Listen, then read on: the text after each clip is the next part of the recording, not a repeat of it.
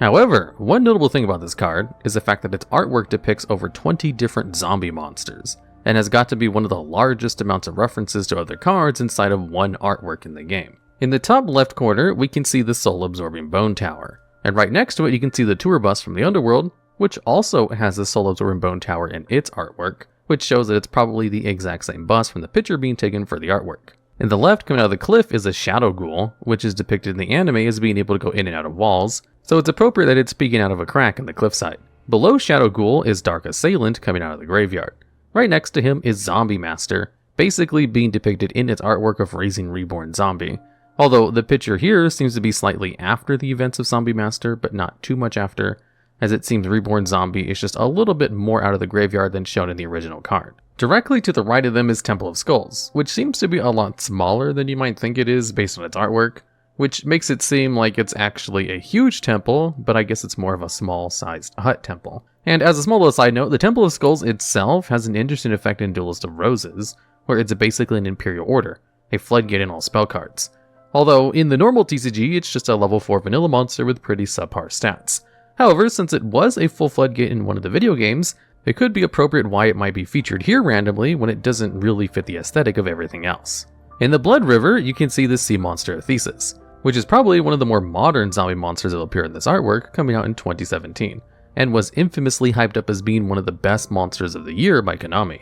And if we zoom into the middle of the map, we can see Berserk Dragon either coming out of the ground or being buried in the ground, as you can only see his head and part of his left wing. To the left of Berserk Dragon is Plague Spider Zombie coming out of the ground, but since it's so small you have to really zoom in order to even see it, so it's kind of hard to tell what it is. But it's a pretty good guess that it's probably Plague Spider Zombie. To the right of Plague Spider Zombie is something that looks like Doom Kaiser Dragon, although I'm not 100% sure on this, as Doom Kaiser could also be depicted in the middle with its core glowing with a whole bunch of electricity coming out of it, although it's also really hard to tell what monster is underneath it. So I'm just going to guess that one of these two is probably Doom Kaiser Dragon because they both kind of fit the description. Next up we have Despair from the Dark, which seems to be depicted from the back angle, and based on the way Despair the Dark is hunching over in its artwork, this might actually just be the picture directly from its artwork, just from a different angle. And next to it we have the Dark Spirit of the Silent. In the front we have 3 different bone mouses, with next to them being Goblin Zombie front and center. Probably the biggest zombie art-wise in this drawing, and the easiest one to recognize seeing as it was a staple of early Yu-Gi-Oh! Then to the right of it we have Glow Bloom, another more recent addition to the zombie lineup, which was released in 2018, a year after the sea monster of Thesis. If we zoom in at the bottom left, we can see the hand and shovel from Foolish Burial in front of a gravestone, depicting its TCG artwork. If we zoom in above the Temple of Skulls, we have Zombie Mammoth coming out of the ground. All the way in the bottom left-hand corner of the screen, we have Violet Crystal, which is an early zombie monster equip card that was released alongside all the other equip cards that were meant for only one specific type of monster, and boosted their attack and defense by 300 points. In the top right-hand corner behind the trees, if you zoom in, we can see Zoma the Spirit, a trap monster that becomes a zombie-type monster when it's on the field, and is a staple of the speed duel format. In the bottom left, you can see the backside of the 3-legged zombie, or Unizombie.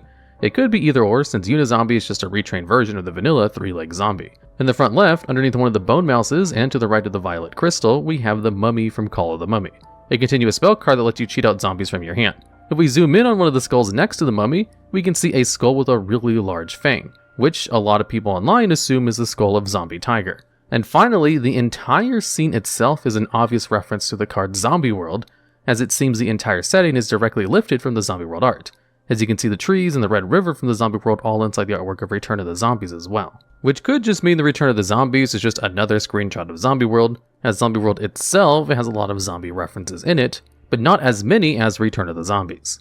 Let's go over the highest attack of all the normal monsters. For level 1, we have Volcanic Rat with 500 attack. Technically tied with Shadow Spectre, however it has a higher total defense point value as well, so we'll be counting that in order to resolve ties. For level 2, we have Digitron with 1500 attack, which defeated a long-held record by Lantian Pikeman, which prior to 2017 was the highest at 1400. Level 3, we have Jerry Beansman's at 1750 attack, holding the highest attack record all the way since 2005. And at level 4, we have a 10-way tie at 2000 attack, with only 2 of them having a defense point value at all, and only 100, putting Alexandrite Dragon and Gene Warped Werewolf tied for first place. At level 5, we have Cybertech Alligator with 2500 attack. Level 6, we have Lightbringer Lucifer at 2600 attack and 1800 defense, beating out Frostosaurus by only 100 defense points. At level 7, we have Metafist Armed Dragon at 2800 attack. And at level 8, we have the Blue Eyes White Dragon at 3000 attack, holding the record for the highest attack normal monster since the game's inception. And there are still no normal monsters with more than 3000 attack in the game. Next up, we have Eater of Millions. Regardless of its competitive use, the artwork of Eater of Millions showcases a lot of other cards in its artwork. As per its effective name, it's eating specifically the cards Yugioh, DD Trainer, Esper Girl, and Night Day Greffer. Don't ask what any kind of deck uses all these cards, because they're all a bit all over the place, and also breaks the fourth wall since Yu-Gi-Oh cards eating other Yu-Gi-Oh cards. Anywho, back on track. Although no deck other than a monster mash should include the random cards showing the artwork of Eater of Millions, there is a common theme between them. See, all these aforementioned monsters, according to their lore, have been banished for one reason or another, and are seen returning to the normal world in Premature Return and a number of other cards. Lastly, Eater of Millions is surprisingly a baby, or at least a child, because in the Banquet of Millions we see a much more grown-up adult version of Eater of Millions. You can see the same fiend swallowing even more cards in its younger self. This is furthered by the banish-related effect.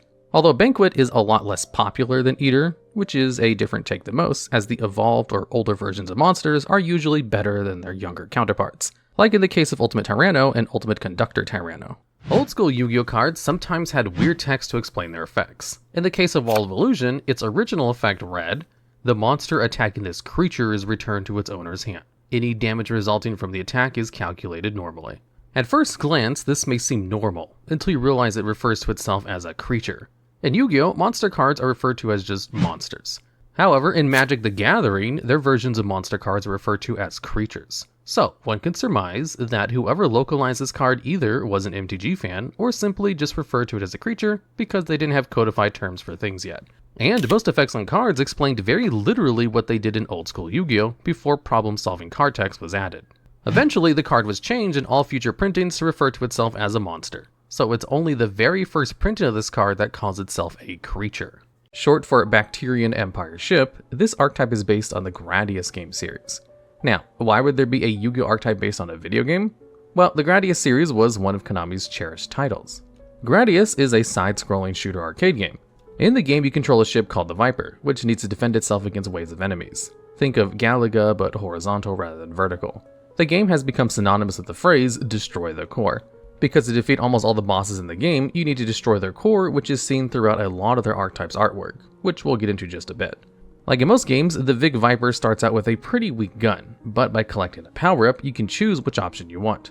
Similarly, the archetype plays like its video game counterpart, in that each of the BES monsters are based off of the types of enemies, but before that, let's go over the most integral part of the BES archetype. BEF is Zelos and Boss Rush. Both of these spell cards heavily support the monsters of the archetype. Boss Rush is a continuous spell that while on the field, you can't normal summon or set. But the payoff is that whenever a monster of the archetype, either a BS monster or Big Core, is destroyed and sent to the graveyard, you can special summon an archetype monster from your deck. Given the effect of the card, the name is quite fitting, as with boss rushes, as soon as one is defeated, the next boss comes out as soon as possible. On the other hand, there's the field spell BEF Zelos, which has 3 effects. The first is on activation, you search for boss rush and add it to your hand. Then, all BES monsters gain 500 attack and defense. But more importantly, they can't be targeted by your opponent's card effects. Last but certainly not least is that once per turn you can special summon a BS monster from your hand, and when a BS monster is special summoned you can place 1 counter on it. Counters are incredibly important for the archetype as they need counters to stay on the field in most cases, and you'll notice that in the effects of the monsters when we get into it. But before that, notice the artwork of BEF Zelos. Although not entirely frame for frame, the artwork of the card tries to emulate what it feels like to play Gradius. Now, onto the BES monsters. There are 9 which share the same exact name as their game counterpart except for 2 cases. For example, there's BES Crystal Core, the card and the enemy in Gradius. The only exception is BES Assault Core, which in game is just Big Core, but now let's go through each of the BES monsters. There's the aforementioned exception, which is BES Assault Core, which also is the most unique cases of the BES monsters. If your opponent controls a monster while you do not, you can special summon Assault Core from your hand. But what makes Assault Core unique in the BES archetype is that it's the only monster of the archetype which doesn't have the ability to place counters on it, thus protecting it from destruction effects. However, given the origins of Assault Core, it actually makes sense that it doesn't have protection like its brothers. See, the Big Core is the standard design of the grunts of the Bacterium Empire series, so it's a basic enemy, meaning that it doesn't have its special abilities that the bosses typically have. It also isn't a card in the TCG, only making an appearance in some of the GX Tag Force games as one of their many in-game only cards. Next up are the Big Cores, in which there are 3 versions and each is an upgrade onto the last. There's BES Big Core, the original, Then there's BES Big Core MK2, and then there's BES Big Core MK3. Each of the big cores have different stats entirely, but have the effect that on summon, you place 3 counters on them. And if they're attacked or they attack, you remove a counter. If there are no counters to remove, then you destroy the monster instead. The MK3 has an additional effect that you can banish it from your graveyard to shuffle all BES monsters from your graveyard into your deck. Moving down the list of attributes, as there is a BES monster for each attribute except for Divine, is BES Tetran, which is a wind attribute BES ship. On top of the archetypal effect that a normal summon you place 3 counters on it, and if it's involved in a bound, you remove a counter, or if not, destroy the card. But also has the ability to remove a counter to destroy a spell or trap card that's on the field. Interestingly enough, Tetran is the highest selling of the BS cards, at a surprising $50. Compared to the other BS monsters that sell less than 20 cents, Tetran blows the rest out of the water, and a graded version is worth even more, with the prices of a perfect 10 being almost $500. On to the water attribute, there's BES Crystal Core, which has a unique effect on top of the archetypal effect to change an attack position monster to defensive position at the cost of removing counters. The last remaining attribute is Earth, and there's actually 2 BES monsters that share that attribute. There's BES Covered Core and BES Blaster Cannon Core. Covered Core is level 7, has 2500 attack, and has a slightly different archetypal effect. Rather than the usual 3 counters, when Covered Core is normal summoned, you place 2 counters on it. Then if it attacks or is attacked at the end of the battle phase, you flip a coin. And if you call it wrong, only then does Covered Core lose its counter. And if Covered Core battles without a counter, then you destroy it. Then on the other hand, in the last of the BS archetype, there's Blaster Cannon Core, which is arguably the tankiest of the BS monsters. This level 9 Earth Machine has 2500 attack and 3000 defense. Blaster Cannon Core has the archetypal effect but can also special summon itself from your hand if your opponent controls more monsters than you do. And it makes sense that Blaster Cannon Core is the strongest as it's the 5th stage boss. Now, despite all the attributes being covered, there's actually another monster of the archetype that always seems to fly under the radar, and that's Gradius. Simply, Gradius is a level 4 light machine monster with a subpar 1200 attack and 800 defense that has the flavor text, a high-performance jet fighter with power capsules for variable attack capabilities. This is meant to be Vig Viper, or the ship the player controls throughout the game. Now, although the BES archetype never saw any type of competitive success, except for some of its members, the archetype is one of the many Konami Easter eggs that are within Yu-Gi-Oh!, like the next cards in our list.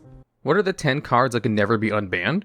Fiber Jar would cause games to go on too long with its repeatable resetting the dual style effect. The Forceful Sentry gives you way too much advantage and hand information with way too little investment. Level Eater allows for near infinite summoning combos with Link monsters. Shockmaster is way too good of a floodgate for how easy it is to summon. Soul Charge allows a generic +5 from the graveyard, an effect which is heavily regulated and restricted in almost every archetype, which has a similar effect to simply summon one monster. Red Reboot can instantly win you the game versus trap decks, with nothing like it existing for spells or monsters because it would be too powerful if it did. Summon Sorceress is a generic summon from the deck, something which many combo and FTK decks would kill to have in their arsenal. Imperial Order was so good at stopping spells it was banned again, even after it got an errata. Magical Scientist is at worst a +7 in card advantage, and Maxi kind of warps the game around itself and can allow you to skip your opponent's turn or draw a bunch of cards, neither of which is a downside to the player using it. To bring out the Goddess, you need to banish one face-up Ritual, Fusion, Synchro, and Xyz monster. With such a heavy requirement, Sophia's summon first can't be negated, and when summoned, you banish everything else in play. So, both you and your opponent's hand, fields, and graveyards. The cherry on top is that cards and effects can't be activated in response to Sophia's effect activation, meaning there isn't really anything that can stop the effect. So Sophia's effect is super strong to say the least, but the summoning cost is normally way too much for the card to see play outside of decks focused around summoning her, which are generally in less competitive strategies. There's a lot of interesting info about Sophia. The main thing about the inspiration references to other cards. Sophia actually has 2 counterpart cards, Necrons of Sophia and Tiara, Source of Destruction. The Necrons archetype as a whole is an archetype that's focused on summoning ritual monsters, and their whole story related to the cards is that their rituals draw power from strong boss monsters like Trishula, or in this case, Sophia.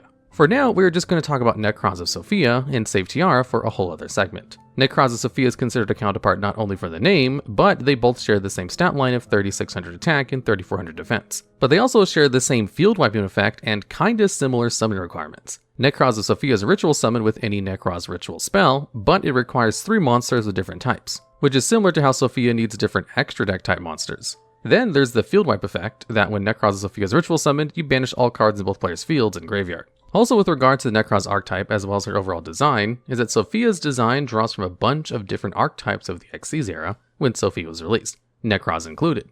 She has 2 Yugioh Aqua Mirrors as chest plates, 2 Gem Knight inspired bracelets, green Gusto wings, a Lavalval tribe chest on her skirt, and Orbs of Light and Darkness represent Violon/Constellar for light, and Steel Swarm and L Swarm for dark archetypes respectively. The last reference is to the arm tattoos in Sophia, which look a lot like the plants in the Naturia cards. Outside of the card game, Sophia's design draws a lot of comparisons to Baphomet, which is mostly known as a demonic god, but back in medieval times, it was considered the god of rebirth. But considering there's a whole archetype based on Satan with Dark Lords and the rest of the devils of hell, I'm not too surprised. Another fun fact about Sophia is that the German version of the card had a translation error, and this wasn't a small mistake, because Sophia got abused for how strong the mistake was. With the German card, rather than banishing one of each extra deck monster of the type, you just need to banish one of any of the extra deck monsters from either side of the field because the wording was or rather than and when it was listing summoning requirements. So needless to say, this was changed almost instantly. But in the big picture, Sophia is actually part of one of the smallest archetypes in the game called Star Gods.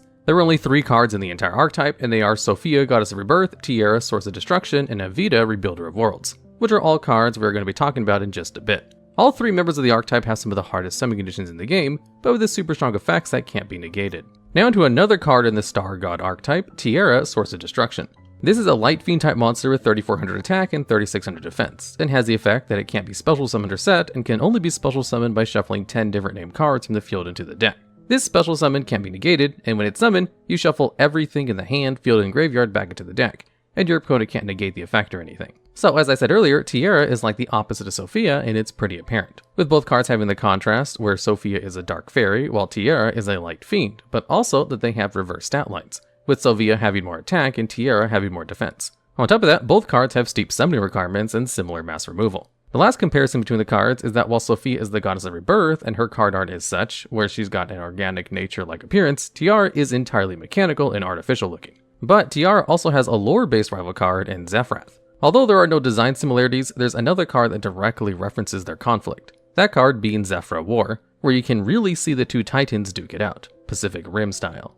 But there is some context to their feud because there's actual Yugioh lore regarding the Star Gods, Zephyra, Qliphort, and the Infernoid archetypes as well. Basically, the Qliphorts, Infernoids, and Zephyra monsters are all based off the 10 branches of the Qliphort tree, or better known as the Tree of Death. Each branch of the tree is linked to both an evil spiritual force and a gem color, and this is seen in each of the archetypes. So for example, let's take Qliphort Helix. The color associated is orange, which is shown in the card, then the corresponding Infernoid is a Tonedale, and then the opposing Zephyra is Zephyraxa. And although the cards aren't really explicit about their connection, the orange tones throughout all 3 cards and the impure force they are associated with links them together. See, the associated force with them is Samuel, who's associated with destruction a lot of the time. And with both Qliphort and Infernoid cards, you have destruction-based effects. Zephyraxa is more of an anti-destruction, as it allows you to special summon itself if another Zephyr card is destroyed. Design-wise, Tiara is a combination of a bunch of different cards similar to the other Star God cards, the most apparent of which is Infernoid Tiara, as they not only share a similar design, but also with the same levels and stat line. And this is pretty unique for card artworks, that they were referencing so many cards in their design. On top of Infernoid Tiara, Tiara also includes a mix of all 10 Qli monsters, ranging from Qliphort Towers to Qliphort Stealth. But regardless of its monstrous summoning requirement and strong effect, like Sophia and the other cards I'm going to mention, Tiara isn't used at all because of how much it takes to bring out, despite how strong the effect might be. The last card in this Star God trio is Evita, Rebuilder of Worlds. Evita is a light Cybers monster that sits right in the middle of the other 2 Star God cards, with both 3500 attack and defense. The card also has the harsh summon condition of requiring 8 or more link monsters in the field or in the graveyard. When it's summoned, it has a similar unnegatable field wipe effect, where you shuffle all of the monsters that are on the field, in the graveyard, or banished back into the decks.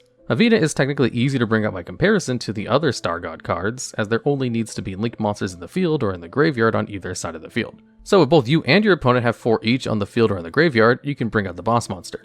Evita, surprisingly, is a Cybers monster, unlike the Fiend and Fairy types of the other Star God cards, but with its high stat line, Evita is actually the Cybers monster with the highest defense, and is tied for the highest attack with World Gears of the Theological Demiurge. Now, like the other Star God cards, Evita has a couple connections to the other cards and archetypes, like previously mentioned World Gears of Theological Demiurge. This is a Link 3 Cybers monster with 3500 attack that requires 3 level 5 or higher monsters to summon, and has the effect that if it's Link summoned using 3 monsters with different types and attributes, you can destroy all other cards in the field. There's also another effect more focused on the archetype, but for the sake of keeping the exclamation brief, I won't mention it. But why I bring up World Gears is that lore-wise, it's inferred that the card is the unevolved or unawakened form of Evita.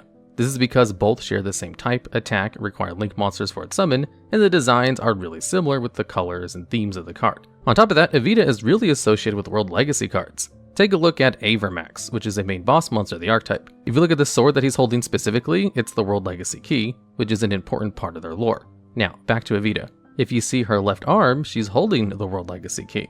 Evita falls under the same problem as the other Star God cards, where the summoning requirements are just too much for wiping the field and bringing out a big body. Especially since it takes 3 attacks to reduce your opponent's life points from 0 to 8,000 by itself, which means your opponent has a chance to recuperate.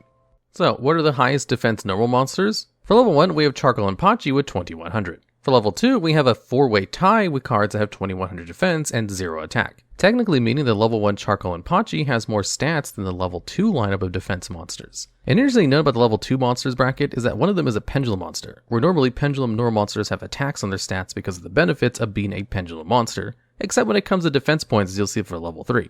And also one of them is a tuner, which normally should have attacks on stats as well. For level 3, we have Dragoon's Draconia at 2100 defense. Level 4, we have Battle Footballer with 2100 defense and 1000 attack. Technically tied with 4 of the monsters with 2100 defense, but it has the highest attack points out of all of them. For level 5, we have a tie between Millennium Shield and Labyrinth Wall with 3000 defense, being the absolute max when it comes to defense point values for normal monsters. For level 6, we have Neo Aquamador at 3000 defense. At level 7, we have Hyozanru at 2800 defense. And finally, at level 8, we have Dragon Core Hexer, which is a normal tuner monster with 3000 defense. And there are no normal monsters above level 8. Next up, let's talk about Bean Soldier. Bean Soldier is a level 4 plant monster with 1400 attack that isn't really notable, to be honest. Its stat line is nothing special for a vanilla monster. There's plenty of other plant monsters with higher attack that you could use instead. In fact, Angel Trumpeter is probably the most notable level 4 normal plant monster, because it's both a 1900 attack beatstick that's also a tuner monster. So ideally, there's no reason to ever play Bean Soldier. However, this may surprise you to hear, but if you try to purchase Bean Soldier over Angel Trumpeter on the secondary market, you could buy 15 Angel Trumpeters for the same cost as a single Bean Soldier. And that's because Bean Soldier only ever got one printing back in 2002 in a tournament pack first season, and is one of the few common cards to have never received a reprinting since. You see, unlike other card games, Yu-Gi-Oh! Is very aggressive in their reprint policy, and will reprint generic cards all the time. If a card sees enough play, it'll probably get reprinted a couple of times. So there's a handful of cards like Bean Soldier that are unnecessarily expensive, simply because it wasn't good enough to get a reprint, as its current going rate on TCG Player is $15 on the low end. However, for such an unassuming old school vanilla monster, it surprisingly received a retrain in Rush Duels as Baked Bean Soldier. In this version, it's a fire type monster with 1500 attack and 0 defense. In Yu-Gi-Oh! There are some cases where a monster will get a fire-type version but with 0 defense points, like in the case of Blazing Inpachi, or another card in Rush Duel, the Fire Dragon. However, it may seem like only a 100 attack boost is not that big a deal, but in Rush Duel specifically, 1500 is a premium stat line for a level 4 monster.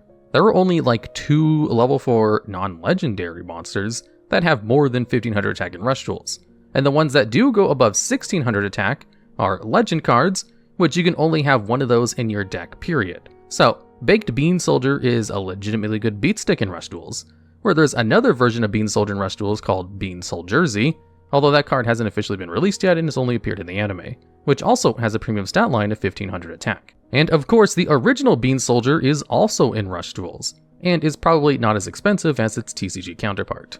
Bean Soldier also appears in the trap card Mame Maki along with Jerry Beansman and Natura Beans, which are the only 3 bean-themed cards in the game. And the reason they appear is because the card is depicting a Japanese tradition of throwing beans at someone wearing a demon or ogre mask. And since there are so few bean cards in the game, they just included all 3 of them into this card artwork to symbolize the tradition, as the card is literally named after said tradition. The card Alien Shock Trooper Inframe is an alien linked to monster that requires any 2 reptiles as materials, and has 2 effects. The first one allows you to discard a monster from your hand as a quick effect in order to distribute 8 counters on face-up monsters in the field as you wish. And then if this card is destroyed, you can special summon a number of non-link reptile monsters with different names from your graveyard up to the number of monsters your opponent controls with 8 counters. Now, this card is good, as it can potentially special summon a whole bunch of reptiles from the graveyard, even if the alien archetype itself isn't very good.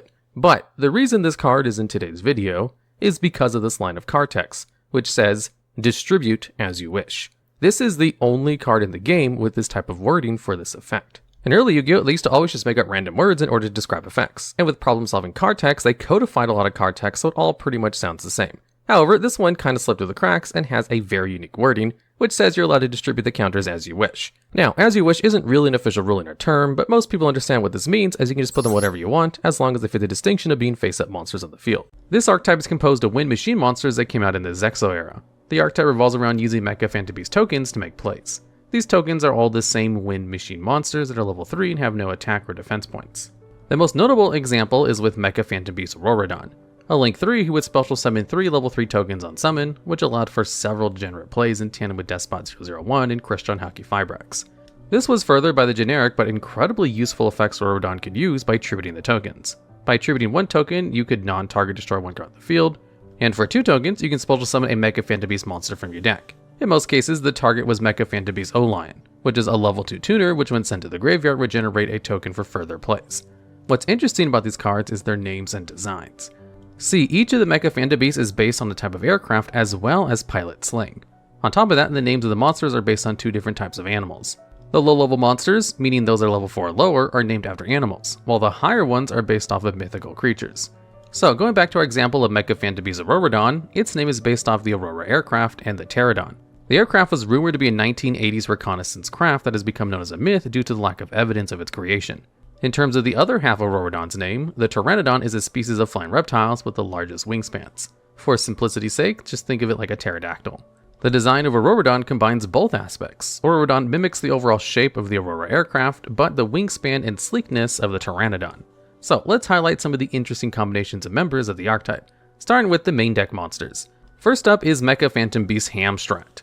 Judging by the card art alone, it's pretty easy to identify at least one half of the inspiration of Hamstrat, which would be a hamster. The other half of this level 3 wind machine monster is a Stratotanker aircraft, which is a craft designed for military aerial refueling, meaning it helps other aircrafts refuel while still flying.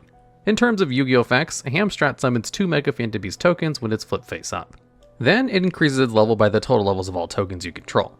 Lastly, by tributing a token, you can target 1 Mecha Phantom Beast that's in your graveyard and then special summon it. Next up is Mecha Phantom Beast Megaraptor. This level 4 monster has a pretty tricky inspiration. See, you'll most likely guess that Megaraptor's animal inspiration is a raptor, but that's not entirely true. Mecha Phantom Beast Megaraptor is based off of the Raptor aircraft and the Megaraptor dinosaur.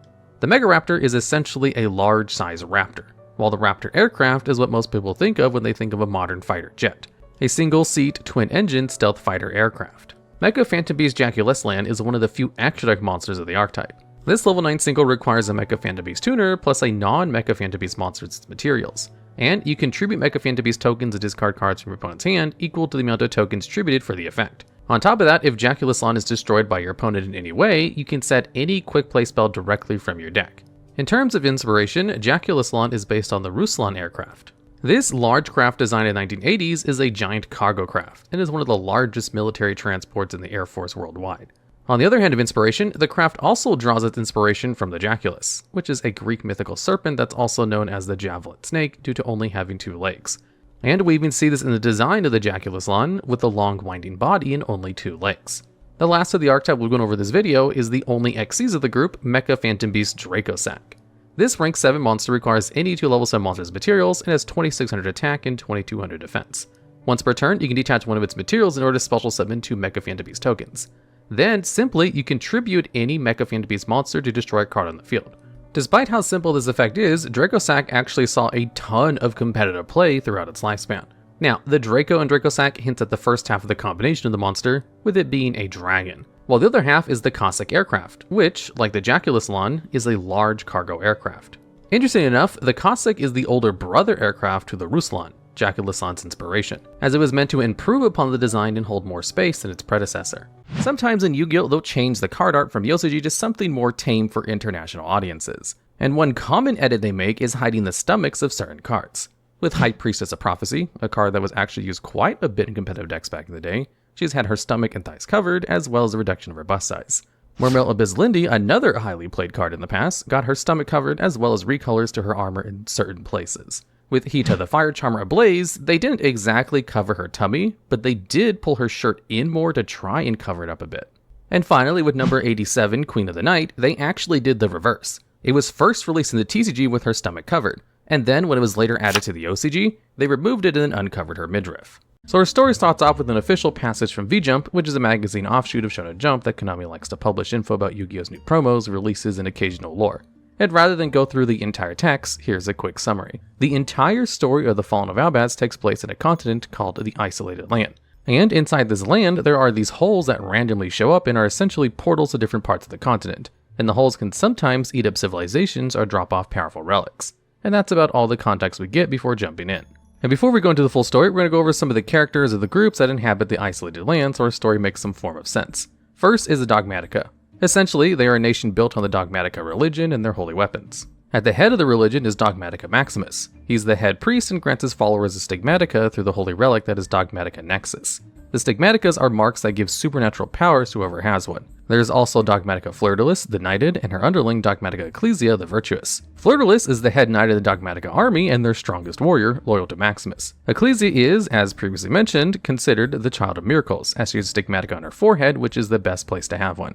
In terms of in-game, the Dogmatica monsters are light spellcaster monsters that are an anti-extra deck archetype. The level 4 monsters of the archetype, Dogmatica Aiden, the Enlightened, Dogmatica Ecclesia, the Virtuous, and Dogmatica Theo, the Iron Punch, can all special summon themselves if there's an extract monster in the field, and can't be destroyed by battle by an extract monster. The stronger monsters of the archetype include the previously mentioned Maximus, Nexus, and Fleur-de-Lis, which all have unique effects. Fleur-de-Lis lets other Dogmatica monsters gain attack points when they battle, and can negate an effect when she's summoned while you control another Dogmatica monster. Maximus can special summon itself by banishing an extra deck monster from your graveyard, and can foolishly burial other extra deck monsters. Dogmatica Nexus, which is arguably the most offensive of the Dogmatica cards, can destroy all of your opponent's special summon monsters at the start of the damage step if it's battling a special summoned monster. Next are the tribes of the Beastmen, which are humanoids with animalistic features. There are tribes of beasts, beast warriors, and winged beasts, and there is a constant conflict between the tribes for resources, which leads to quite the nasty cycle of vengeance. And in an interesting turn of events, the main 3 tribes each exile a member for one reason or another. Rugal is exiled for being a kingslayer. Frigid was exiled for being a thieving cat. But in the Japanese translations, she was a homewrecker, which is a lot more intense. And last was Shiraig, who was exiled for being wingless. They each cross paths during their exiles, and believe it or not, they team up to form the Tri-Brigade. As an archetype, the Tri-Brigade monsters are a combination of beast, beast warrior, and winged beast monsters that focus on link summoning through their banishing. There are a lot of Tri-Brigade cards, but we're going to be focusing on the lore relevant ones. Starting with Kit, who's a level 2 beast monster that has the archetypal effect to banish a number of beast, beast warrior, and winged beast monsters from your graveyard to special summon a beast, beast warrior, or winged beast link monster from your extra deck, whose link rating is equal to the amount of monsters banished. Then, if Kit is sent to the graveyard, you can send another Tri-Brigade monster from your deck to the graveyard. Next is Tri-Brigade Bearbrum, the Rampant Rampager. That's a link 2 monster that has 2 effects. First is to discard 2 cards and special summon a banished level 4 or lower beast, beast warrior, or winged beast monster. And the second is that as Bearbrum hits the graveyard, you can add a Tri-Brigade Spell or Trap card from your deck to your hand, move a card from your hand to the bottom of your deck. Last but not least is the main boss monster of the Tri-Brigades, Shiraig. This link 4 can banish a card in the field when a beast, beast warrior, or winged beast monster is special summoned, and when it's sent to the graveyard, you can add a beast, beast warrior, winged beast monster from your deck to your hand. Pretty simple but effective. Now, outside of the Dogmatica, there are a bunch of others that inhabit the Isolated Land. Notably, there are the Therions, the Sword Souls, and the Ice Jades. The Therions aren't technically native to the lands, but had shown up on their spaceship and crashed when they were teleported to a volcano via a hole. This area that they settle in is called the Land of Iron and Steel, marked by a great tower over a volcano, which is actually their spaceship. The spaceship is still, albeit barely, functional as it's being powered by the magma from the volcano where they landed. And the AI of the spaceship developed quite a fiery personality that also loves combat, which will come back and make sense later. So, our story starts in the northern part of the Isolated Land in the nation of Dogmatica, but not with the people of Dogmatica. Rather, with the Tri-Brigade, a group of 3 exiled members of the Beastmen tribes who are on a mission to free some captured tribe members that have been taken hostage. And the mission doesn't go too well planned, and stealth no longer becomes an option. So a big fight breaks out between Dogmatica and the Tri-Brigade. As the fighting occurs, a hole appears in the sky and a dragon falls through the hole. And the Titanic-clad the Ash Dragon joins the battle. As menacing as Titanic-clad is, the dragon was quickly disposed of by none other than the best fighter Dogmatica's Fleur-de-Lis. After Titanic-clad's defeat, its body dissipates and fades away, revealing a young boy in our main character, the Fallen of Albaz. Ecclesia then goes down to finish the job, but rather than end him, Ecclesia realizes the boy is just lost, afraid, and has no memory of what happened. So she disobeys her orders and helps him. After her defiance, the Tri-Brigade arrive on the scene. On one side, there's the Tri-Brigade who sympathize and want to help the boy, while the Dogmatica on the other side who wish to destroy the heretic. In the middle is Ecclesia who wants to find a middle ground, but this was to no avail, and Dogmatica Ashian tortures her and then exiles her. Ecclesia passes out from the damage, and in anger, the Fallen of Albaz transforms into Brigran the Glory Dragon. and alongside the Tri-Brigade, they manage to escape the Dogmatica Nation. After escaping Dogmatica territory, the group makes it to the Tri-Brigade's base of operations. Here, Shiraig, the leader of the Tri-Brigade, explains that they will be hunted by the Dogmatica Nation, and they should seek help from the Spriggans who live in the Great Sandsea Desert, specifically from Frigid's younger sister, Kit. Before Ecclesia and Fallen of Abaz set off, Shiraig makes them honorary members of the Tri-Brigade, giving the boy a pet mechanized bird, Mercurier, one of the many small birds seen in Shiraig's artwork. As the two travel the desert, they become really close friends. The Spriggans notice the two new faces in their territory and assume that they're enemies. The two are captured and brought to the Spriggans' base of operations. But suddenly, Kit recognizes Mercurier and everything is cleared up. Turns out the Spriggans are gifted mechanical pirates.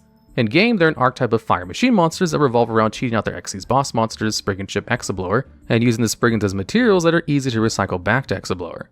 Most of the Spriggan monsters have the archetypal effect to attach themselves to a Spriggan's Xyz monster as a material from either their hand, field, or graveyard. Lore-wise, the crew's main members are Spriggan's Rocky, which can recur as Spriggan's field spell or any Spriggan's monster on summon. There's Spriggan's Pedor, who contributes itself to special summon another Spriggan's monster from your graveyard.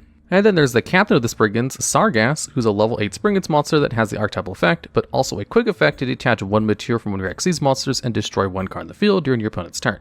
And if Captain Sargas himself is used as a material, the Xyz monster gains 500 attack. Last but not least is Spriggan's Kit, who shares the Spriggan's name, but her effect has nothing to do with the archetype. Rather, she special summons herself from the hand if you control a fusion monster that mentions Fallen of Albaz, and when she's special summoned, you can add a branded spell or trap to your hand. Back to the story, where the Spriggans are initiating Albaz and Ecclesia before considering them allies. So they go on a bunch of different trials and challenges such as treasure hunting and hunting down holes. The holes have been pretty fortunate for the Spriggans, as the hole typically sends out industrial materials or technology to help them develop their technology, like their Sprind, the Iron Dash Dragon. After the trials, the group finds quite the hidden treasure, so they throw a big party and Ecclesia finds the skull of a desert serpent and takes quite a liking to it. All while this is happening, things are stirring up in the Dogmatica. Flirtulus alongside Aiden and Theo all escape the Dogmatica to search for Ecclesia as they sense the corruption from within the nation, and they left at the perfect time, as Maximus first anoints a new saint in Dogmatica Genesis. With a new saint, Maximus's plan is finally ready. He raises his hands to the sky and starts an accursed ancient ritual, and he draws a corrupted power from a hole that spans over the whole of Dogmatica.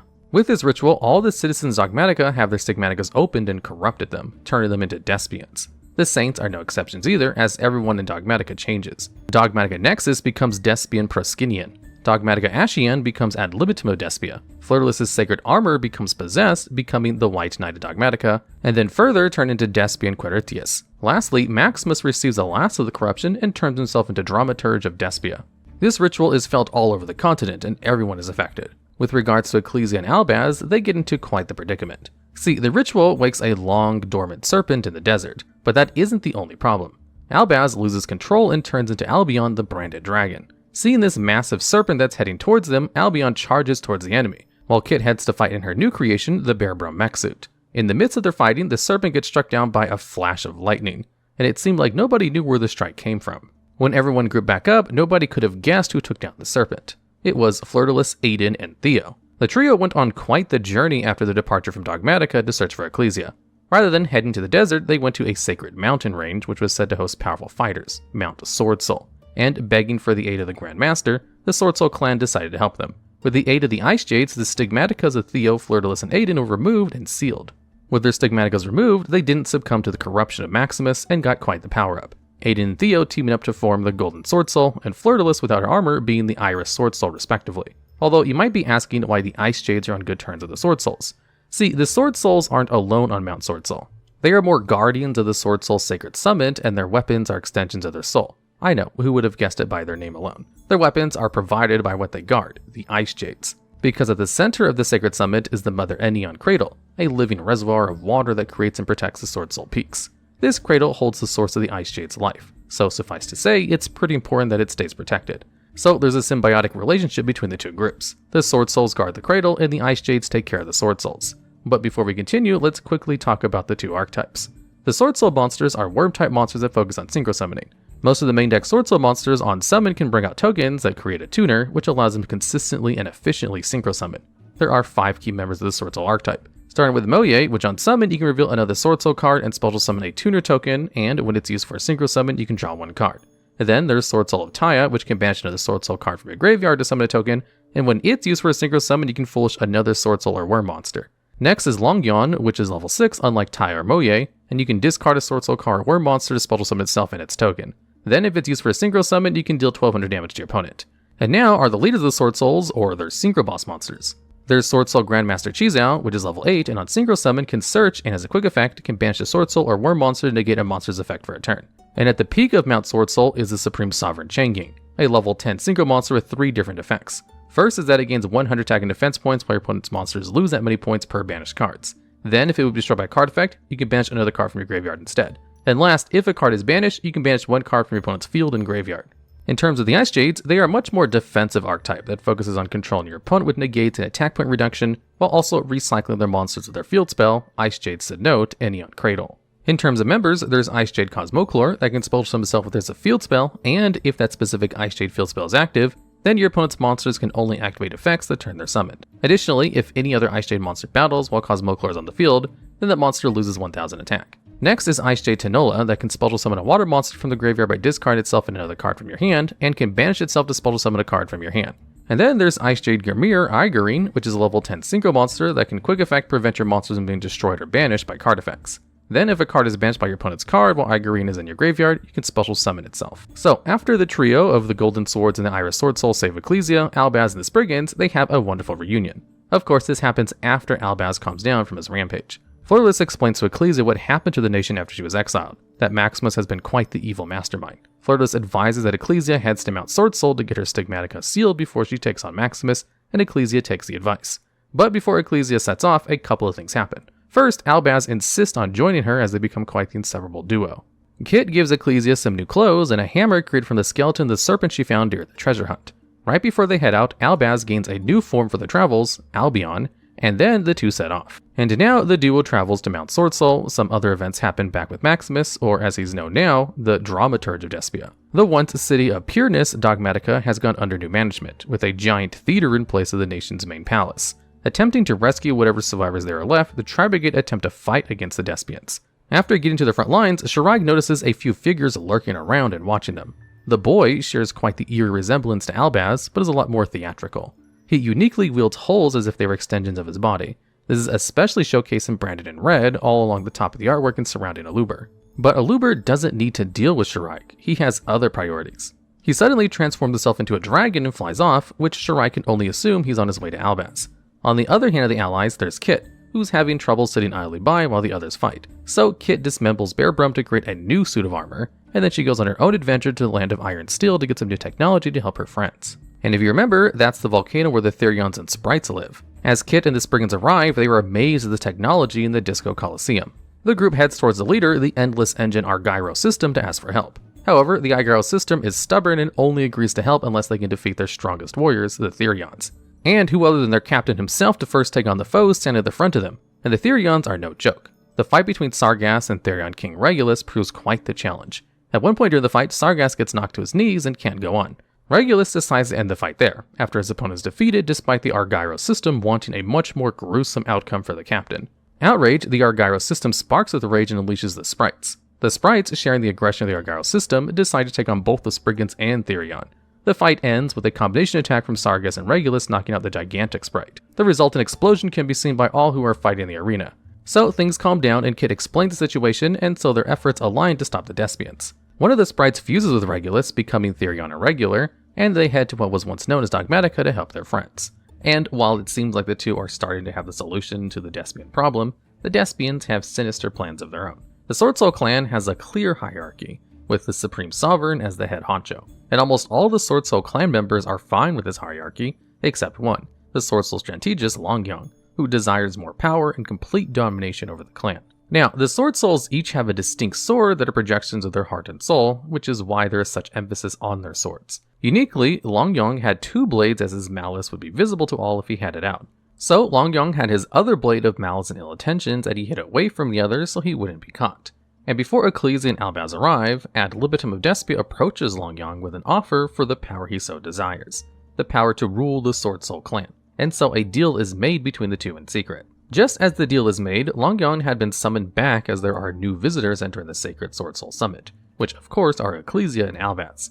Now, sitting in front of an audience with the Sovereign himself, Changying, they were judged before Sword Soul auspiced Chongjun to see if their hearts were pure. After finding out they were both innocent and good-hearted, they were guided to the Ice Jade Sinnoh Neon Cradle to meet Ice Jade Cosmoclore.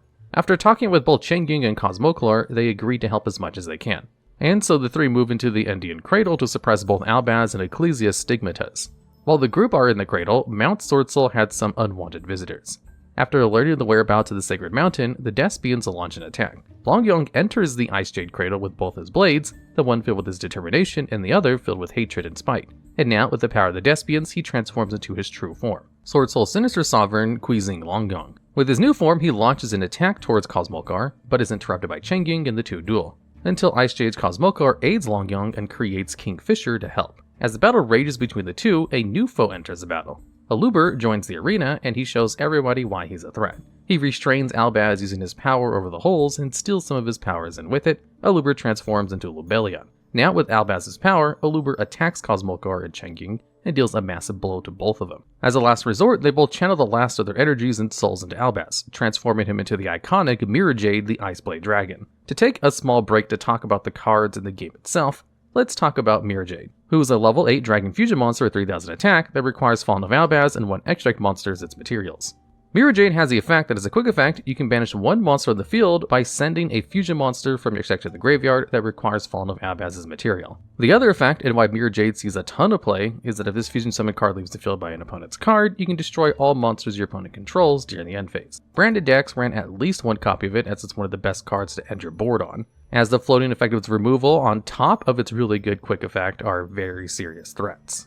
But now back to the story. So now with the power of both the Sword Souls and Ice Jades, Albaz is as strong as ever to take on Aluber and Kuingxing. Unfortunately, Cosmokar's power has been spent and her life force starts to fade away as she has one less heartfelt conversation with Agarine, who was like a daughter to her. And in her sorrow and anger, Agarine creates Ice Jade Agarichasis to help fight to defeat the traitorous Kuizing. And the creation helps as both Agarichasis and Albaz down Kuingxing Longyong and crash a portion of the cradle into Longyong and putting him out of commission. Albaz now sets his sights on Aluber, and as they fight, Aluber starts to create a barrier around them. And as the barrier forms, Ad libitum of Despia shows up in a portal to invite the others to watch their friends fall, and so they enter to help their friends. Meanwhile, the intense fight between Aluber and Albaz continues, but the barrier in which they are fighting isn't for the protection of the Indian Cradle, it's a trap. The barrier is meant to fuse the two together, and so he begins to fuse both him and Albaz together to create Alba Letitus, the Abyss Dragon, and all hope is lost for Albaz. While the chaos ensues at Mount Swordsoul, Flirterless, Aiden, and Theo head to the Dogmatica capital to stop Maximus, but it seems they've fallen right into their hands, and are surrounded on all sides. So there's no other option. The three engage, now fighting under the righteous banner. The group is separated as Flirterless chases down Maximus, but Flirterless plays right into Maximus's hands as she easily gets overpowered. And Maximus feeds her soul to the Praskenian. And the timing couldn't be worse. As Flirterless's soul leaves her body, Ecclesia arrives to witness the end of her sister's life. Too late to save one of her closest friends. But now Maximus's ritual is complete and he starts to channel the power of all the souls he's taken. Now with Aluber and Albaz fused into one ultimate dragon, within there has been a fight of who stays in control of the dragon. The fight is pretty hopeless as Aluber has full control over his powers. But Albaz hasn't given up, and he strikes the core of Alba Letitus and breaks free of Aluber's grasp and is expelled out of the dragon. And he even still holds a fragment of Mirror Jade, his very own Ice Jade. After the separation, Albaz retreats while Aluber has some other issues to deal with. As Albaz shattering the core of Alba Letitus, it released some other draconic beings that were inside Albaz that Aluber had stolen when they were merged, the Bestial monsters. The Bestial monsters are an archetype of level 6 and higher dark and light dragon monsters that can special summon themselves from the hand by banishing a light or dark monster from either graveyard. They each have the unique effects that range from searching for a dragon monster to add to your hand to sending a special summon monster your opponent controls to the graveyard. The most iconic of the Bestial cards is Magma Hut, which has the secondary searching ability. Its popularity is widespread as it can search any dragon type monster when special summoned, so it synergizes with a wide variety of decks and acts as another version of DD Crow, which works well against meta threats like tier limits.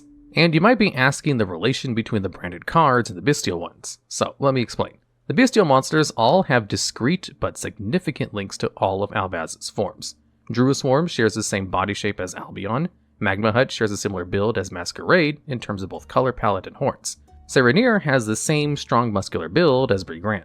Last but not least, there's Lubellion, who doesn't quite have an Albaz counterpart, but is just the strongest form of Aluber. In her state of sheer despair after losing her sister, Ecclesia gives in. In her grief, Ecclesia dons a new red dress, becoming Blazing Cartesia the Virtuous. And now the stage is finally set and the characters have their new roles in the grand finale of the playwright of the Albaz. Although the odds are stacked against them, Albaz isn't alone. With the friends he's made at the start of his journey, the Tri-Brigade, he doesn't have to face the Despians by himself. And as Albaz and the Tri-Brigades wait for the Despians to make their move, they hear fireworks in the distance. Making quite the scene on their arrival is none other than Kit atop the Exablower, and she wasn't alone either. She was accompanied, of course, by the Spriggans, but with a much upgraded champion of the Therion arena. Upon their arrival, Kit runs to her dear friend Shiraig and gives him a much needed firepower upgrade with the Bucephalus 2 armor. But this means nothing to Aluber. He only sees the ones standing in front of them as ants that need to be crushed. And so Aluber, using the powers of holes, taking the corpses of both the defeated Supreme Sovereign Serpent of Golgonda and the traitorous Queasing, and combines them to show just how powerless Albaz and his puny friends truly are. Emerging from a hole that Aluber created was the Abyss Dragon Sword Soul, only fueled by vengeance towards the ones who took everything from him, Albaz. And so the Sword Soul Dragon locked eyes and attacked. Aluber transforms into Lubion once more, and also emerging from the once nation capital that was known as Dogmatica was a girl, pale as snow in a red dress. And she wasn't alone. She was accompanied by a dragon made of brass and the wings of stained glass. With Ecclesia being nowhere to be seen, Albaz's anger and worry grew. With these feelings and the help of Mercurier, he channels his draconic powers to transform, using Sprint as an almost template for his transformation, but much stronger as this time he has the support of Kit and her machines. Albaz becomes a mechanized dragon, Rindbrum the Striking Dragon, and so the two dragons clash. Their battle is fierce, but is swiftly interrupted by a wall of ice separating the two. The same type of ice found at Mount Swordsoul, the same ice as the Ice Jades. Ice Jade Grimir Argernine arrives to the battle, but now with the combined powers of all the other Ice Jades. Accompanying the Queen of the Ice Jades was her very own creation, Ice Jade Creation Argeocasis. With Longyong's betrayal of the Swordsoul clan, he specifically stabbed Swordsoul Moye in the back and left her to die. And as Aluber took the Great Sea Serpent and Longyong and melded them together, Aegirine did the same with Moye and Argeocasis, which you can see with the head of the beast. Furious to see that he couldn't finish his original goal, the Swordsoul Abyss Dragon changed his focus to his unfinished business. And so Albaz, Shiraig, Sargas, and Kit had to find Ecclesia while the two sworn to protect each other fight. But standing in their way is Bystial Albalos, a combination of Despian Proskenion and Lubelion, who sees them coming from a mile away and prepares to blast them in one fell swoop. Sargas raised his arms and unleashed a barrage of missiles and lightning. This devastating attack shatters Albalos and destroys the symbol of the Dogmatica nation. As Aluber falls, he heads right into the main hall of theater of the Branded. Albaz tries to chase Aluber as he falls, firing Rimbrum's many weapons, trying to hit him as he descends. But his blasts miss their mark, and once he gets a clear shot, the blast is interrupted. Taking the blows directed at Aluber was Grand Gugnol the Dust Dragon and its rider, Blazing Cartesia the Virtuous. And only now, with Cartesia being so close, does he recognize what truly is going on. Albaz just struck down his best and only friend, who's been corrupted by grief and heartache. Leaping out of Ringbrum, Albaz chases after the following Cartesia, trying to wake her up and bring her back. As the two fall towards Aluber, Albaz's hope is fading. Was there anything that could save Ecclesia from her grief? Not only has Albaz lost his closest friend, but the ritual has been completed. But that's not all. There was one hope left. In Albaz's hand, there was the last fragment of Mirjade carrying the hopes, dreams, and souls of Albaz, Changying and Kaz Bolkor. Using the power residing inside the dagger, he placed it in his dear friend's hands as they fell. Albaz channeled all the hopes and dreams of everyone they've met along their journey and prayed to whatever gods there were that a miracle would happen, and that prayer was answered. Ecclesia woke up. In the past, hearing Ecclesia call out to Albaz had reclaimed him, but hearing Ecclesia say it with such joy and hope awoke something in Albaz. Empowered by what could only be called as love and hope, Albaz transformed one more. Soaring to new heights and ready to fight off the Dogmatica and Despian threats, Albion, the incandescent dragon, enters the fray. But as Albion soars, Gragugnol falls. As the massive dragon laid on the ground, pierced by 2 shots from Ringbrum and its ward turned on him, Gragugnol was ready to take its last breath. However, in front of the beast stood Guiding Krem, the Virtuous, or better known as the corrupted white relic of Dogmatica. In a cruel twist of fate, both Flirtulus' body and Cartesia's blades were left unattended.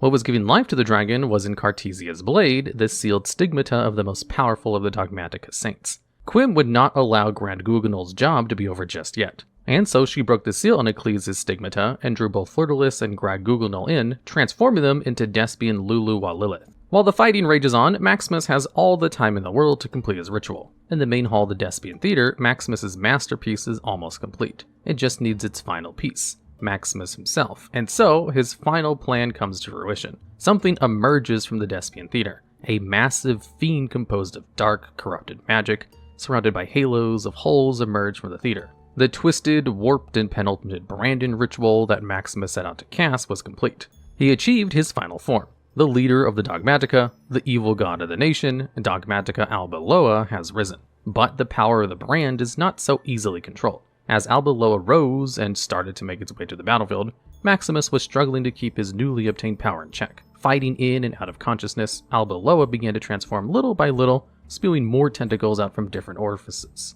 Screaming in pain, the whole battlefield froze in terror, wondering if this was Maximus or was this something else. Alba Zoa let out one last shriek before what seemed like Maximus' struggle stopped. The transformation took too much of a toll on Maximus, and he had lost himself to the overwhelming power of the brand. Bestial Dispater rose in Alba Zoa's place. Sensing the distinct lack of sanity coming from Dispater, Aluber noticed that Maximus had left his throne open for the taking, his servants and belongings up for grabs.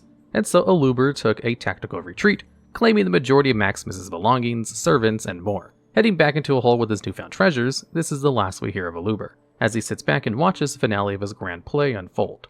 As the epitome of Albaz's strength took on Lulu Lilith, the two traded blows back and forth. They were dead even in strength. But as they fought, Ecclesia's memories of her sister flooded back into her mind, as she thought that if Albaz's hope could save her from the influence of the Despians, then she could do the same for Flirtless, who had to still be inside Lulu Lilith. Albion stabbed Lilith in the chest with its horn filled with the power of the Ice Shades and the Sword Souls, and Ecclesia reached through and tried to grasp at what remained of her sister. And another miracle happened that day. Ecclesia found her sister, trapped in the depths, surrounded by the souls of all the other saints that lost their lives in the ritual. Ecclesia reached out, and her love of her sister pulled Flirtless back in command of the shell that is Lulu Lilith. With a cry of happiness that Flirtless has returned once more to the living world, she raises her blade to the sky and calls down her thunder, striking Dispater. Seeing this powerful strike, Shiraig, who had been fending off the Despian army with the rest of the Tri-Brigade, understands this is the climax of the fight. Thus, he overclocked his Bucephalus 2 armor and fired at Dispater.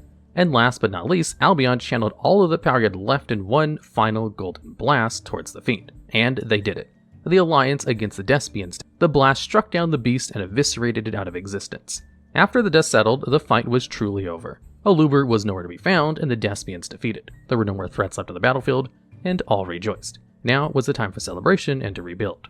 But this isn't the end of the story of the boy from the hole in the saint. This is only just the beginning of their adventure. There are so many questions left unanswered, like what happened to Aluber? What are the holes really? But that's for a later time. Ecclesia and Albaz need some time to relax and go on a much less world-ending adventure together, so they take off into the boundless open land for new adventures and tales to share with all their friends. A point of the Red Lotus is a trap card that lets you rip one card from your opponent's hand, but only until the end phase and at the cost of revealing your own hand to your opponent and paying a pretty hefty sum of 2,000 life points. This card was released in 2009 and was supposed to be a de-evolution of Confiscation and Trap Dust Shoot, two cards that were banned and had more permanent hand-ripping effects. It was never really meant to be useful and more of a joke version of these much more powerful cards. And then something happened to the game.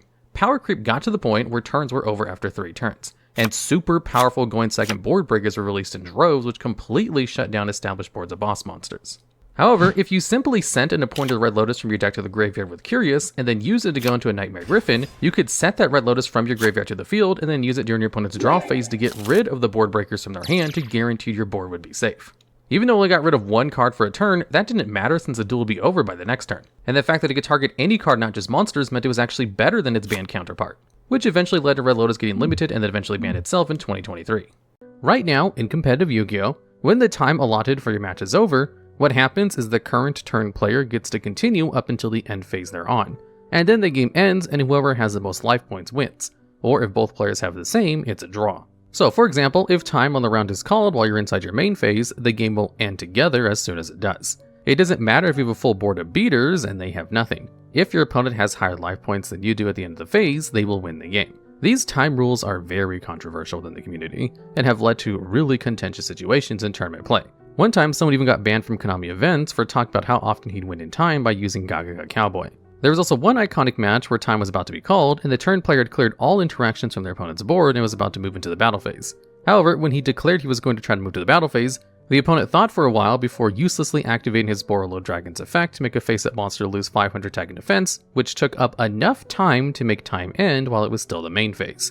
This sealed the game for the player with the Borlo Dragon, who had a life point lead. Firecracker was seen as one of the first generic ways to abuse how the time rules worked, since if the match drags on to the point where there's not enough time for game 3 to even reach the battle phase, you can just discard this card and then win the best of 3 for yourself. But while people did think it'd be a mainstay for a while, people usually preferred to play more easily accessible ways to burn that didn't require you to hard draw into them, like Gagaga Cowboy for example, who has an effective burn for 800 points of damage, and only requires any 2 level 4 monsters to bring him out of the extra deck. The ability to be used during either player's turn is great, but not enough to take up 3 side deck slots over other staples that will help you win in more situations.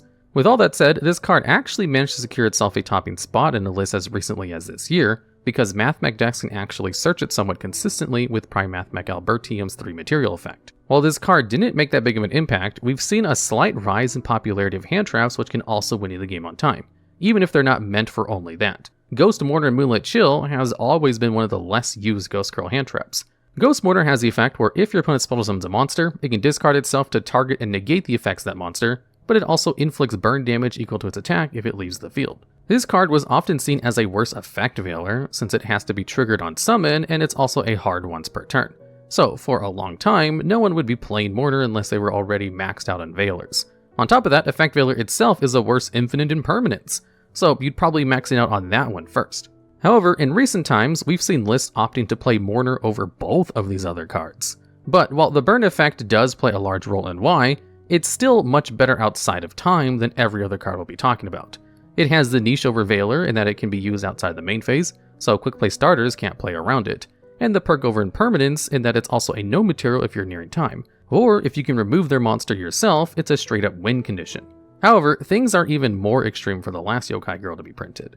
Ghost Sister and Spooky Dogwood. This hand trap can discard itself to make it so that you gain life points equal to the attack of every monster your opponent summons during the main phase and battle phase until the end of the turn. This card is played essentially the same way Firecracker was, as you just chain it in an effect that would special summon a monster, like Gigantic Sprite or Teal-Limit Shiren, to get higher life points in time.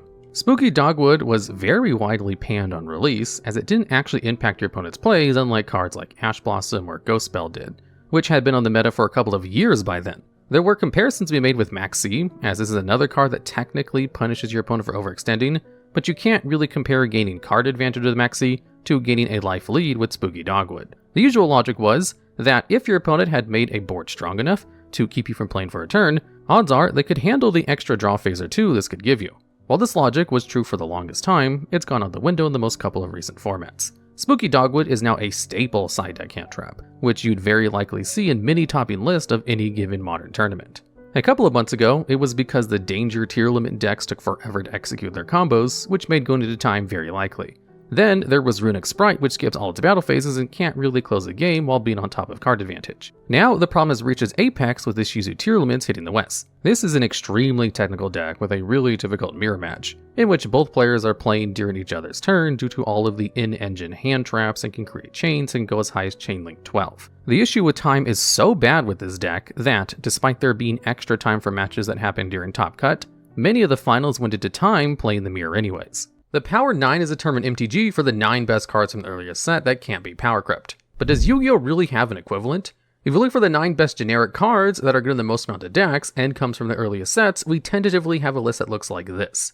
However, if we update and have more modern cards, we have to talk about these 7 cards as well. All of these cards are ridiculously powerful but don't really qualify as being part of the earliest sets. If we look at the draw cards from the early days, we have these 4 cards here, but only 2 of them can really be used in any deck. However, if we look at the 3 hand rip cards, all 3 of these are really powerful and require almost no setup to use. If we look at the powerful consistency cards for decks, we have these 2 cards, which would immediately see play in pretty much every deck if they were unbanned. But we also have singular powerful cards that can summon a lot of monsters, like these 3 cards, or 4 cards if we had Soul Charge, but that was added in 2014.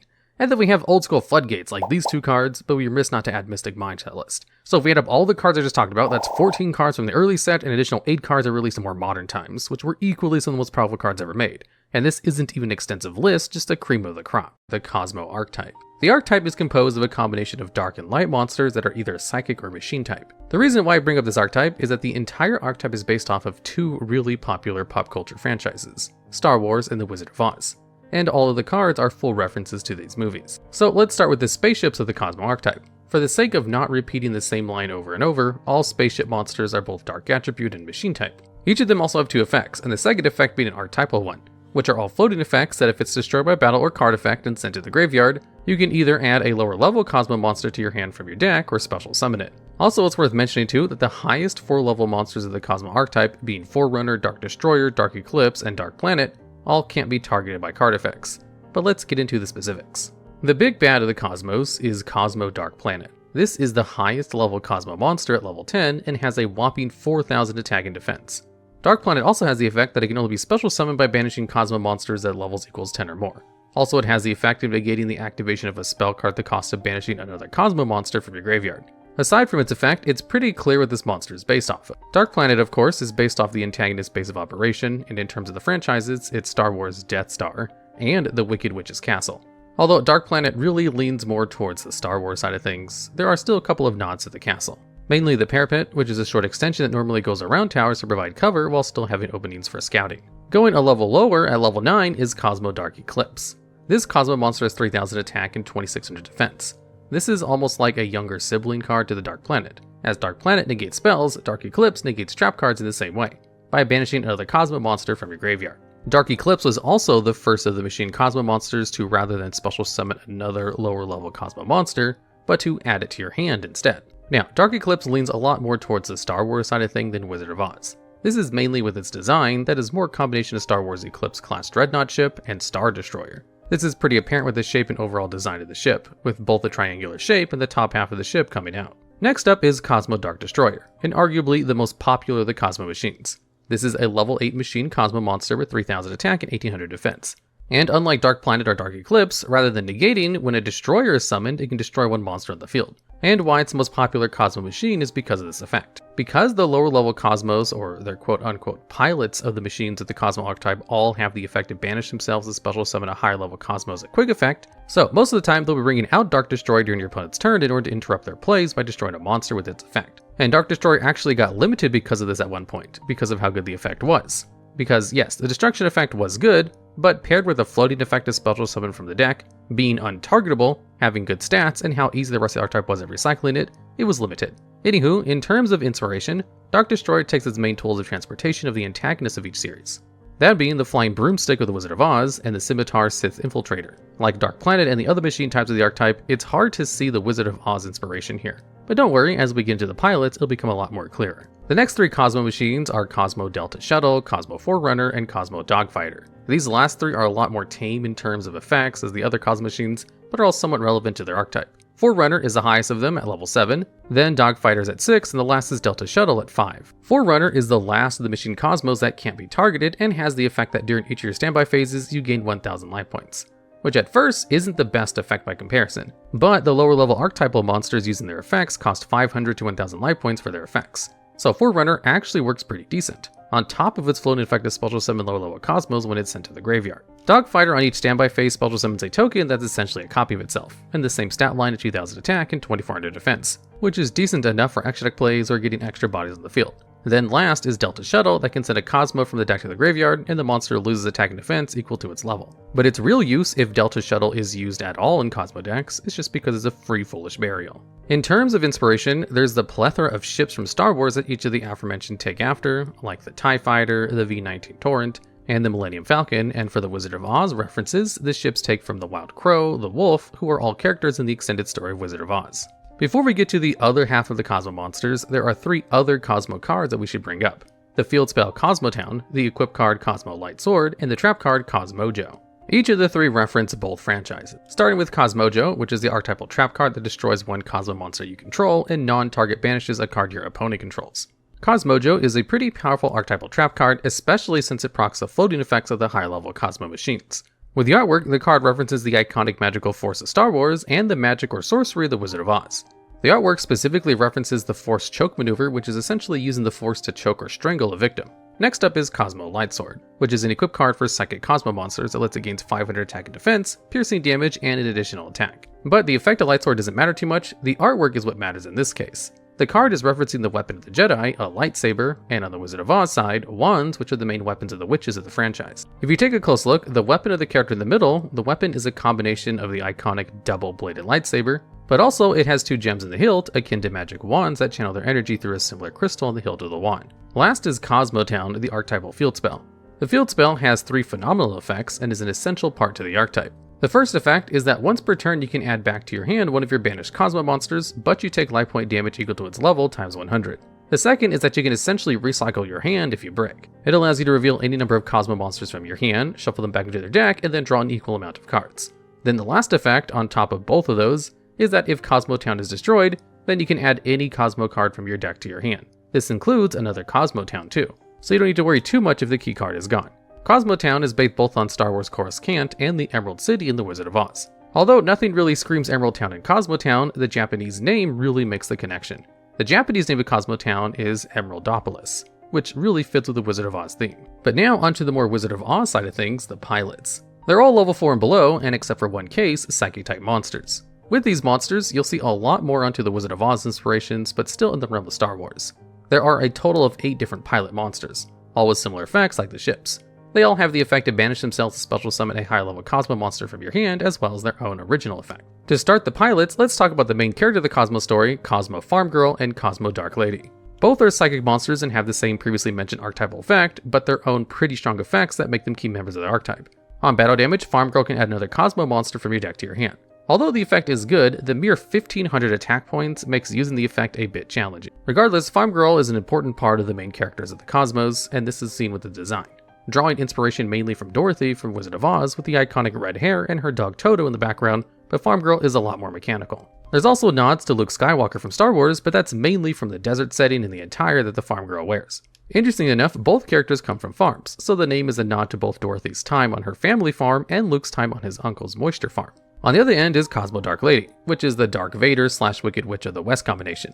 She has the effect to negate the activation of a monster effect and destroy it for the cost of 1000 life points, and is the only Psychic type Cosmo monster to be above level 4. This was the one exception I was talking about. Design-wise too, there isn't much left to the imagination, with the iconic dark robes of both characters, mask representing Vader, and the witch hat for the Witch of the West, and the purple light sword to tie it all together. The last thing about the Cosmo archetype that I want to bring up is the companion trio of the Cosmos, Cosmo Tin Can, Cosmo Strawman, and Cosmo Scaredy Lion. These 3 monsters are level 1 and 2, with Tin Can being the only level 1 and serves as an important part of the Cosmo archetype. On top of the pilot monster's effects to banish itself and special summon a high level monster, they each have strong unique effects. Tin Can allows you for 500 life points at the end of your turn to pick 3 different Cosmo monsters from your deck, and your opponent lets you add one of them to your hand. Strawman, for the cost of 500 life points, can special summon a banished Cosmo monster, but its effects are negated and it's destroyed near the end phase. Lastly, Scaredy Lion, for 500 life points, lets you recycle 3 banished Cosmo monsters and move them back to the graveyard.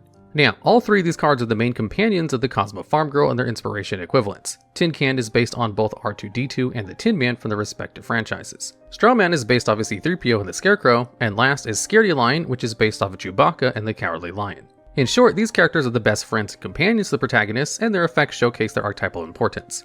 The Cosmo archetype as a whole is really interesting in their design choices. Combining 2 well-loved franchises and making a pretty viable archetype is nothing to scoff at. The duality of the ship monsters, drawing their main inspiration from Star Wars, and the pilots and the Wizard of Oz really make the archetype feel balanced in its design. And I can only hope to see more cool pop culture referencing archetypes in the future. Localized Tornado has the effect that it shuffles all cards from your hand and graveyard back into your deck. Now, if this card only shuffled your graveyard back into your deck, it wouldn't be half bad. But the fact that it also shuffles your hand makes the card almost unplayable, because only shuffling back your graveyard with no other kind of upside already makes the card kind of niche. But shuffling your hand back for no other benefits is just straight up a downside, because you need your hand to play the game. And while this card never saw any competitive play in the TCG, it did actually see quite a lot of success in Duel Links for a bit. They had a skill called One Card Wonder, which allowed you to draw 2 cards every turn instead of 1, but it made it so you only start with 1 card in your opening hand. So what you would do is just play nothing but stall cards in a max 30 card deck, and simply stall out until your opponent ran out of cards in their deck. And they could ensure they would never deck themselves out by simply using Localized Tornado to reset their graveyard back into your deck, and not care at all about losing any advantage because you were going to draw 2 cards next turn anyway and always outvalue your opponent. This deck was considered very toxic though, and they changed the skill to only work if you had Infinity cards because it was kind of broken. The first card we'll be going over is Cyberstein. This is a level 2 Dark Machine monster with meager stats, but its effect lets you pay 5,000 life points to special summon any fusion monster from your extra deck in attack position. Cyberstein was the first unique prize card we got, all the way back in 2004. Back then, the main Yu-Gi-Oh tournaments were still the Shonen Jump Championship Series, or SJCs. These were the only official large-scale events for the game and were held throughout the USA and Canada. Because there was not yet an equivalent for these tourneys in Europe in 2004, Stein was only exclusive to the winners of a few tournaments. It was also exclusive to America, despite having been released originally as a common all the way back in '99 for the OCG. Stein saw some play in Japan due to being one of the first few ways to access the extra deck. But due to its staggered release in the West, it actually didn't have any impact as a prize card at first. This is because both Metamorphosis and Magical Scientist were available by the time Stein was released, and they did a better job at utilizing the good fusion monsters from the time, especially Thousand Eyes Restrict, without a 5,000 life point cost. Still, in the following years, not only would these options get banned, but Cyberstein would also become available to the player base at large due to a reprint. However, as if this wouldn't be enough to make it playable, we would also see the release of the two best Stein targets only a month after that, Cyber End Dragon and Cyber Twin Dragon. These two were both beaters with huge stats that could pierce and attack twice respectively, allowing you to go for game out of nowhere. From this point on, Stein would begin to see play in almost every deck, with Cyberstein OTK being a strategy that used the card as its main win con. The goal was to stall the game with floodgates like Level Limit Area B and Gravity Bind, up until they could draw a back row sweeper, Stein, and something to make Stein represent lethal, at which point they'd just clear the field and go for lethal. It also became somewhat popular around this time for burn decks to play a 15-card Cyberstein OTK conversion package into their side deck. Since both that deck and the burn shared the same floodgates, they could easily transform their whole strategy for games 2 and 3, which would make side decking against them extremely difficult. However, though these two weren't the only things around in the metagame, Cyberstein was still a factor in almost every deck. Most players would have at least a single copy to their main, since it was a valid search target for Sandgan and could be special summoned to the field very easily through either Premature Burial or Last Will. This meant that any random deck could very well turn any small lead into game by bringing out a huge threat when their opponent had no interaction. This went on for about a year, but it seems the last straw for Konami was when a dedicated Stein strategy took a 2006 Shonen Jump Championship by storm, at which point they decided to ban this card in an unprecedented emergency ban list, where it was actually the only hit. This means this is not only the first prize card, but it's also the first card to be emergency banned as well. This card stayed banned for well over 10 years, only being brought down to limited in 2019, where it would see some experimentation but without much success. Even though it now has a target as powerful as Nature Exterior, which can negate all spells and traps your opponent activates, it wasn't worth dedicating an extra deck slot for this one of, which took up your normal summon. Stein would pick up some steam when Tear Limits were around though, since it could be milled through chance through some of the regular plays, and then brought back from the graveyard with Sprite Elf, and then it could either bring out a Tear Fusion or the aforementioned Exterior. This was good enough to earn itself a spot in quite a few topping lists, but of course this stopped when Sprite Elf as well as Tear Limits in general were annihilated by the ban list. Nowadays, this card's only remaining niche outside of Gengi FDKs is in a few machine decks where it can be searched off of Gear Giant X, and it might see play in Super Heavy Samurais once their new support drops. Even if it did not see much play before its reprint, this card's power and extensive history do make it more than worth being the first SJC prize card. There were a lot of censored cards in the game, but the Exorcisters have one of the strangest ones out of all of them, where they simply just made all of their clothes have a brighter shade of color.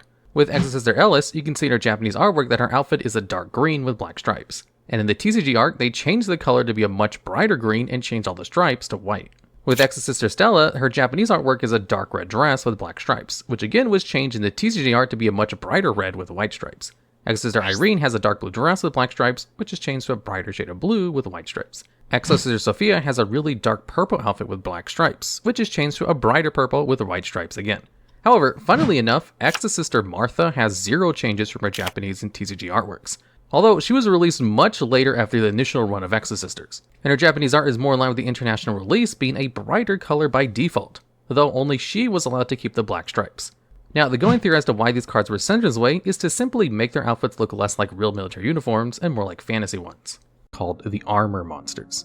These monsters are a series of level 3 to 6 Earth monsters that function similar to equip cards, but rather than equipping to monsters, they equip to the duelists, so that duelists can fight hand-to-hand with monsters and even beat up other duelists. Used mainly by Valen in the Orichalcos arc, we only really get to see the armor cards with this one duelist. But despite the niche appearances of the armor cards in the anime, they are an entirely different class of monsters that are appropriately named armor-type monsters, like tuners or tunes. All armor monsters have 2 archetypal effects. The first is that only one armor monster can attack per turn, and if there are 2 or more armor monsters in the field and one is an attack target, then whoever controls armor monster can change the attack target. And rather than go through each of the specific armor pieces, I'll just stick to some interesting entries. The most iconic card of the bunch is Active Guard. This is a level 4 Earth Machine armor type monster with 0 attack and 2500 defense.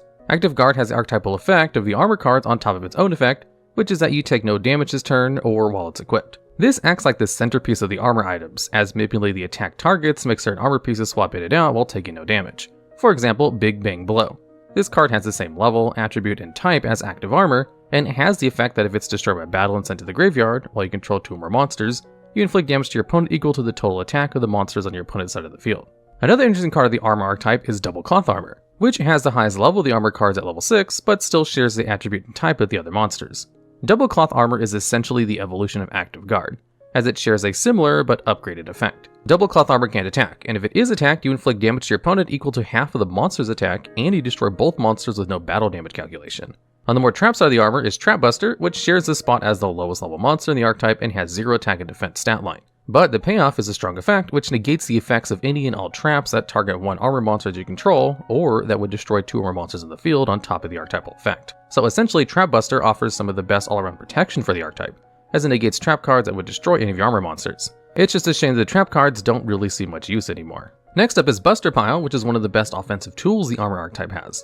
Buster Pile is level 4 with no attack or defense, but has the effect that it can't be destroyed by battle, you take no battle damage involving Buster Pile, and if it attacks an opponent's monster, you can destroy that monster after damage calculation and inflict an extra 5 damage to your opponent on top of the archetypal effects. This is definitely one of the stronger and more broken armor cards, as it synergizes insanely well with Trap Buster to essentially have protection against 2/3 of the cards in the game. The final card in the armor archetype that I want to bring up is Psychic Armor Head, which is a piece that binds the entire archetype together. Essentially, rather than drawing normally, you can just add 1 armor card to your hand from your deck. And if for one reason or another, Psychic Armor Head is in your graveyard, you can special summon to your field, which essentially means you get to re-equip it. The armor cards are insanely strong in both older Yu-Gi-Oh! And even nowadays to an extent. However, despite how strong the armor cards are, they lost to Joey Wheeler, and the loss resulted in Valen losing his soul. Essentially, when Joey is on his final legs with 100 life points left, he activates Grave Robber, which lets you steal 1 card from your opponent's graveyard, which we'll talk about later. With Grave Robber, Joey steals Big Bang Blow from Valen's graveyard, which is a level 4 armor monster with no stats, but has the archetypal effects of the armor monsters, and when it's destroyed and sent to the graveyard, you inflict damage to each player equal to the total attack of each monster they control, and then destroy all monsters on the field. So with Big Bang Blow equipped, Joey then activates Take 1 Chance, which is another anime card that is one of the most plot armory cards in the anime, because its effect allows you to select 1 random card into graveyard and activate it immediately. And the card it activates is conveniently the Claw of Hermos, which is a little different than the current version of the card. The anime version, once activated, sends itself and 1 monster you control to the graveyard to activate an equip spell card that is a fused version of the Claw of Hermos and the sent monster. So essentially, Joey becomes Konami and makes a whole new card with the anime effect of Claw of Hermos. This result is the creation of Big Bang Dragon Blow, which is an equip spell that has the effect that during either player's turn, you contribute 1 dragon-type monster to destroy all monsters your opponent controls. Then you can inflict damage to your opponent equal to the combined attack of those monsters. And conveniently, Joey had his famous Red Eyes Black Dragon, while Valen had his full set of Orichalcos and Powered Armor, which then causes him to lose the duel and subsequently his soul. And unfortunately, or fortunately depending on who you ask, that is the last we see of the armor cards. But despite their really interesting effects and how they were used in Yu-Gi-Oh!, it's good that Konami never made a non-anime version. Because in reality, and this is going to go with the majority of the cards in today's episode, it would be a little bit too broken for the card game. Let's add the total stats of the attack and defense points of all the normal monsters for each level, and see which ones have the highest totals. At level 1, we have Oppressed People with 402,000. It's one of the 5 level 1 monsters that has 2,000 more defense, and it has the highest attack point value out of all of them. At level 2, we have Bytron with 202,000. Less total stats than level 1, and only 100 more stats than the 4 level 2s tying for 2nd place. At level 3, we have Giant Soldier of Stone with 1,302,000, easily beating out every other monster in this level, with none of them even coming close. At level 4, we have Calf Keys the Magic Key Sky Blaster with 1919, only having 300 more points total than the 2nd place in Pachi. At level 5, we have Cybertech Alligator with 2516, winning this spot while having the highest attack of its level as well. At level 6, we have Lightbringer Lucifer at 2618, also winning its spot by having the highest attack in its level bracket as well. At level 7, we have Wingweaver with 2750, 2400. This is the 2nd highest attack level 7 monster, and used to be the highest attack level 7 until Metaphys was randomly released in 2014. And finally, level 8, we have Rabby Dragon with 2950, 2900, beating out number 2 by only 100 points.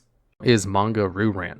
This is a level 7 Dragon Toon monster with 2200 attack and 2600 defense. This card has the old school Toon World archetypal effect, where you can special summon Manga Ruran from your hand by attributing 2 monsters while you control Toon World, but you have to pay 500 life points to attack with the monster, and Toon World needs to be on the field or Manga Ruran destroys himself. However, the payoff is that Manga Ruran can attack your opponent's life points directly with 2200 attack. And all the other old Toon World cards have similar effects, where they can attack directly with pretty decent attack points, but cost 500 life points in order to do so each time, and have to wait a turn before they can attack. Manga Ruran is based off of another card, much like lots of the other Toon monsters. The one this one is based off of is a level 7 Dragon Normal monster called Ruran, as the name implies. the monster is essentially the same as they share the same stat line, name, and design features. If you have the cards side by side, you can really see the similarities. The real difference is that with Manga Ruran, you can actually see the full dragon, rather than hiding in its egg. But for some unknown reason, the shell of the egg switches color from white and blue spots on Ruran to dark blue and blue spots on Manga Rurans.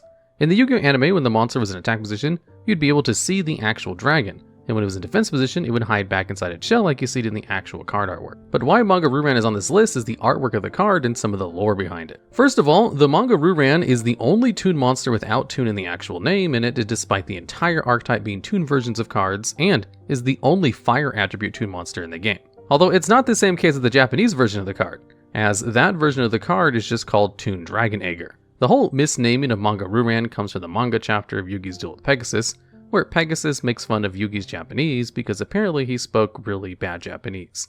So, Yugi calls Toon Dragon Egger, the original card, Manga Ruran, which is just a wrong translation of the card. And when 4Kids localized the anime for Western audiences, they kept the name as Manga Ruran. On top of the weird name, Manga Ruran has a weirdly high amount of erratas over the years since its release. Erratas are basically when Konami changes aspects of a card, and typically it's because an effect is too good and they want to reprint the card rather than throw it in the forbidden list. Most cards get 1 or 2 erratas if they're lucky, or more if their effects are just way too good, but Manga Ruran has had a total of 5 different erratas. All the erratas focus on the wording of Manga Ruran's effect, so nothing too world-shattering. Regardless, 5 erratas is still a weirdly high amount for a niche card like Manga Ruran. This card is also arguably the most cartoony of the Toon monsters, and in the anime when Manga Ruran is summoned, the monster has a giggle that is alarmingly similar to Scooby-Doo. Unfortunately, I can't really show the clip or audio, but if you Google Manga Ruran's giggle in the anime, I'm sure you'll be able to find it. There's an old school staple card called Waboku, which has the effect to protect all your monsters from being destroyed by battle for a turn, as well as preventing you from taking any battle damage. However, you wouldn't have known that back in the day based on how the card effect is worded. Because in the very first iteration of the card, its effect was that any damage inflicted by opponent's monster is decreased to 0 during the turn this card is activated. Nowhere in its text does it say the monster is also not destroyed by battle. And the reason this card was able to protect your monsters was because they ruled the card to work that way, because that's how they intended it to work. You see, in Magic the Gathering, which a lot of Yu-Gi-Oh is based off of, if a creature in that game has its attack lowered to 0 and attacks into another monster, nothing happens to that monster because creatures in the game also have health point values, and are not destroyed until the health point value reaches 0. So in that game, if you wanted an effect like Waboku, you could just word the card exactly like it was worded in the first iteration of Waboku in Yu-Gi-Oh! But in Yu-Gi-Oh! Battle damage doesn't work that way, like, at all. And Waboku didn't get an update to its card text until its second erratum, which finally explained what the card was actually supposed to do. Is Seismic Crasher, a level 3 Earth Rock monster that has a pretty subpar stat line of 1400 attack and 300 defense. This card also has an effect that's twice per turn, where you can send 1 continuous spell or trap card you control to the graveyard to deal 500 points of damage to your opponent. The effect has a specific wording of twice per turn because it could be abusable, like other non-once per turn staples. But the effect of Seismic Crasher isn't why this card is on today's episode of the unknown side of Yu-Gi-Oh! Seismic Crasher is on this episode because of its artwork and weird case with its errata. An errata in general is essentially an error in printing or writing, which is corrected in later editions of whatever text it's part of. In Yu-Gi-Oh! It's kind of the same idea, except like to change things for a lot of other reasons too. There are 3 broad categories of erratas in Yu-Gi-Oh!, which are lore, name, or other. Lore is essentially changing interactions within an archetype, whether that be including or excluding cards, correcting mistakes, updating flavor text, simply effects or mechanical changes. Then there's name erratas, which aim to correct misspellings, or the most well-known change, censorship, because in the West, Yu-Gi-Oh! Cards can't have religious symbols, guns, violence, or sexual content shown on them. The last category of erratas is other, which encompasses correcting mistakes or updating terminology, and the most common example is the big change from magic cards to spell cards back in the day. And erratas are somewhat rare in Yu-Gi-Oh!, but when they do occur, it's not world-shattering. But with the case of Seismic Crasher, it is a bit more noteworthy than other cases. So, before its release, Seismic Crasher was previewed in a V-Jump magazine. The preview showed the card in a completely different outfit and position. But then when Seismic Crasher was released, it had a completely different artwork, which is the version you see nowadays. But when this was noticed and commented on by players, Konami did a first and actually apologized for the errata, which is something that Konami does once in a blue moon, if ever. So the fact that Konami made a full apology for a relatively minor artwork change is pretty surprising. The reason for the change wasn't really expressed by Konami, so your guess is as good as mine as to why it happened. Another fun fact about the artwork of Seismic Crasher is that his 2 blades share the same border colors as spell and trap cards. So the artwork pairs well with its effect because of Seismic continuous spell and trap relation. Occasionally they'll change the card artwork to make the artwork a little bit more PG for a wider and younger audience. but sometimes they'll make such incredibly small changes it's hard to even tell what was changed. If you take a look at the card Dynamorphia Alert, for example, with its OCG and TCG counterparts side by side, you can barely tell that Dynamorphia Therizia has had her shorts made a tiny bit longer in the TCG art. If you take a look at Cyclamen the Rico Fairy with its two arts side by side, you can tell that she's had a pink frill added to her dress in the TCG version to make her dress a little bit longer. This same edit is done with Primula the Rico Fairy, where she's had a light blue frill added to her dress, with both of them and their changes visible together in the artwork of Riga Sheet. And finally, if you look at Tier Limit Shyren and compare its TCG and OCG art, the only real change was that they made the hem of her skirt transparent in the OCG version, and simply not transparent in the TCG art. Is Symbol of Friendship. This is a spell card that is essentially a really complicated search card that embodies the heart of the cards aspect from the original Yu-Gi-Oh anime. The reason why it's so complicated is its effect, which requires you to draw the card during your draw phase while your opponent controls 3 or more monsters and you control no cards, and then you reveal Symbol of Friendships until your main phase 1. Then you can activate it from your hand to add any one card from your deck to your hand. An effect that's better pulled off in Yu-Gi-Oh! Duel Links with the skill Destiny Draw. Fans of old school Yu-Gi-Oh! Should recognize Symbol of Friendship because the artwork is basically ripped from the anime/manga. The card is based on the friendship symbol of Yu-Gi with his friends drew before his duel against Kaiba while he had the 3 blue Ice White Dragons on the field, which is why it requires 3 monsters to proc as well. And then through the power of friendship and believe in the heart of the cards and some plot armor, he drew Exodia to win the duel. Anime cards in general don't have the best rap in the TCG. In the anime, the plot-relevant cards are typically really strong extra effects, like with Wall Shadow and Labyrinth Wall, which are less than decent monsters, but in the anime had extra effects that didn't really make sense but were really strong. And when they came out to TCG, they were not anything close to special, just 3k walls. Like even Wall Shadow, which was supposed to be the offensive counterpart to Labyrinth Wall, has 1600 attack points, which doesn't quite make sense for a level 7 monster whose gimmick is the offensive counterpart. But most anime cards follow this trend when they're adapted to TCG, where the crazy effects are just not there, or in some cases, the effects are there, but it's either way too strong or just too complicated to see play. And the perfect example to showcase this is Symbol of Friendship being too bad, and number S0 Utopic Zexal being too good. Utopic Zexal, to be brief, is an anime card that features the anime character who plays the Utopia archetype on its artwork, and is on the ban list for being way too good for its own sake. Because with its relatively easy summoning requirements, you can detach a material to have a one-sided lingering floodgate for a turn, meaning your opponent can't activate cards and effects can't be activated that turn. So it basically stops your opponent from playing the game for a whole turn. Now, there are a couple of issues with Symbol of Friendship, despite the fact that being able to search any card from your deck is a great effect. The fact that you have to first draw the card in your draw phase makes it essentially a dead draw if you draw it outside of the draw phase. Then your opponent needs to control at least 3 monsters while you control no cards, meaning you can't have any face downs or anything. Granted, it does let you search any card from your deck, which is a very premium effect that any deck would love to have, but in most cases where the time would come where you would draw a symbol randomly, you probably wouldn't have a field state set up in order to allow it to even resolve its effect. There are a handful of legal cards in the game which are actually impossible to use under normal circumstances. Elemental Hero Neo Bubbleman requires you to send a Bubbleman and a Metamorphosis to the graveyard to bring it out. The only problem is that Metamorphosis is banned. So the only way to actually legally bring the card out is to ignore its summoning conditions with something like a wild monster appears. Avatar of the Pot, Spirit of the Pot of Greed, and Jar Robber all have effects that are tied to Pot of Greed, a card which is currently banned. While the 2 monsters can still be played for their stats, Jar Robber is completely unusable, as it is an incredibly specific counter card designed to counter Pot of Greed. And finally, we have Guardian Elma, a card that requires Butterfly Dagger Elma to be on the field in order to bring it out. However, it has the same problem as the other cards, where its key card is banned. So the only way to bring it out would be to use something like a wild monster appears, just like with Neo Bubbleman. So out of all the cards we just talked about, the one that's basically completely impossible to use is Jar Robber, being the most impossible card to play in current Yu-Gi-Oh! The first one on this list is Tyr, the Vanquishing Warlord. This is a level 10 light fairy monster with 3000 attack and defense, and is part of the small match winner type cards in the game, and it has the effect that after requiring 3 fairy type monsters for its tribute summon, and it can't be special summoned, if Tyr attacks directly and deals the finishing blow, then you win the match. Now, Tyr's effect refers to a match rather than a duel because Yu-Gi-Oh! Is typically played in a best of 3 format, unlike Master Duel or Duel Links, which are best of 1s. So, if you manage to reduce your opponent's life points to 0 with Tyr's effect, you could end the match fully without playing the second or third duels of the match. And there were even strats that took advantage of this when the first match winner card, Victory Dragon, came into play, which eventually led to the rest of the match winner cards like Tyr to be illegal in competitive use. Victory Dragon was the first match winner card and has a similar effect that you need to tribute summon Victory Dragon with 3 dragon type monsters, and then if it reduces your opponent's life points to 0 with a direct attack, you win the match. And in fact, all match winner cards have a similar effect. In that, you have to tribute summon with 3 of the same card type, whether that be the same type, same card like Pendulums, or even both in some cases. But what makes Victory Dragon unique compared to the rest of the match winners is that this card is weirdly enough not illegal like the other match winner cards. Rather, it's on the forbidden list for some odd reason. The reason most likely being that Konami didn't think it warranted becoming illegal when it first came out, and they just kinda left it on the ban list ever since.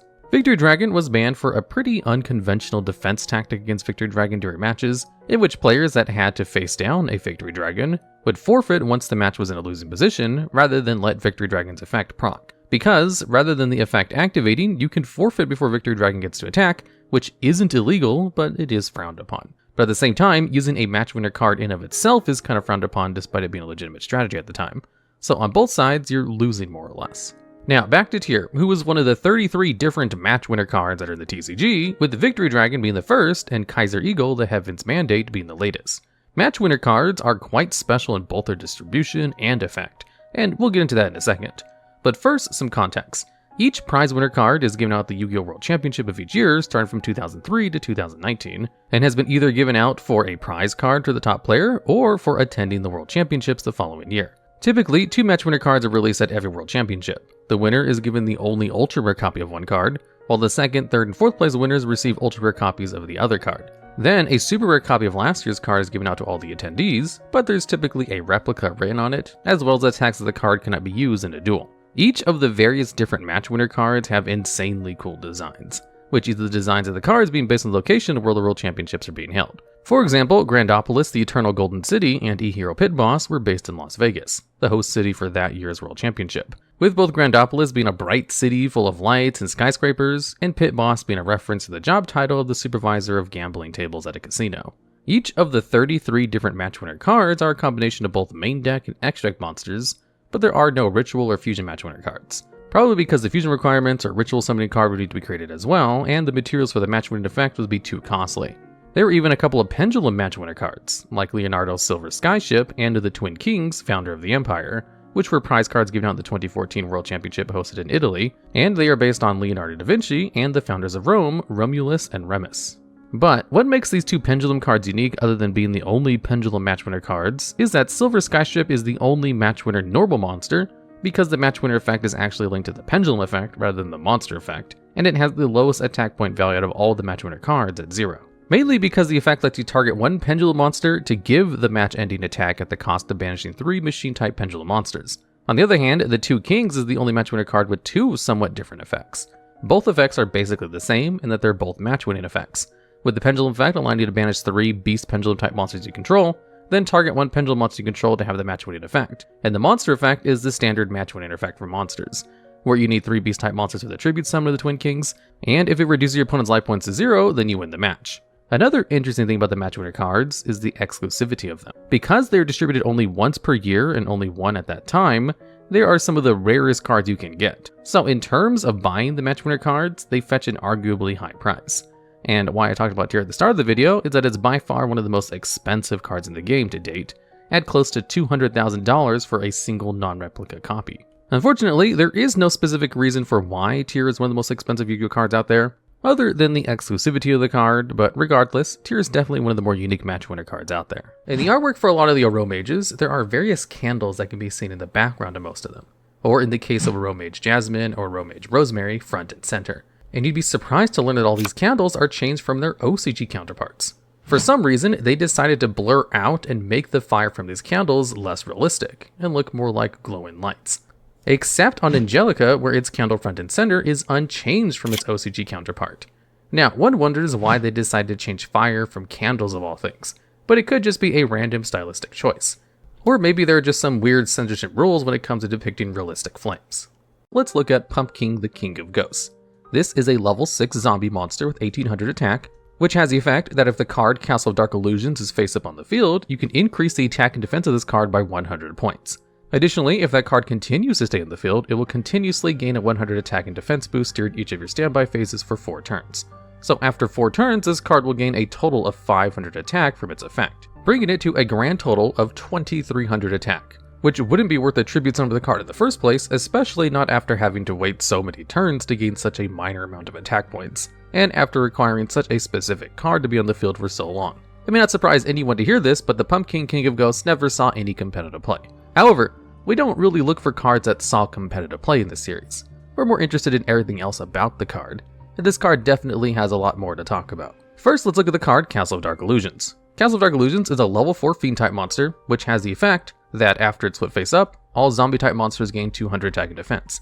Then, during each of your next 4 standby phases, monsters will continue to gain 2000 attack and defense, and these effects will last only as long as this card remains face up on the field. So, if we count this effect being live in addition to the effect of Pumpkin the King of Ghosts increasing its own attack power, it would gain an additional 1000 attack, bringing it up to 3300 after 4 turns. And 3300 attack in early Yu-Gi-Oh! Is actually really good, but not good enough to have to wait 4 turns around for 2 cards with no protection and a way to sort themselves out, and also requiring resources in order to set up the game state in the first place. But interesting to note about the Castle of Dark Illusions is it has one of the most unique attack and defense stats in the game, having 920 attack and 1930 defense. Most cards in the game have very even stats, either ending in complete zeros or 50s, and even cards which ends in 50s are pretty rare. So ending in a 20 and 30 is beyond rare. Doing a little bit of digging online, I was able to find out why it has such a weird attack and defense power value, and that's because in the Yu-Gi-Oh! Manga, this card had 1200 attack and 2500 defense. And in the Yu-Gi-Oh! Anime, when this card made an appearance, it was being used with these weird rules that gave monsters a bonus based on the field that they were being played inside of. And since the Castle of Dark Illusions was being played at night, it was getting a 30% attack and defense power bonus. So, in an effort to make the monster have the same amount of attack and defense power as its manga counterpart, they took 2 numbers, which if you added 30% of their value to themselves, would roughly equal 1200 and 2500 respectively. So, if you did take the defense power value of 1930 for example, 30% of 1930 is 579. And if you add 1930 to 579, you get 2509, which is about as close as you can get to its manga counterpart of 2500. And the same is true with its attack power value, where 30% of 920 is 276, where if you then add 920 and 276, you get 1196, which is very close to 1200. Now, why exactly do Castle of Dark Illusions and Pumpkin King of Ghosts work together? Well, I have no idea. Because in the anime, the character which uses the Castle of Dark Illusions did not use the Pumpkin, and the character which used Pumpkin did not use Castle of Dark Illusions. So the two of these cards working together doesn't really make much sense, other than the fact they both grant bonuses to other monsters over the course of a couple of turns.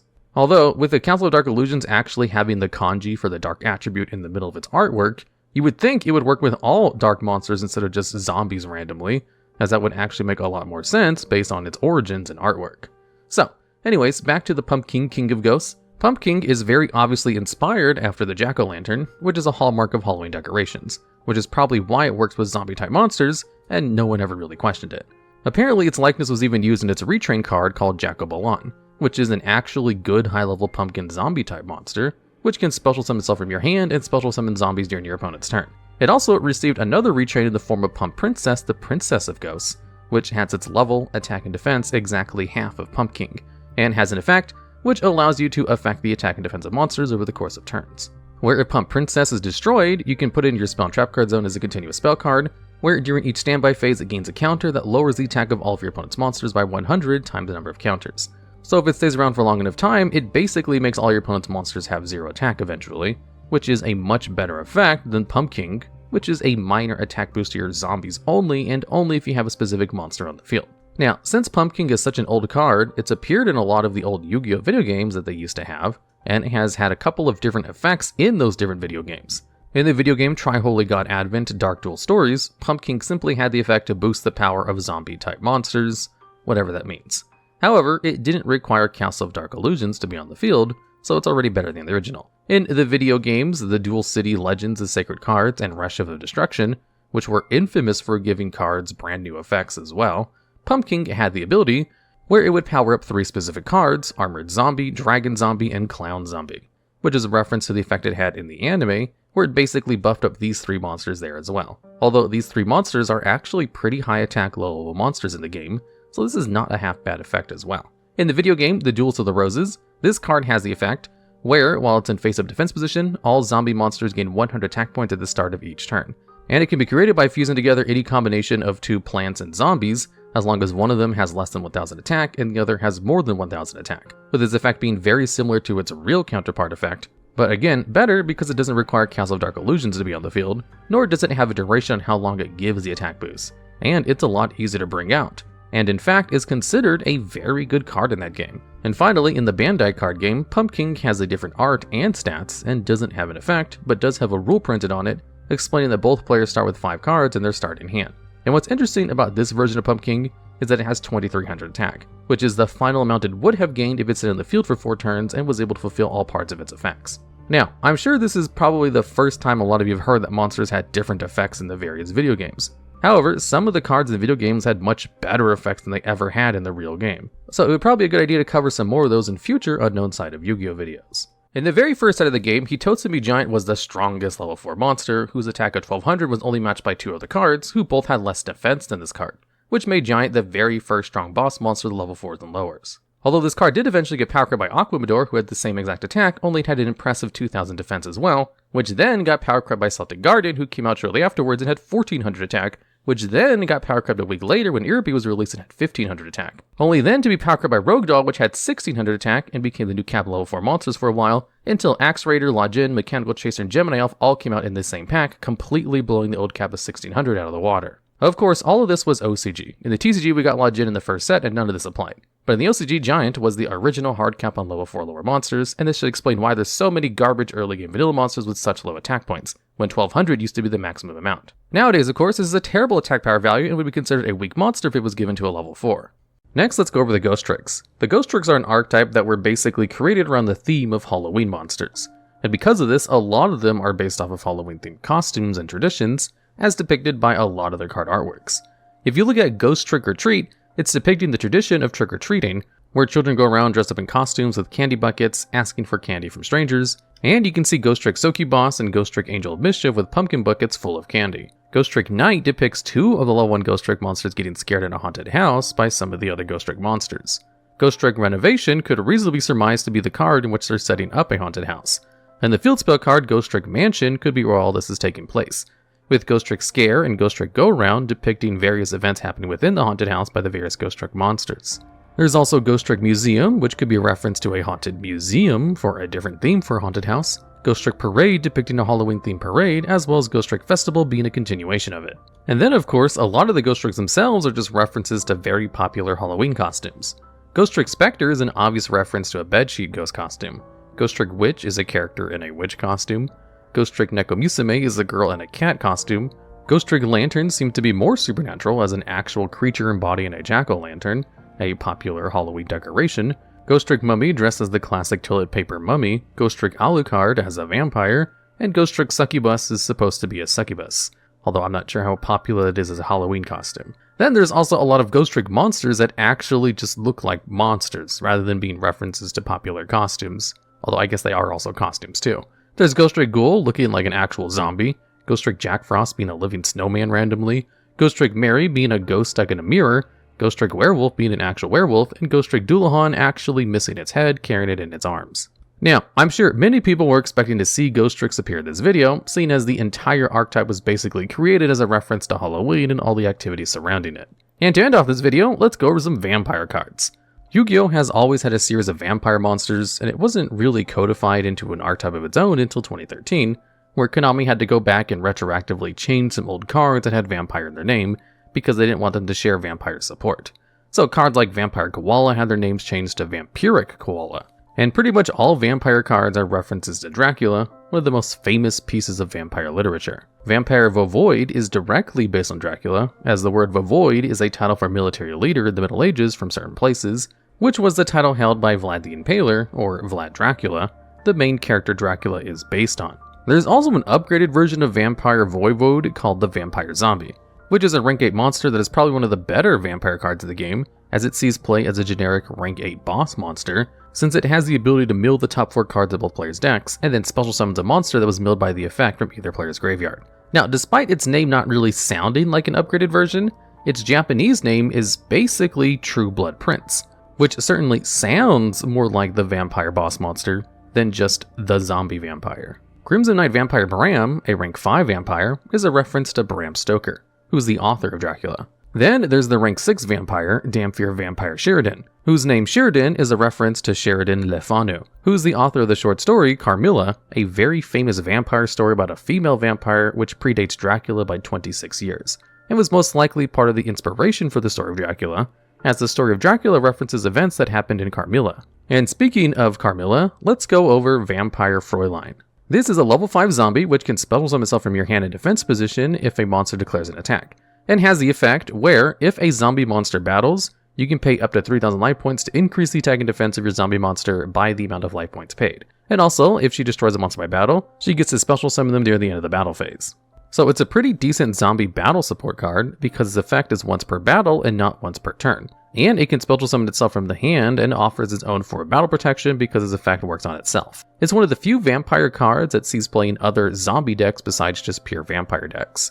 Now, the card itself is a female vampire with a whole bunch of vampire familiars flying around, which is a level 1 vampire monster that can search out vampire monsters from your deck, and is easily the most referenced vampire card in the game, appearing in 10 different card artworks. If you also notice the shadow of Vampire Fräulein, you can see the shadow of the umbrella she's holding, but not the shadow of herself, which is a reference to vampire literature and how they don't cast shadows or have reflections. And there's also a little story that's told with Vampire Fräulein, where in the trap card Vampire Awakening, you can see Fräulein waking up in the bed with a whole bunch of vampire familiars around her. Then, in Blackout Curtain, you can see the storyline continue as she's waking up and presumably discovering her newfound powers, as you can see her wings taking form. The word Fräulein is a German word commonly used for unmarried women, which could be a reference to how vampires in literature prefer to hunt unmarried women as their targets, to put it lightly. Additionally, this card is also most likely based on Carmilla, since it's a female vampire that was given so much more attention than all the other vampires in different artwork, and because its attack and defense equaled 2600. And the novel Carmilla came out 26 years before Dracula, which is an interesting way to reference these two stories. When Master Rule 4 originally launched, they changed the game so you could only summon monsters from the extra deck to the extra monster zone, or a zone and link monster pointed to, no matter what extra deck monster it was. So to try and help the other extra deck summoning mechanics, they also printed busted Link 2 monsters to help them out. Pendulum's got Heavy Metal Foe's Electromite, which is currently banned in the TCG for being so good. Synchro's got Christian Hauki Fibrax, which is currently banned in the TCG and OCG. Fusion's got Predaplan Verting Anaconda, which is also banned in both formats. And XE's got Bujinki Ahashima, which is currently completely legal at 3 copies, and kind of saw some competitive play. Now, the card is not bad by any means. It can special summon 2 monsters of the same levels, one each from your hand and graveyard. But its effect is super balanced compared to the other 3 monolithic cards that support their own summon mechanics 10 times better, to the point of all of them being ban-worthy. Whereas the XC's card didn't really see any play until Sprites came out, as it could kind of be used to combo with their use of Link and level 2 monsters. Clear Vice has 3 effects. 2 are pretty minor, but 1 is what makes Clear Vice one of the more unique cards in Yu-Gi-Oh! The first effect is that it's unaffected by Clear World, which I'll explain in a bit. The other minor effect is that if it's destroyed by a card effect, you can instead discard 1 card. Lastly, and what makes Clear Vice such a unique card, is that if Clear Vice Dragon attacks, the attack of Clear Vice becomes equal to double the attack of the target during damage calculation only. So essentially a much scarier version of Divine Serpent Geth, and not the broken anime version with infinite attack points. The Clear archetype is probably the smallest official archetype in the game, with only 2 cards involved in the TCG. There's of course Clear Vice Dragon, and then the field spell Clear World. This field spell is based on the attributes of whatever monsters on the field, which is a really unique effect for a field spell. But the effects aren't beneficial. Most of the effects tend to negatively affect both players. First, with Clear World, there's a maintenance cost of 500 life points during your standby phase, which isn't too bad, but both players receive the effects of the cards. So let's go over each of the attributes and see what the effects are associated with them. Starting with Light Attribute, which if they control a monster with the Light Attribute, you have to play with your hand fully revealed. There are few cards in Yu-Gi-Oh! As a whole that reveal your hand, and normally they're just for a turn. For Dark Attribute monsters, the downside is that if you control 2 or more, you can't declare an attack. With Earth monsters, during each of your standby phases, you have to target 1 face-up defense mission monster you control and destroy it. And if you control a Water monster, during each of your end phases, you need to discard 1 card. Then there's Wind Attribute monsters, where you have to pay 500 life points to activate spell cards, which is one of the most negative effects of Clear World, but not as bad as the Fire Attribute monsters, which require you to take 1000 damage during each end phase of your turn. So suffice to say, the Clear Vice Dragon's effect of bypassing the negative effects of Clear World is not that great, considering how minor all these effects really are. There are some pretty interesting rulings and interactions with the attack boosting effect it has though. The Wicked Avatar, which has the effect to change its attack and defense value to be the highest in the field, plus 100, surprisingly, Clear Vice Dragon would win a train if it attacked into the Wicked Avatar. Clear Vice Dragon's attack would become double that of the avatar, rather than an endless loop of attack doubling. Similarly, if your opponent activates Honest, there are also some fun rulings. Honest has the effect that during the battle phase, you can discard it to have the monster gain attack points equal to the attack of your opponent's attacking monster. Again, Clear Vice would win the trade if your opponent activates Honest when Clear Vice attacks into them. Clear Vice Dragon's attack points would become twice the boosted attack of your opponent's monster. With how strong Clear Vice Dragon is, in the anime, Clear Vice Dragon isn't even defeated in its featured duel. In the duel of Yusuke, who uses the Clear archetype against Jaden and Jesse, the only way Clear Vice Dragon was surpassed was by Rainbow Dragon's effect to return all cards in the field to their owner's deck by removing 4 Crystal Beast monsters from his graveyard. So suffice to say, Clear Vice is technically undefeated. Giant Germ is a card which can summon 2 other copies of itself from the deck when it's destroyed by battle. However, in the original version of the card, it had the text that said, after it was destroyed by battle, deal 500 burn damage to your opponent. And then, quote, you can also take 2 cards of the same name from your deck and special summon them to the field in face-up attack position. However, this card failed to mention which cards you take from your deck with the same name and summon them into attack position. So, based on the original wording of the card, you could summon any 2 monsters from your deck when Giant Germ was destroyed, as long as they had the same name, which even in modern Yu-Gi-Oh! Would be a super good effect. So, they had to have special rulings that stated it only worked on other copies of itself, before eventually giving it an errata to specify it summoned 2 Giant Germ cards from your deck instead. Shura, the Combat Star, is a level 12 Dark Warrior Fusion monster with uniquely 0 attack and 0 defense, and requires 2 fusion materials, Evita, the Conqueror Star, and 1 level 5 or higher warrior monster. Shura has a couple effects. First is that during the battle phase, as a quick effect, you can reduce the attack of all monsters your opponent controls to 0. Then, Shura's second effect is that during damage calculation between any 2 monsters, you can make each battling monster gain attack equal to its own level times 200 during that battle only. The last effect of Shura is that if it's destroyed by opponent's card, so either battle or card effect and sent to the graveyard, you can special summon a copy of Evita, the Conqueror Star directly from the extra deck, but the summon is counted as a fusion summon. As it's in its name as a combat star, the specific battle-focused effects of Shura is certainly one of the more unique effects in Yu-Gi-Oh!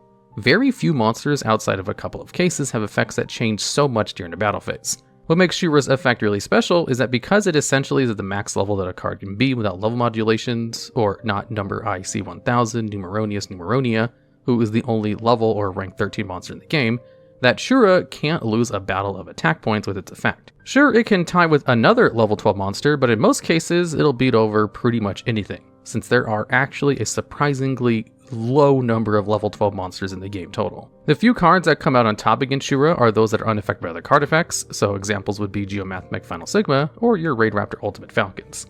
And at least thanks to its floating effect, if Shura the Combat Star is destroyed for whatever reason, it can float into Evita, the Conqueror Star. This is a level 10 Warrior Fusion monster with an average stat line of 3000 attack and 2200 defense points. Unlike Shura, Evita is surprisingly a light attribute monster, but still shares a very similar effect. Requiring any 2 level 5 or higher warrior monsters, Evita on Fusion Summon adds a level 5 or higher warrior monster to your hand.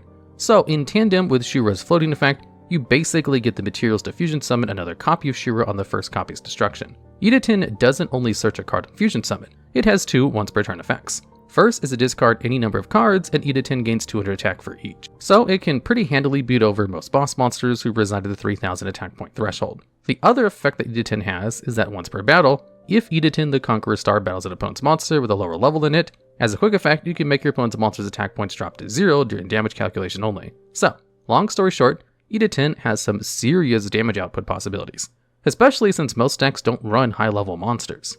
Most boss monsters reside at level 10 or below outside of a few edge cases. Both of these cards have unique and niche battle phase related effects that we don't see too much anymore, as modern Yu-Gi-Oh! Isn't so much battle phase focused. Rather, it's more about wiping out your opponent's field before reaching the battle phase in the first place. Next up and last is Archetypes, the Chaos Phantasm. This is a level 12 Dark Fiend fusion monster with a similar stat line to Shura, that being 0 attack and defense. Unlike Shura, however, Archetypes has a quite specific material requirement in the 3 Sacred Beasts: Uriah, Lord of Searing Flames, Haman, Lord of Striking Thunder, and Raviel, Lord of Phantasms, who need to be banished from the field. With 0 attack and 0 defense, Archetypes seems pretty harmless. Well, that's until you read its effect, which lets it gain 10,000 attack points during your turn. Additionally, Archetypes can't be destroyed by battle. But in all honesty, you most likely aren't going to be beating over Archetypes unless you're running some card that matches attack points, like the Wicked Avatar or Clear Vice Dragon. And despite being the fusion of the 3 Sacred Beasts who are supposed to be the god card equivalents in the GX era, Archetypes is kind of harmless if you think about it.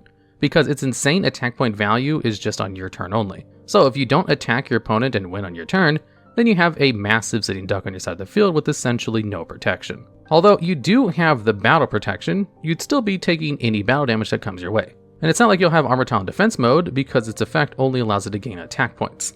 A fun strategy with Armor Tile is with Phantom of Chaos. This level 4 Fiend with 0 attack and defense has the effect to target one effect monster that's in your graveyard and banish it. Then until the end phase, Phantom of Chaos gains that monster's name, attack points, and effect. So if you control 3 Phantom of Chaos and each of them uses their effect on their respective sacred beasts, you can technically cheat out Armor Tile that way. But at that point, it's significantly more valuable to keep all 3 sacred beasts on the field, as each is a pretty strong boss monster of themselves. So let's break down each of the components, starting with Uria, Lord of Searing Flames, the Slifer the Sky Dragon equivalent. This level 10 pyro monster has 0 attack and 0 defense, and can only be special summoned by sending 3 face-up trap cards you control to the graveyard. Once summoned, like Slifer, it gains 1000 attack points depending on how many cards are in a certain location. For Slifer, it was in the hand. For Uria, it's the amount of continuous traps you have in your graveyard. Also, Uria has the effect that once per turn, you can target and destroy one set spell or trap card your opponent controls, and your opponent cannot respond to this effect. So as previously mentioned, Uria is a sacred beast version of Slifer, and this is pretty apparent with their colors, snake-like bodies, and most notable, both of them have the iconic 2 mouths. There is also a third quote-unquote brother to this duo with the Wicked Eraser, who is the evil version of Slifer. And to end this brief on Uria, for a long time since release, Uria was the highest level of all pyro monsters. That was until Subterra Behemoth Ultramorphous came out in 2016, 10 years after Uria's release. Next up is the Winged Dragon Ra equivalent, Hamon, Lord of Striking Thunder. Similar to Uria, Hamon is a level 10 light thunder monster.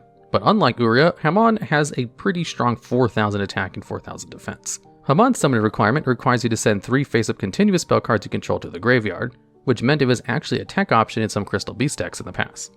And the payoff is its high damage effect. If Hamon destroys an opponent's monster by battle, you can inflict an additional 1000 damage to your opponent on top of battle damage. And on top of that, Hamon has a bit of a defense utility, as if it's in defense position, your opponent can't target any of the monsters for attacks other than Hamon.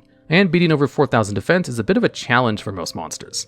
Hamon shares its similarities with the Winged Dragon of Ra in terms of dragon-like appearance and most notably color. Hamon also shares the number 1 spot for the highest attack points and level of Thunder monsters with Thunder Dragon Titan and Prankids Battle Butler. Last but certainly not least is the obelisk version of the Sacred Beast, Raviel, Lord of Phantasms. Raviel is a level 10 Dark Fiend monster with 4000 attack and defense. Unlike the other Sacred Beasts, Raviel is most like the god card that it's based on, requiring 3 tributes. But rather than any 3 tributes, Raviel needs 3 Fiend monsters specifically. The payoff, however, is a 4000 attack beatstick. See, Raviel has the effect that each time your opponent normal summons a monster, you get to special summon a Phantasm token, which is a level 1 Dark Fiend monster with 1000 attack and defense. And the only restriction is that they can't attack. And once per turn, Raviel can tribute any one monster and then gain that monster's attack and defense points. In most cases, Raviel will be tributing the Phantasm tokens, so in total, it would have 5000 attack points for the turn, which isn't too shabby. However, the tokens only appear when your opponent normal summons a monster, and by the rules of the game, that typically only happens once per turn. Well, unless your opponent's running cards like Double Summon that allow for multiple normal summons, or is playing Flu Under Rees. In terms of god card counterparts, if the color scheme or method of deduction didn't give it away, Raviel is the counterpart of Obelisk the Tormentor. Both have the same blues and humanoid appearances with similar attack gaining effects. Although in concept and design, the Sacred Beasts are pretty cool, that's not enough to make cards good.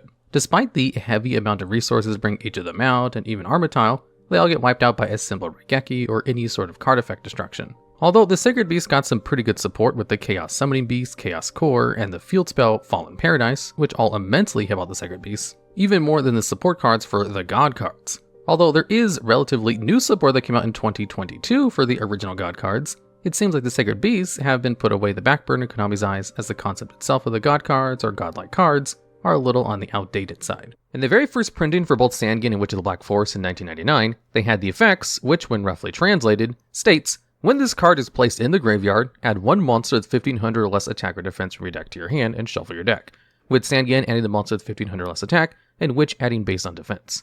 Now, something to note with these early printings is that they did not specify from where they were sent to the graveyard. So early players figured out that if you simply discarded them from the hand with something like Graceful Charity, you could trigger their graveyard effects and easily search out all 5 pieces of Exodia and win the game. So both of these cards received an errata, which added that they needed to be sent from the field to the graveyard to trigger their search effects. However, even this nerfed effect proved too powerful, as they both later on in the game's history received another errata to nerf their effects, where you can't use the card's effects that you add to your hand that turn, as well as giving them hard once per turns, so you couldn't trigger multiple Sandgans in one turn anymore.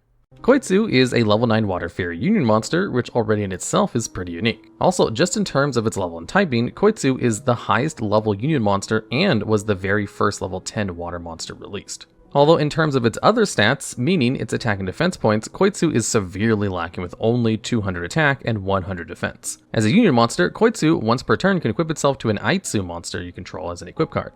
While equipped, the equipped Aitsu gains 3000 attack points and gains piercing damage. Koitsu is pretty unique in that it can only equip itself onto another specific monster, Aitsu, which is a level 5 Fire Fairy normal monster with 100 attack and defense and has the flavor text, "He seems to be very unreliable, but he might have incredible potential," referring to what happens when he meets his counterpart Koitsu. Also included in this group are another duo like Koitsu and Aitsu. There's Soitsu and Doitsu. Soitsu is a level 3 Wind Fairy monster with 0 attack and defense that has similar flavor text to Aitsu, reading, "Apparently totally unreliable."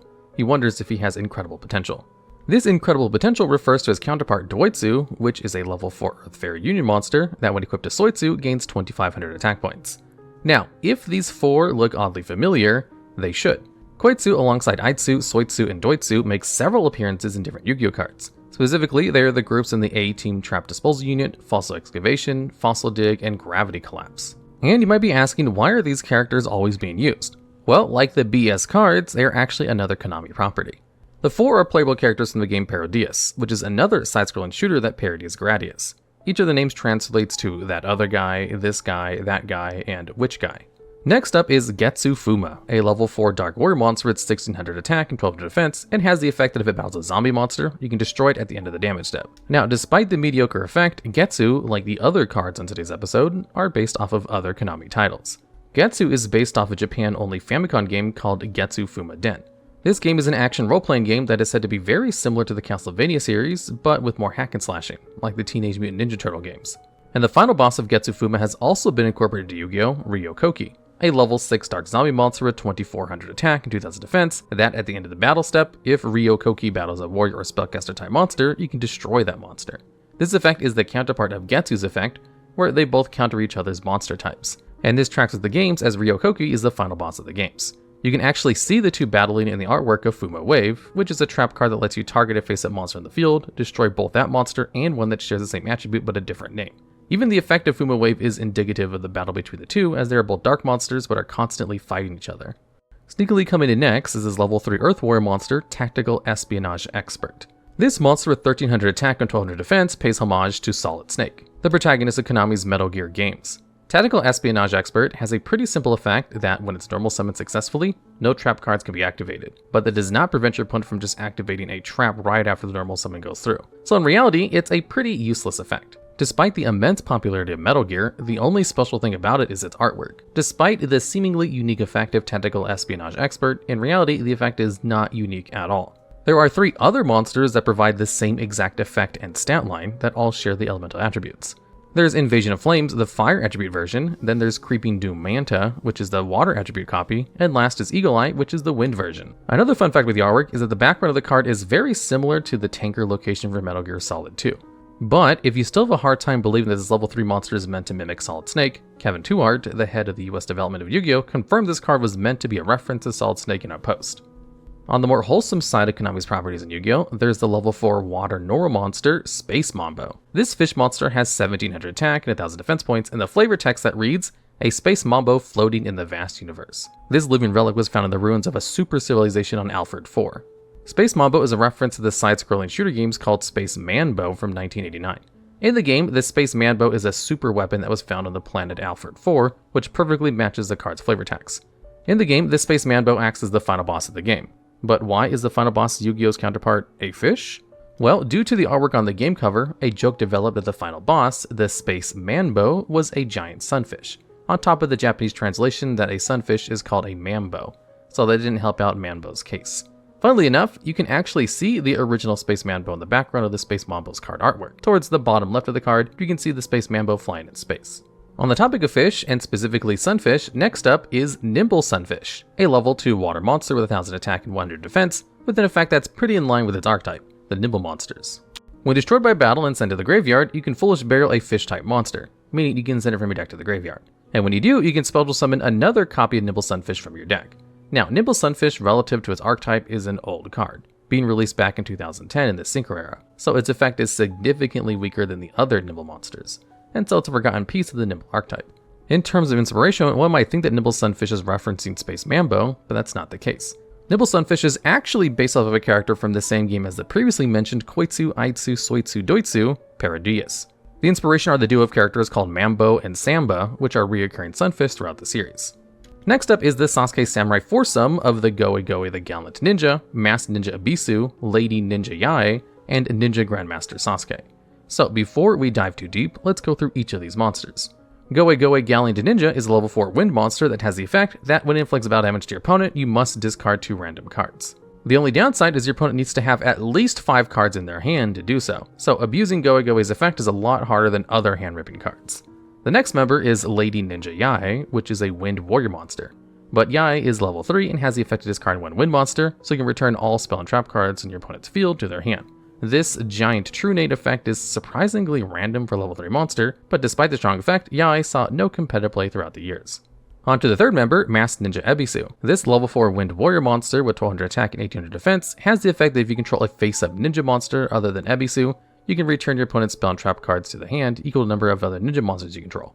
Additionally, each Goe Goe the Gallant Ninja you control can tag your opponent directly this turn. So suffice to say, Ebisu is a pretty good support for Goe Goe. Last but not least is Ninja Grandmaster Sasuke. Unlike its brethren, Grandmaster Sasuke is a light warrior monster rather than wind. With an average stat line of 1800 attack and 1000 defense, Sasuke has the effect that at the start of the battle step, if Sasuke attacks a defensive monster, you can destroy it. Simple but effective. Grandmaster Sasuke has the predecessor card in the iconic Sasuke Samurai. Despite being a different attribute, the effects are almost the same, with Sasuke Samurai needing to attack a face-down defensive monster, rather than Grandmaster's face-up defensive monster. However, the fact that they are from the same game, share the same name, and have very similar designs confirms that they are the same. Sasuke Samurai is a pretty iconic card, as it appears in an incredibly popular quick play spell, Hand Destruction. But that's not its only appearance, as the monster also appears in Skill Shock and Common Sacrifice, 2 anime-only cards. These 5 monsters are all from the game Legend of the Mystical Ninja, but the Yu-Gi-Oh versions of these cards are more serious and non-comic-like. But due to their names being the same and sharing so many designs between the two, the association was made. Normally cards are censored for pretty obvious reasons, but there are a lot of cards in the TCG that players have used that they probably never knew were censored. With Fairy Tale Snow, her Japanese artwork is an obvious reference to the Disney adaptation of Snow White and the Seven Dwarfs, with the dress Snow was wearing being basically the same as the one from the animated movie. In the TCG artwork, it was changed to be a completely different red dress, and they even went so far as changing the color of the bows and ribbons to green, which was probably done to avoid copyright issues. In the card Geared Breed, if you zoom into the Japanese artwork, you can see the various swords and weapons are labeled in English. In the TCG artwork, it's the same, however, they actually removed 3 names from the TCG version, those being Bastard Sword, Holy Sword, and Death Scythe. These are all typical fantasy weapons and were most likely removed to remove possible religious references, mentions of death, and the word bastard, which can be used as an insult. In the card Maximus 6's JP artwork, there's a Roman numeral of XI on his chest, which means 11. In the TCG art, it's changed to a VI, or 6. And that's because it has an effect that works with a 6-sided die. And finally, there's the card artwork of Mindmaster, where they randomly remove the little floating balls inside its brain case. A sentence that makes more sense when we look over its position in the card Mind Over Matter. Next up is a card that a lot of older Yu-Gi-Oh players will remember, Thenian the Great Sphinx. Thenian is a level 10 beast monster with both 3500 attack and defense points that can only be summoned from your hand or deck by paying 500 life points while both Andro Sphinx and Sphinx Talia are on the field and both are destroyed at the same time. Then, when it's summoned, you can pay another 500 life points to add an additional 3000 attack points until the end phase. Now, this was the big boss monster of the antagonist of the first Yu-Gi-Oh movie, Pyramid of Light. It's definitely one of the more villainous looking cards in the game. And this is emphasized in the movie as Thenian is a combination of 2 other big bad monsters of the antagonist Andro Sphinx and Sphinx Talia. And the combination isn't really hidden, as the top half is Andro Sphinx and the bottom half is Sphinx Talia. So before we talk about Thenian, let's talk about Andro and Talia Sphinx. So both are level 10 light beast monsters. Both have reverse stat lines, with Andro having 3000 attack and 2500 defense, and Talia having 2500 attack and 3000 defense. Both of the monsters have the same effect, that they can be special summoned by paying 500 life points while Pyramid of Light is on the field. Both monsters have the same effect that if they destroy another monster that's in defense position by battle, you can inflict damage equal to half the defense of that monster. So they aren't the worst cards in the game, they both have decent stat lines and effects, but are a little tricky to summon as they require Pyramid of Light to be on the field, which is just a continuous trap card that if it's destroyed, both Andro and Talia go with it and then get removed from the field. It's worth noting that the way Pyramid of Light activates its effect doesn't cause Thenian to miss timing, so it can't special summon itself from the deck, which is basically the intended way to bring it out. So back to Thenian, who's a pretty mediocre card for being the big bad boss monster of the first Yu-Gi-Oh movie, or just Yu-Gi-Oh in general. But to be fair, most of the older Yu-Gi-Oh boss monsters can't really compare to modern ones, so for its time, Thenian was not terrible. Thenian falls into a similar category as Gate Guardian, a boss monster infamously known for how bad it is. Thenian's summoning, after all said and done, requires 1500 life points and a niche condition that 2 other cards need to be destroyed at the same time. The 2000 life point cost doesn't really matter as much as it used to, as modern Yu-Gi-Oh doesn't really care too much about the life points. But for paying the cost, you get a 7000 attack beat stick for 1 turn, that bumps back down to 3500 afterwards. But what's really bad about bringing Thenian out that I mentioned a little bit earlier is that its timing can be missed. For example, if any card is activated and the Mystical Space Typhoon is chained to destroy Pyramid of Light while Andrew and Talia Sphinx are on the field, you won't be able to summon Thenian because it misses the timing. So despite Thenian being such a big scary bad boss monster, he is pretty harmless all things considered. Especially because there's no protection or anything for him, so a simple old school battle trap like Mirror Force just kinda shuts him down. And on the topic of big boss monsters from the anime, let's talk about Divine Serpent Ge. This is a level 12 reptile monster with an unknown attack value and 0 defense. Yu-Gi-Oh hasn't really printed too many cards in recent history with a question mark for an attack point value, so you'll mainly just see them with cards like Ge. But anyway, the effect of Ge is that it can only be special summoned by its own effect, that is, if a monster of yours is destroyed by an opponent's card by battle or effect, where you pay half your life points to bring it out from your hand. Ge has 2 main effects. The first is that if this card attacks, during the damage step you can negate the monster's effect and its attack becomes halved. The second part is that once per battle, as a quick effect, Ge gains the original attack of the highest original attack point of a monster on the field.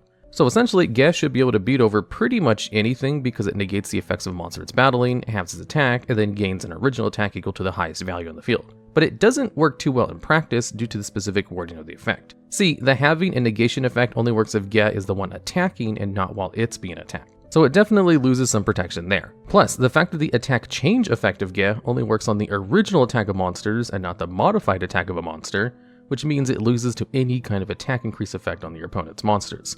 Or it just trades evenly if they crash their highest attack monster into it, which is one of the only ways to out it because the card also can't be targeted by card effects. Ge definitely has a pretty unique effect. However, the anime version of Ge was a lot more broken. It mainly was because this was the final villain's boss monster, so it had to be immensely overpowered so the protagonist had a challenge. Ge's anime effect is that it can only be special summoned through Orichalcos Shuno's effect by having its attack points at 0 and by paying 10,000 life points on top of discarding your hand. This was a pretty steep summoning condition, but again, remember it's an anime effect, so there was some plot convenience helping out Ge's wielder. But when Ge is summoned, your life points get set to 0, and the only way you can attack is by sending the top 10 cards of your deck to the graveyard. And lastly, while you control Ge, you can't lose the duel. And unfortunately, it's a bit of a challenge to try attack over Ge because it had an infinite amount of attack and defense points. But unlike its real-world counterpart, there isn't much protection for anime Ge, so it could easily lose to any battle trap like Sakuretsu Armor. Unfortunately, you couldn't pull off a magic cylinder shenanigans because no matter how many life point damage you did, you'd still have to destroy Ge before being able to win. But with such a crazy anime effect, how could the Divine Serpent lose? Well, in the anime, thanks to some plot armor, of course. So, let me set the stage. It's a 2 versus 1 duel between Darts, who's the main villain, against Kaiba and Yugi. So essentially, the duel is really back and forth until Ge is summoned, mainly because it's the big bad. And the game state is both players have 0 life points, but Darts is under the effect of Ge, so no lose ability, while Yugi has Relay Cell active, which is essentially a card that when your life points hit 0, you can special summon 1 monster from your deck, and if that monster is destroyed, you lose the duel. So essentially, the risks are higher than ever, and a single Raigeki can end the game. So then, Yugi manages to get all 3 legendary knights, Timaeus, Hermos, and Critias on the field. Critias has the effect that when the card battles, you can absorb 1 trap from your hand or graveyard and use that effect. Hermos has 2 effects, but only 1 is relevant for the explanation. This effect is you can remove and play 3 monsters from your deck to have this card get attack equal to the combined attack of those removed monsters each time it is attacked this turn. So when Critias attacks using the effect of Critias, Yugi activates the effective Attack Guidance Barrier, which lets you choose a new target for an attack, but that monster is switched to defense position and gains 600 defense. Then the effect of Hermos procs, with Yugi removing 3 Magnet Warriors, Alpha, Beta, and Gamma. This then triples the attack of Hermos when it's attacked, and then the attack gets reflected back at another monster, and in this case, Critias. So an infinite loop forms where Critias has been attacked, its absorbed effect activates, redirecting the attack to Hermos. Since Hermos has been attacked, its effect triples its attack and reflects it back at Critias. And then since Critias has been attacked, its absorb effect activates, redirecting the attack to Hermos, and this loop keeps going until Yugi decides to summon the last legendary knight, Timaeus, who, during either player's turn, can absorb 1 monster inside of the field, meaning that it copies its stat line and gains its effects. But rather than absorbing the two other knights, Yugioh technically fusion summons Timaeus the Knight of Destiny, because its effect is that if it's special summoned from the fusion deck, if Timaeus absorbed the other two legendary knights, and when it leaves the field, you special summon the 3 legendary knights once more. Regardless, when this happens, the Knight of Destiny's effect activates, where it gains the attack of the fusion material, so its attack matches Ge's at infinity attack points. Then, in the moment of truth, Yugioh rams Timaeus into Ge, resulting in both monsters being destroyed, which then makes Darts lose the duel because Ge has been destroyed and Dark Magician Girl has stayed alive. Thankfully, these are all anime effects and anime exclusive cards, so you won't really need to worry about any of these insane game-breaking effects at play. If you combine the total attack and defense of all the low-level monsters, which ones have the highest totals? Level 1, we have a tie between Mechlord Emperor Weisel and Mechlord Emperor Weisel Synchro Absorption, both of which have 2500 attack and defense, giving them a grand total of 5000 stats total, with none of the other level 1 monsters even coming close. Level 2, we have Shellrocket Dragon with 1100 attack and 2000 defense, giving it a grand total of 3100 stats. 100 more stats than number 2, Sprite Red, which has 3000 total stats. Level 3, we have a tie with Flower Cardian, Cherry Blossom with Curtain, and Arsenal Bug, both of which having 2000 attack and defense for a grand total of 4000 stats. Arsenal Bug has a negative effect to account for its high stats, and the Flower Cardian card just has stats that are pretty standard for its archetype, with this level not really mattering much. Level 4, we have Giant Kozak with 4900 stats total, with number 2 being Lion-Hearted Locomotive with 4500 stats. Both of these cards have negative effects to account for their inflated stats. And what's funny to note is that the level 1 monsters have the highest stats of all the low-level monsters, which are supposed to have the lowest amount of stats. This is an equip spell card that has the effect where you have to pay life points in multiples of 100, but only up to 2000, in order to equip this card to a monster of your choice, with that monster gaining attack equal to the amount of life points paid. So if you pay the maximum amount of 2000 life points, you can grant one of your monsters 2000 attack. And as kind of a rarity amongst attack gain equip spells, Psychic Blade is a hard once per turn on its activation, so you can only ever activate one Psychic Blade per turn. And Psychic Blade itself is a retrain of an old Psychic support card called Psychic Sword, which was an equip spell card that could only be equipped to a Psychic type monster and would provide an attack boost based on how much life points you had less than your opponent, up to a maximum of 2000, with Psychic Blade coming out 6 years later in 2015. Now, what's so interesting about Psychic Blade that I would add it to this video?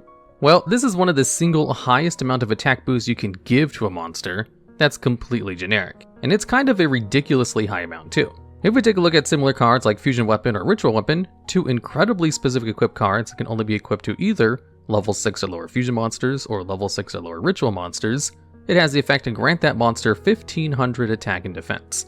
So it's 1000 more stats total than Psychic Blade, but all we really care about is attack points when it comes to monsters in 99% of cases, and Psychic Blade is able to give a bigger attack boost than both of these cards, which were designed to give ridiculously high attack boosts, with the restriction that they can only be equipped to very specific types of cards.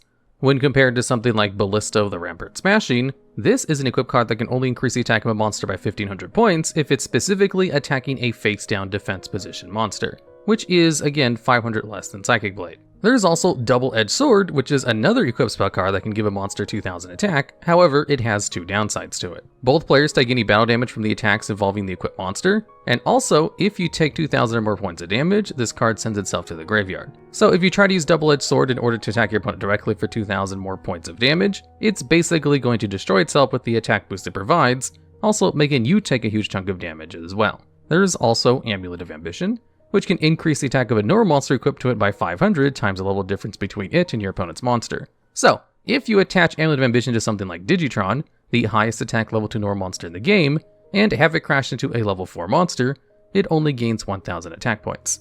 Or if you attack into a level 6 monster, it has the same amount of attack point increase as Psychic Blade, or you have to attack into a level 7 or higher monster for it to beat the 2000 threshold. And also, most equipped spell cards that grant some other beneficial effect will cap out at only giving 1000 extra attack, like in the case of U8 Power Jersey or Axe of Despair. Now, there are some eco spell cards that can grant more attack points than Psychic Blade, but pretty much all of them require some special conditions in order to match its power. Mage Power can increase the attack and defense of the monster it's equipped to by 500 for every spell and trap card you control. So if you have a full back row plus a field spell, that's a 3000 attack boost, which easily beats out Psychic Blade. However, that requires you to control 6 cards, whereas Psychic Blade is only 1 card from your hand and a paltry life point cost. There is also United We Stand, which can give a monster an attack boost of 5600 if you control 7 monsters, or 4000 attack if you control 5 monsters.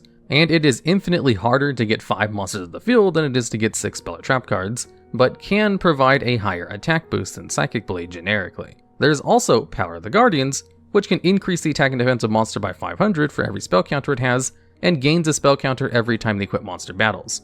So after 4 battles, it can provide the same attack boost as Psychic Blade. But again, you can kind of see how much of a powerhouse Psychic Blade is when it outperforms a lot of very specific types of equipped spell cards, which only give very high attack boosts because they're so specific, and also it matches other generic equipped spell cards that have to jump through hoops in order to beat its power. So as you can see, Psychic Blade is not the best equipped spell in terms of granting generic power, as there are some cards which technically beat it out. It's also not the strongest equipped spell when it comes to granting extra effects, as cards like Grid Rod and Power the Guardians definitely have a beat on that front. But if you're trying to build a funny gimmick where you're attacking 4 times with a Lyreless Assembled Nightingale, Psychic Blade is one of the singular best cards that you can include in a gimmick deck like that, in order to guarantee an OTK without having to rely on other setup. But since both attack boosts are kinda bad, and eco spell cards are kinda bad, Psychic Blade doesn't really have an opportunity to show up in other videos, even though it is technically a stellar card in what it sets out to accomplish, and is a good introduction to the kinds of cards we'll be talking about in the series. Although we will also be talking about cards that are notable for other reasons than just their effects. In Yu-Gi-Oh!, most monsters have attack and defense values that end in either 0 or 50. However, there are exactly 7 cards which break this mold. These 5 right here are in the 30s, 10s, 60s, etc. And the reason for these unique values is because in the anime, these cards were used under the effects which give them 30% more stats. Where Castle of Dark Illusions, for example, had 1200 attack and 2500 defense in the manga. And the anime wanted to have these cards match their manga value counterparts. So they give them stats which, if you added 30% of themselves to themselves, would equal their manga counterparts. Although in the case of Castle, adding 30% of it doesn't give it exactly its manga stat line, but it is pretty close. However, this doesn't account for these 2 cards. Sword Armor Dragon also appeared in the manga, but nothing really explained its unique defense point value. And Utopia Prime probably only has 10 extra attack points in order to reference the fact that its effect sets your life points down to 10 exactly. And Utopia Prime was also the last monster added to the game with a unique attack power value. Next up, we have Performer Pal Trump Witch. This is a level 1 pendulum monster with a scale of 4 that has the pendulum effect where you can fusion summon a fusion monster using monsters you control as materials once per turn, and a monster effect where you contribute this card to add polymerization from your deck or graveyard to your hand. So a very fusion focused card. It can allow you to fusion summon once per turn with its pendulum effect, which is definitely a positive effect that might warrant the bad scales of 4, because a 4 on a pendulum scale is generally considered a negative effect because it's such a bad scale. However, its ability to fusion summon has situationally been useful, as the archetype it belongs to can go into Odd Eye's Vortex Dragon, which is a fusion monster with an Omni Negate that requires an Odd Eyes monster, and just a pendulum monster as its materials. However, the main reason this card is in this video is because the card art design for this was actually drawn by a 9-year-old girl for a monster design contest.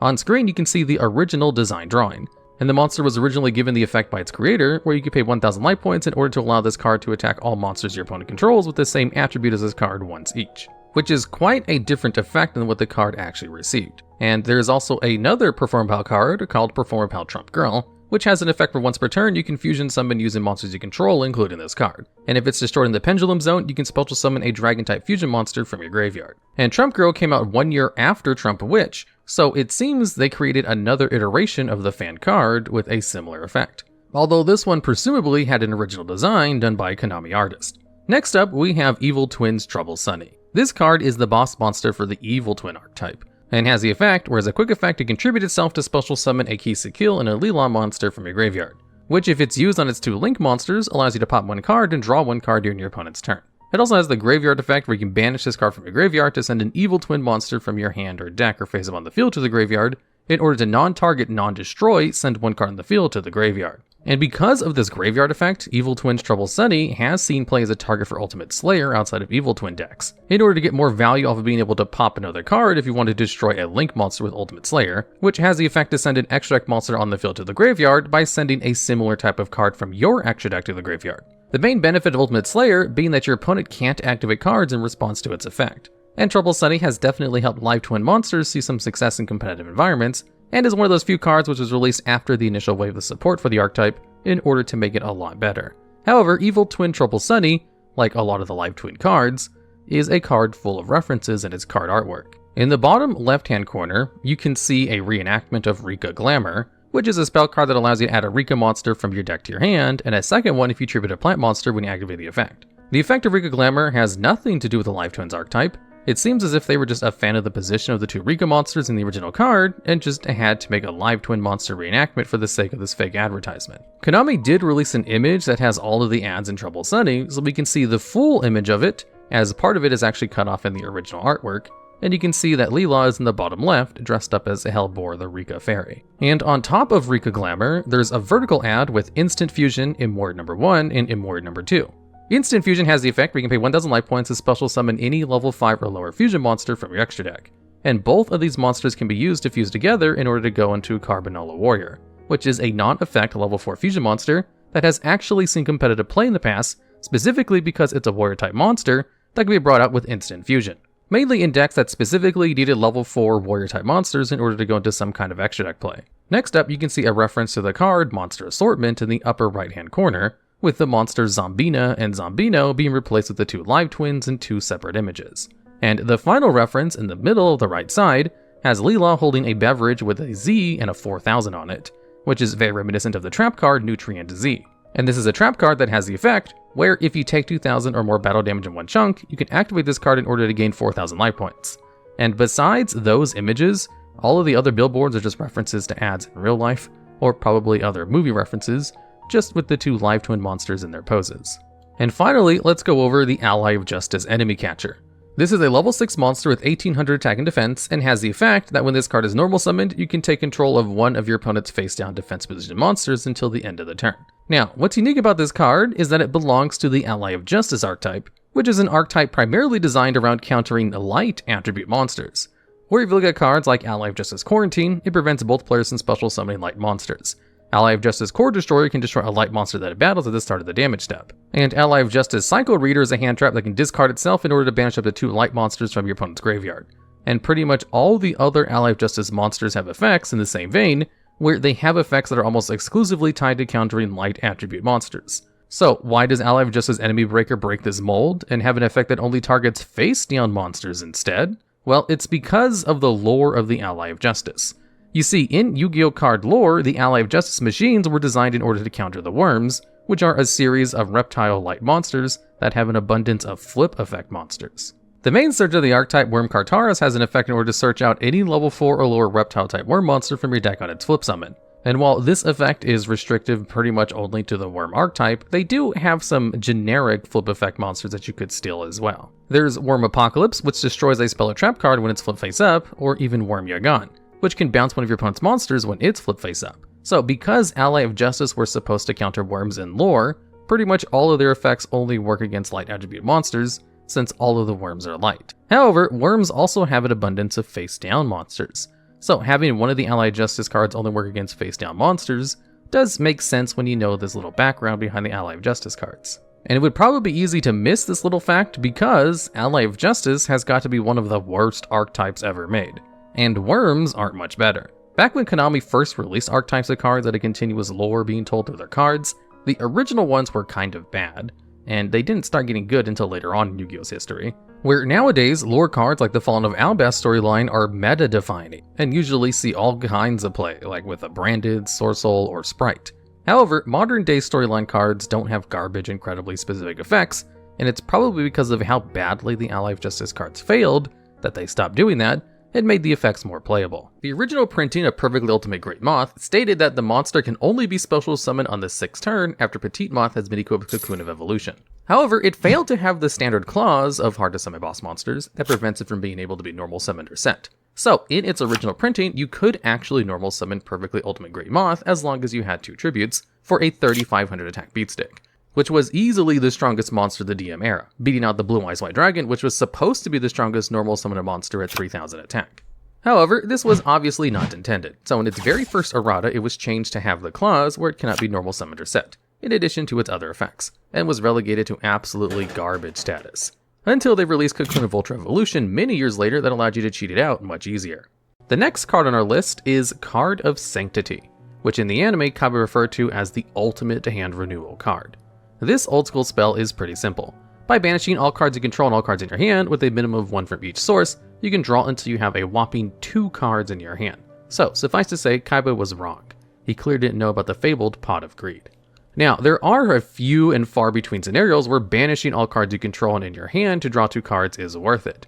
even in the best case scenario where you only have one card in hand and one card in the field, you'll still be losing card advantage regardless of how bad the original card of Sanctity is. The anime and manga had a different effect of the card, which made the card significantly stronger. The anime/manga variant of Card of Sanctity allows each player to draw until they have 6 cards in their hand. Now, this effect puts it in contention for one of the best drawing cards, allowing you to go +5 in card advantage in the right scenario. However, if Yu-Gi-Oh was played with the anime rules and cards, things would be a lot different. Also, Card of Sanctity is part of an archetype, believe it or not. The treasure cards are a series of spells and traps that allow a player to draw cards. And you might be wondering if any drawing cards is part of the archetype, as it's a somewhat generic effect to draw cards. So to answer that, no. The treasure cards all have a common theme in their artwork, and their Japanese names are all blank cards of blank.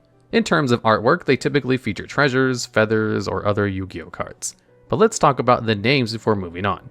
There's cards from a different dimension, which has the effect that if it's removed from play, you can add it to your hand during your next standby phase. If a card with a different dimension is returned to your hand this way, both players draw 2 cards. Next up is Overflowing Treasure, which was a manga exclusive card from the 5Ds manga. This spell card allows you for one turn to increase the attack of one monster on your field by 500 points for every card in each player's hand. This could make some pretty unique OTKs like Sliver the Sky Dragon's attack boosting effect. Card of Reversal is pretty interesting and is a great definition of an old anime plot armor card. While you have no other cards in your hand or on the field, you can draw 1 card for each face-up card your opponent controls. So as previously mentioned, this is a plot armor card to help whoever is using it to conveniently draw the out. The last of the treasure cards that I want to highlight is a definition of a Desperate Times call for Desperate Measures card. Card of Desperation allows you to draw 3 cards from your deck. However, the payoff for such a draw? You need to send the rest of your deck to the graveyard. So, quite the steep cost, but like Card of Reversal, this is more of a plot card where the hero needs to have the heart of the cards and draw the combo they need to swing the duel around, even if it means losing the remainder of your deck, which in normal Yu-Gi-Oh would be an absolutely incredibly good card because of all the graveyard effects. Next up, we have a Floodgate trap card, Mind Drain.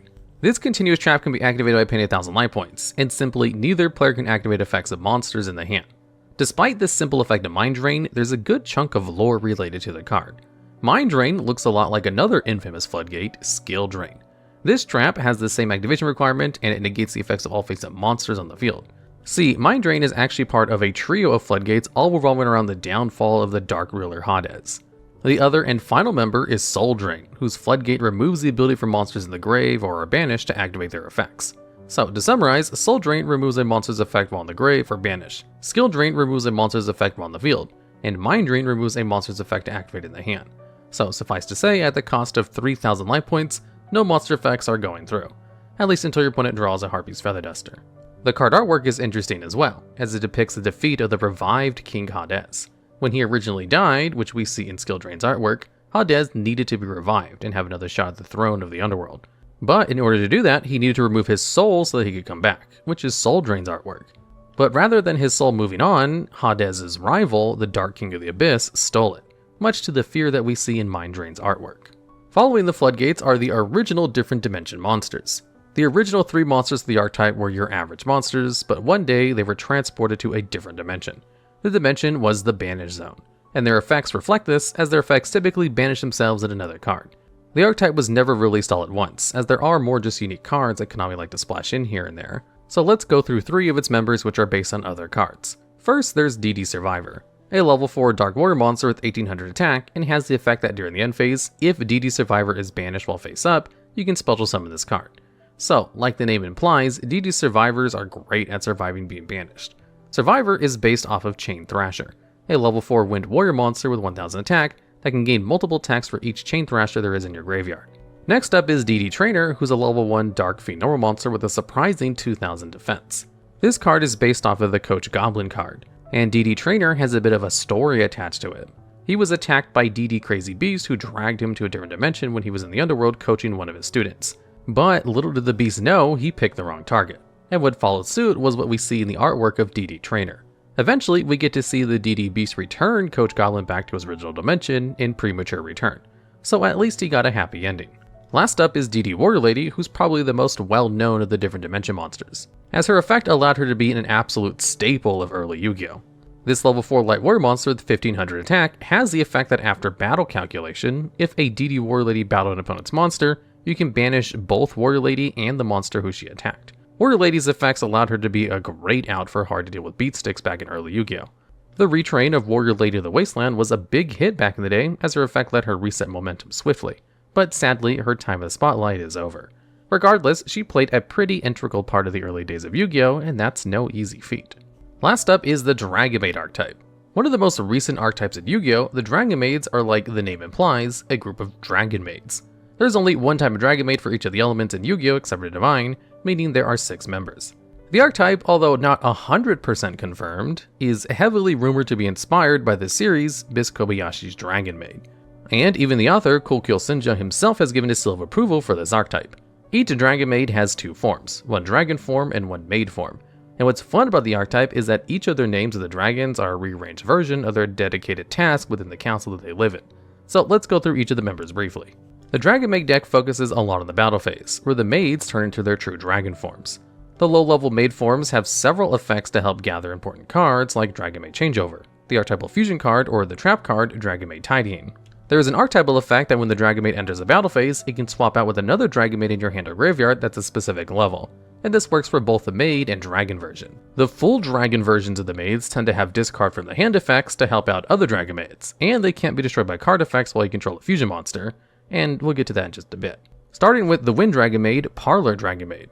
This level 3 Wind Dragon monster can Foolish Burial a Dragon Maid card when it's normal summon, meaning you can send the selected card from your deck to the graveyard. Then, during the battle phase, you can return Parlor to your hand and then special summon a level 8 Dragon Maid from your hand or graveyard. Parlor is meant to be swapped out with the Dragon Maid Lorpar, which is the aforementioned level 8 that has 2700 attack points. Lorpar can discard itself to target one monster in the field, and players can't activate that target's effects for the turn. So it's like a discounted monster negate without actually negating the effect. Parlor Dragon Maid is in charge of the parlors, which are like lounge rooms, which you can see in Parlor Dragon Maid's card art. Next up is the Water Dragon Maid, Laundry Dragon Maid, who's level 2 and on summon mills 3 cards from your deck on top of the archetypal battle phase effect. Laundry Dragon Maid, however, summons a level 7 dragon rather than a level 8. Her other form is Dragon Maid Nudjarl, which can discard itself to shuffle a monster from either graveyard back into the deck. With being a water attribute monster, it's said that Nudjarl uses the water to help with the laundry. In terms of fire attribute, there's level 3 Kitchen Dragon Maid, who's in charge of the kitchen, keeping it clean and cooking for the others. We can really see a good example of this in Dragon Maid Hospitality, as Kitchen Dragon Maid is serving dinner. On summon, you can add any Dragon Maid monster from your deck to your hand at the cost of sending either the same or a different Dragon Maid card from your hand to the graveyard. Kitchen Dragon Maid tends to summon the level 8 Dragon Maid Tinkek during the battle phase, but Tinkek is a great option just keep in your hand, as she can discard herself to target another Dragon Maid monster in the field and it gains a surprising 2000 attack points for the turn, which is one of the higher attack point gain cards out there. Nurse Dragon Maid is a level 2 Earth Dragon monster that on summon special summons another level 4 or lower Dragon Maid monster from your graveyard. This fits pretty well with her name, as Nurse Dragon Maid nurses other fallen Dragon Maids back to health. And uniquely, her true form, Dragon Maid Ernest, has a similar effect, but rather than on summon, it's just at the cost of discarding herself. And since it can summon another Dragon Maid from the hand, is generally one of the most played of the higher level Dragon Maid monsters. Next up is the last non-extract monster, which is the unique Chamber Dragon Maid for the Dark attribute. This level 4 monster can search for any Dragon Maid spell or trap on summon. Chamber Dragon Maid also has a unique effect to special summon a level 7 or higher Dragon Maid from your hand or graveyard during the battle phase, where all the other normal Dragon Maids only special summon a specific level Dragon Maid monster.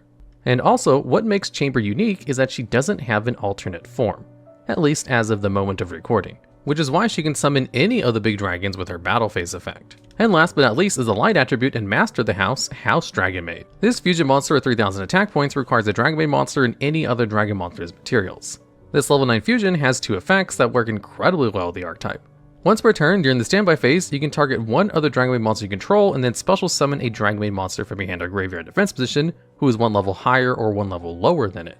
Then, the other effect is that when a face-up Dragon Maid monster you control is returned to the hand, except during the damage step, you can target one monster your opponent controls and destroy it.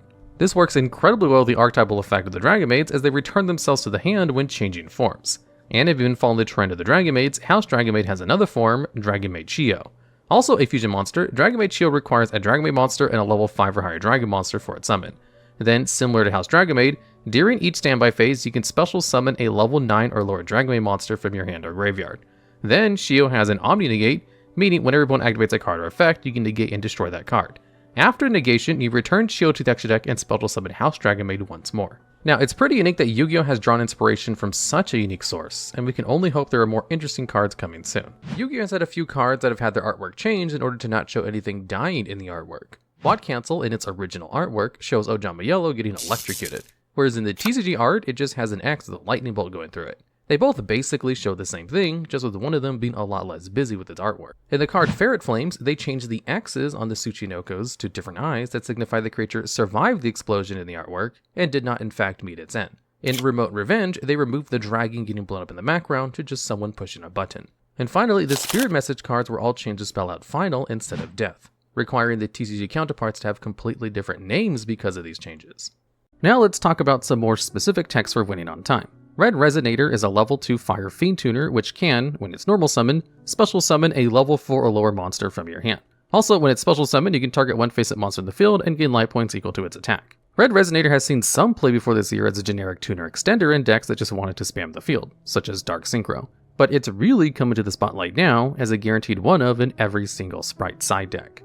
This card can be special summoned straight from the deck with Gigantic Sprite, but it's also fine to draw it since you can link it off and then use Sprite Elf to bring it back. Red Resonator plays an even bigger role in Runic Sprite variants though. The Runic archetype revolves around giving you powerful spell interruptions with insane draw power through their field spell, at the cost of getting up your next battle phase whenever you use one of your spells. Since just using one of your engine pieces skips your battle phase, you're highly likely to go into time with Runic, especially if you have an opponent who doesn't want to surrender.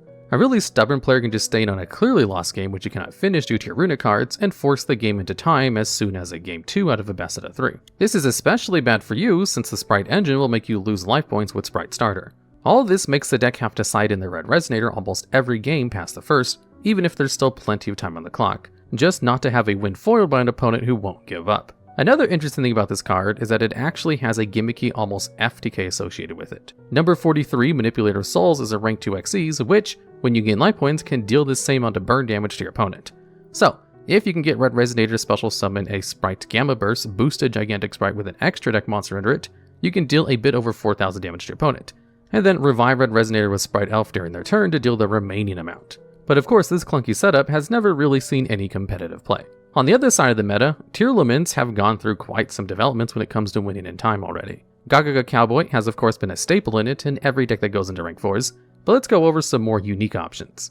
In more combo-based variants which relied hugely on dangers and other generic extenders to turbo out Curious Lightsworn Dominion for its amazing mill effect, we saw the rise of Skullmark Ladybug. This is a level 4 Earth Insect monster which simply increases your life points by 1,000 points when it's sent to the graveyard in any way. Its usage is simple enough, you just need to open a way into Curious, or your Foolish Burial, or just luckily blind mill into it to win on time. The only issue with this approach is that these variants all ran Pot of Desires, which banishes the top 10 cards of your deck to let you draw 2, or Gizmek Orochi, which can banish 8 cards from the top of your deck face down to summon itself, both of which could banish your Ladybug by mistake and prevent your win if you got unlucky. This led to some top players switching to Agave Dragon instead.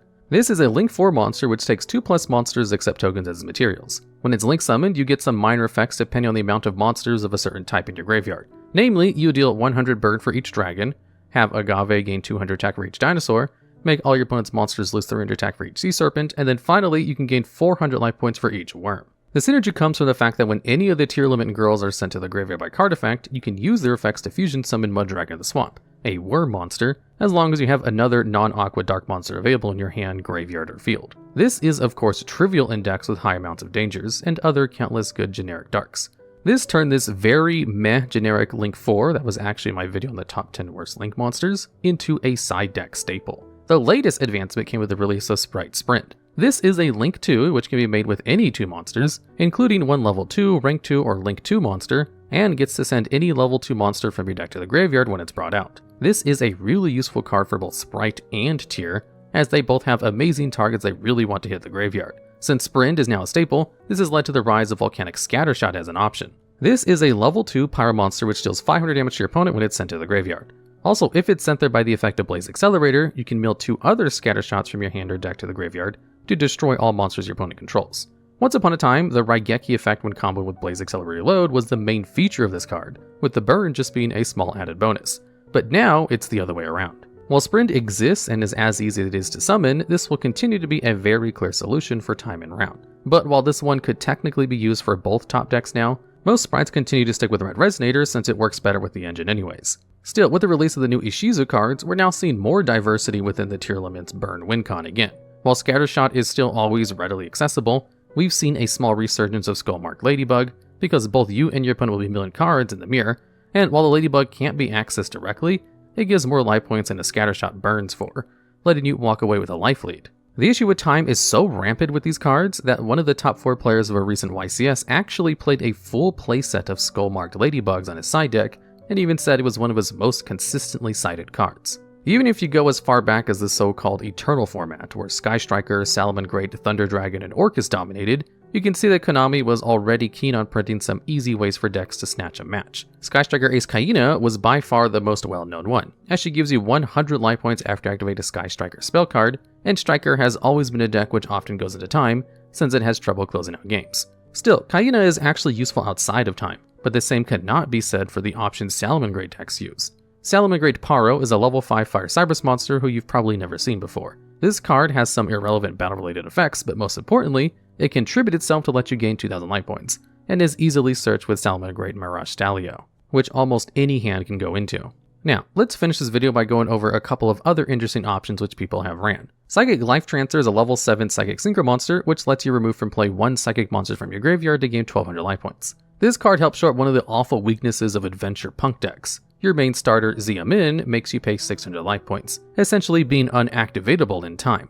However, there was also an argument for playing Dark Strike Fighter. Dark Strike Fighter lets you tribute a monster to inflict damage to your opponent equal to its level in the field times 200. The pre-errata form of this card was a powerful OTK enabler, since it was not a hard once per turn as it is now, but it tributing itself deals 1400 damage, which is still enough to win, and you can even do it under Dimension Shifter unlike Life Transfer. Scarlet Red Dragon Archfiend is one that has seen play for many reasons through the years. This is a level 8 Dark Dragon Synchro, which takes any tuner and non-tuner monster to make. Its name becomes Red Dragon Archfiend on the field or in the graveyard, and once per turn, it lets you destroy as many effect monsters in the field as possible, with attack less than or equal to Scarlight's, and then do 500 damage to your opponent for each monster destroyed. Guard Dragon decks could abuse this very easily back when Guard Dragon Agripain was still legal, since it can cheat it out straight from the extra deck. Similarly, Virtual World decks get to do the same thing with Ultimate Zilkin for the same effect. And last but not least, of course, Dragon Link can easily go into this with their main starter, Rocket Tracer, which represents a level 8 Synchro monster by itself. Recently, a branded Pile deck has topped running 2 Perforpal cards as their burn engine for time.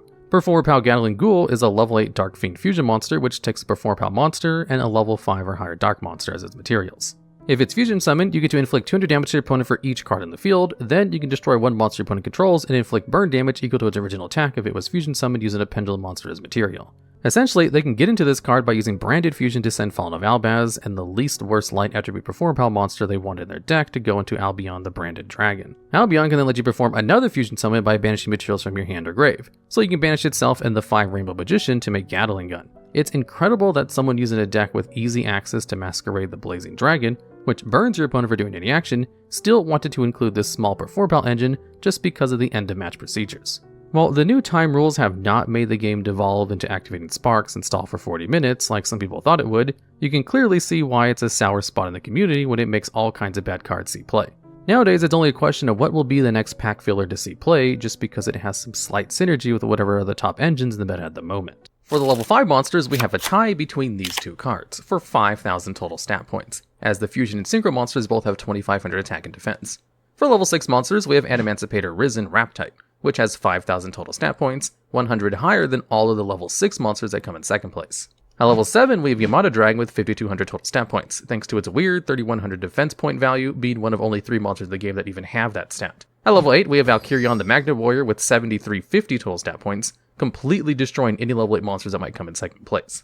At level 9, we have the non-effect fusion monster Master of Oz with 7,900 total stat points, again completely clearing all second places by a huge margin. At level 10, we have a two-way tie between Machina Force and Machina Rune Force, both of which having 8,700 total stat points, with Rune Force just being a dark retrain of the original, which makes sense why they both have the same stats. At level 11, we have a two-way tie between Hercules and Libe, both having 8,000 total stat points. And at level 12, we have a four-way tie between these 4 monsters, each one having a grand total of 10,000 stats. Next up is number C1000 Numeronius. This is a rank 12 light fiend type monster with question mark attack and defense. Numeronius requires 5 level 12 monsters, which is quite the outrageous summoning requirement. However, most of the time you'll be tuning it out with Numeron Chaos Ritual. Numeronius has the effect where, at the end of the battle phase, you can destroy all monsters your opponent controls, and then special summon one of them to your side of the field in defense position. It also has a quick effect to detach and destroy one of the monsters of the field, and can float into number IC1000 Numeronius Numeronia on its destruction by an opponent's card effect while it has a material, and then attach itself to that monster as one of its materials.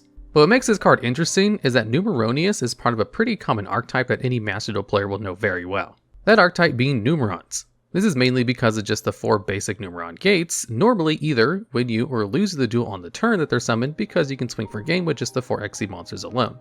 So in most cases, it's not too worth bothering with the other Numeron cards. But despite this, Numeronius and its evolutions are quite the anime final battle level of flashy. Now, kind of like the Cosmo cards, Numeronius comes from a different world. In that, the person who uses it is Don 1000. And unlike the Cosmos, who are pretty tame, Don 1000, not so much.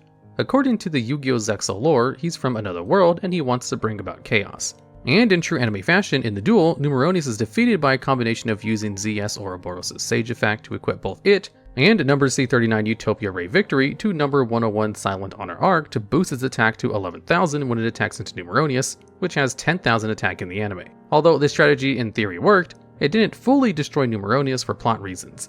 It was then destroyed by the extra effective Numeron Dragon, that when it's destroyed you can destroy as many other monsters on the field. However, with the destruction of Numeronius, things got worse as the true boss monster came into play. Number IC1000 Numeronius Numeronia. This mouthful of a monster is a rank 13 light fiend monster that has the impossible summon requirement of 5 level 13 monsters. And I say impossible because level 13 doesn't exist in standard Yu-Gi-Oh! And you'd have to use level modulation effects to even get a monster to level 13. But the true way to summon it is just to cheat out of the extra deck when Numeronius is destroyed. So you summon Numeronia and attach Numeronius as one of its materials. And its effect is, on your opponent's turn, Numeronia gains 100,000 attack and defense, and has 1 active effect and 2 passives. The passive effects are that monsters your opponent controls must attack Numeronia if possible, so as long as they are in defense position or equipped with something like a Fog Blade. And at the end of your opponent's turn, if Numeronia didn't battle, then you win the duel. Then there's the active effect of Numeronia, that when opponent's monster declares an attack, you can detach a material to negate the attack and gain life points equal to that monster's attack. And with the rules of Yu-Gi-Oh!, if the attack is negated through this effect, then Numeronia doesn't actually do battle, so the instant win effect does in fact activate.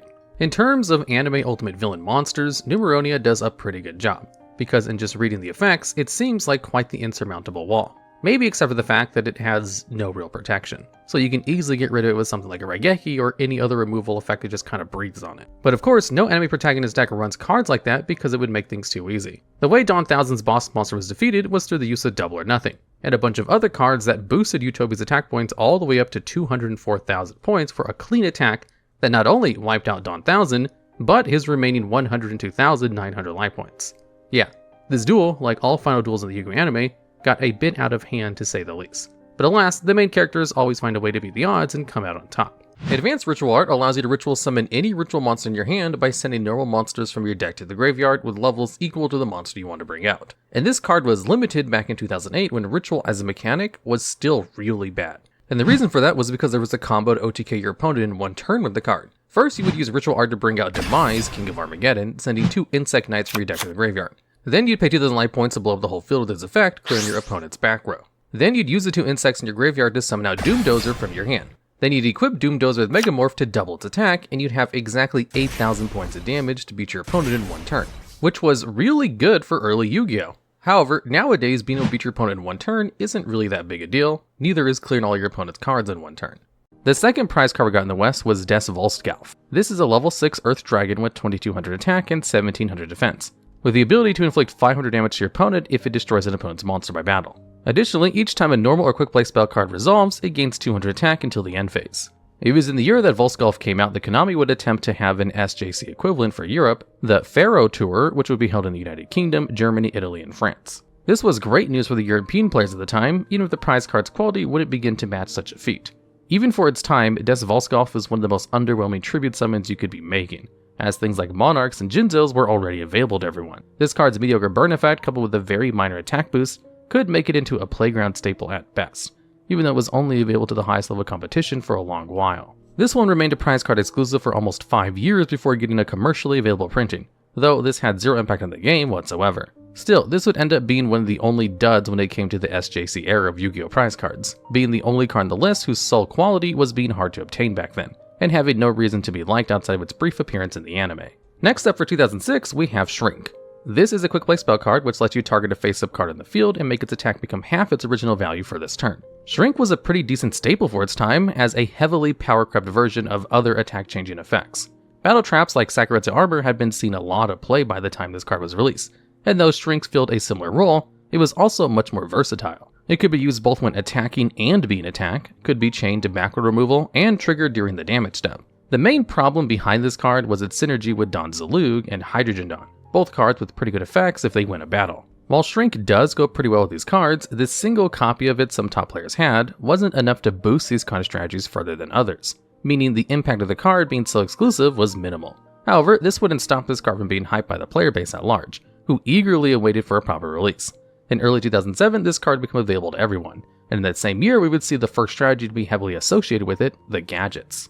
These monsters all had small bodies, with the biggest one maxed out at 1400. But they all shared the effect to add the gadget that matched their background color from their deck to the hand. They were all +1s at normal summon, which would then add another +1 on the following turn, something that had never been seen before in the game's history, and quickly became one of the most popular strategies around. Gadget decks had to max on all kinds of 1-for-1 removal, as their monsters would rarely, if ever, contest anything by themselves. And this is where Shrink shone. It allowed all gadgets to at least trade in battle even with the biggest monsters that were seen play, the Monarchs. Not only they'd often max out on Shrink, they'd often play the strictly inferior Rush Recklessly in addition to it as well. In the following years, just as the gadgets began to fall off, we got Gladiator Beasts, another archetype which benefited greatly from this card. All the Glad Beast monsters get their effects off at the end of the battle phase if they've battled that turn, with these ranging from removal to generating advantage. This meant that the usual battle traps like Dimension Prison were often subpar in Gladiator Beast decks, as they'd much prefer to run Waboku and Shrink instead, letting you trigger your Glads even during your opponent's turn. This would be the last hurrah for this card, as from this point on, the battle phase would only become less and less relevant with time. Even if this card's relevancy while a prize card exclusive had been minimal, Konami would not disappoint the players with what came afterwards. Crush Card Virus would then be the prize card of choice from January to July of 2007. This is a normal trap card whose pre-errata effect lets you tribute a dark monster with 1000 or less attack to destroy all monsters with 1500 more attack from their hand, field, and also all cards they drew for the next 3 turns. Crush Card Virus was a truly broken card for its time, and the impact it had on the meta cannot be understated. Monsters with at least 1500 attack made up the majority of the metagame, accounting for a large variety of staples such as Cyber Dragons, Monarchs, Snipe Hunter, Chaos Monsters, etc, etc. And as if getting rid of every possible threat your opponent had wasn't enough, it could also give you full hand knowledge for the next 3 turns as well, as your opponent would have to show you their hand as well as everything they drew from then on. Resolving Crush Card Virus would almost always lead to a win. This made many people start building around the card, even as a one-of. This meant including more and more targets in their deck, such as Gravekeeper's Guard and Spirit Reaper, as games were slow enough to the point where you'd be able to see this card at least once a match. Diamond Dew Turbo was one of the most powerful decks around when this card's release, and this card only bolstered it further as one of their best cards. The pre-errata Disc Commander was also a fodder target for Crush Card Virus. This card led to the rich get richer kind of situation going around in the game, where people who'd won events before would have a higher chance to win future ones due to having Crush Card Virus. This would go on for the entirety of 2007, and would culminate in one of the few high-profile teams having access to this card, which they would of course only share amongst themselves. People were already complaining about the game being prohibitively expensive back then, but things would get much worse now, as Crush Card Virus was going from anywhere from $2,000 to $3,000. This culminated in 2008 when people would often want to combo Crush Card Virus with another prize card, Gold Sarcophagus, totaling in over $5,000 for 2 cards out of your 40-card deck. At this point, Dark Arm Dragon Turbo decks were dominating the metagame, and with that itself being a $200 card release, the game had never been, and will hopefully never again, be as expensive as it was then. Things would get somewhat better as Crush Card got a reprint that year, but due to some supposed short printing, this card would still be costing you over $100 by itself. What followed was a whole year of Crush Card Virus omnipresence. Towards the middle of 2008, the meta would coalesce between Gladiator Beast, Lightsworn, and Dad decks, all of which played Crush Card Virus, and also lost extremely hard to it. We would see the years close with Teledad rising up as the best deck, and the card remained legal for the first half of 2009 before it was finally banned. Crush Card Virus was a real blight for the game from release all the way to this point, and though the worst thing about it was the time when it was the exclusive prize card, it had impacted several metas after that. Konami would eventually bring back Crush Card Virus with an errata in 2015 though. The card's new effect was much like the original one, except it would also prevent your opponent from taking damage until the end of the next turn after this card resolves, and also let your opponent destroy up to 3 monsters with 1500 more attack from their deck as part of its effect. This card was still strong in 2015, but it wasn't the instant win against everything but it used to be.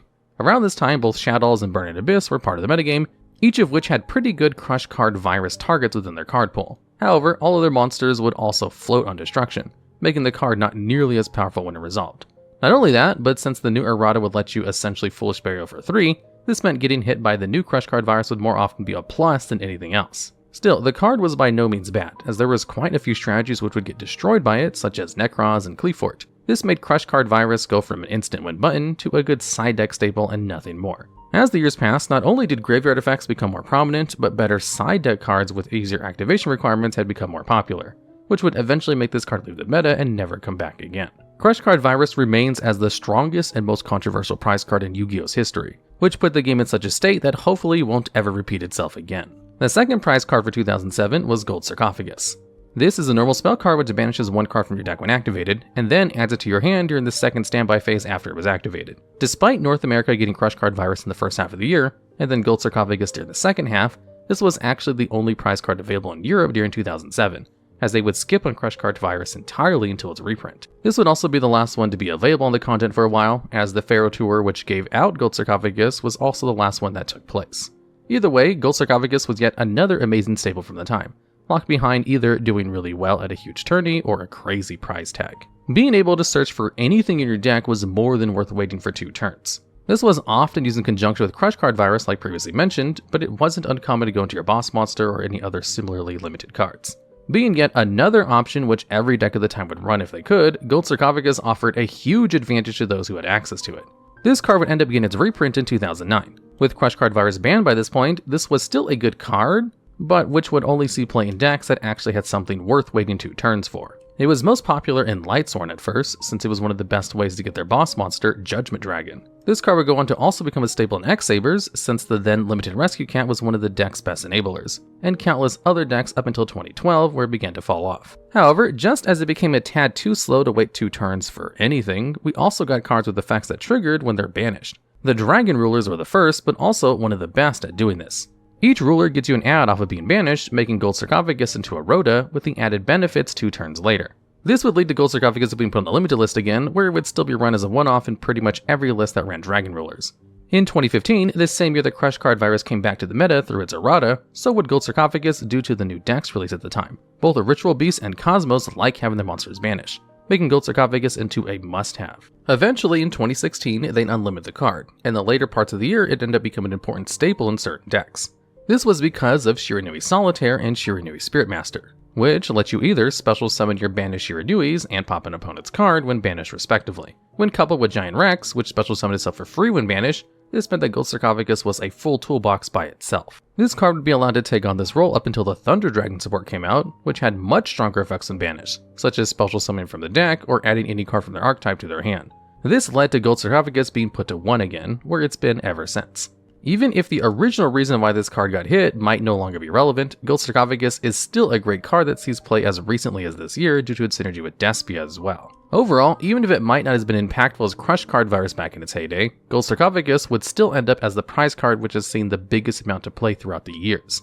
It and Cyberstein are the only cards in this list to be limited to this day, and it's unlikely we'll ever see Gold Sarcophagus back at 3 again. Doom Caliber Knight was given to the top 3 players at 2008's SJCs. This is a level 4 Dark Fiend monster with 1900 attack and 1800 defense.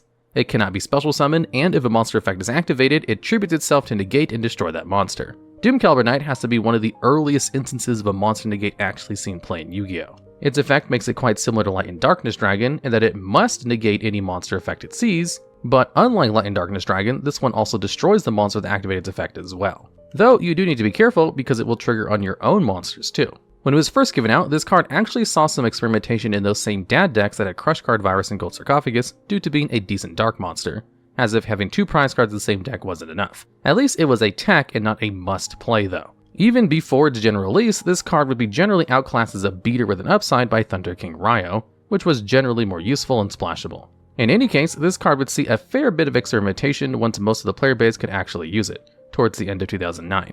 It was played in the side deck to be brought onto matchups where you'd know they'd have to trade badly into it, like Gladiator Beasts and Lightsworns. It was risky to main it as other matchup cards like Treeborn Frog and Vayu could remove it for free. This card saw some play through the years from that point on, being seen mostly as an anti-meta card to hopefully slow your opponent down a bit. There'd be many meta staples where it would do well against from that point onwards, such as Rescue Rabbit and Tour Guide from the Underworld. It being a decent dark became relevant again with Konami unbanning Blackluster Soldier and Void of the Beginning. This card would last see play in 2015 as a decent normal summoned monster in pure Psi-frames. That deck always wanted an empty field to make sure the Psi-frames were alive, so it was nice that Doom Caliber Knight would eventually clear itself from the field. This monster has been severely power crept nowadays, as you can get a much better payoff for a normal summon in any other competent strategy. But it's one of those cards that would have surely seen a lot more play if it had been widely available at first. Finally, we have the last card to be given out at SJCs, Dark End Dragon. This is a level 8 Dark Dragon Synchro which takes any tuner plus one or more dark monsters. It has 2600 attack and 2100 defense and can, once per turn, target a monster your opponent controls and lose 500 attack and defense to send that card to the graveyard. This fittingly named card would represent the end of the Shonen Jump Championship Series, which would then be replaced by the Yu-Gi-Oh! Championship Series, or YCS. The main goal of this change was to make Yu-Gi-Oh! Tourneys into a global phenomenon. The game grew exponentially with time, and Konami now wanted a standard tourney format, which would take place not only in North America, but in Latin America and Europe as well. The last SJC to take place was in Edison, New Jersey, and that tournament's format is now the most played retro format in Yu-Gi-Oh! At the moment. Edison format, as it's called, has dethroned even GOAT format in popularity recently.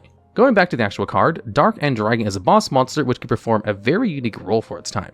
Though this Synchro 8 pull included powerhouses like Stardust Dragon and Thought Ruler Arcfiend, none had actual removal effects like Dark End Dragon does.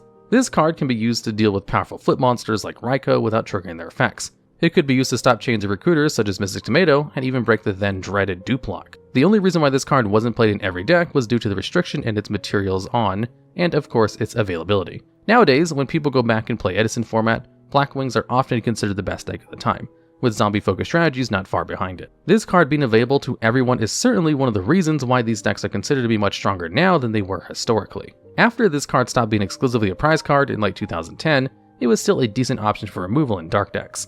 However, now it had to compete with Scrap Dragon, which could pop any card rather than just monsters, and it had completely generic materials, making it into the better choice most of the time. Dark End Dragon marked the end of its era, and its prize card version remains as one of the most iconic and sought after gems for collectors to this day. The card Dark Ruler Hades is somewhat famous in Yu-Gi-Oh! Card art, appearing in over 10 different cards, with the most notable ones being Skill Drain and Dark Ruler No More. And what's funny about this monster that appears so often is that it's actually censored in every single appearance.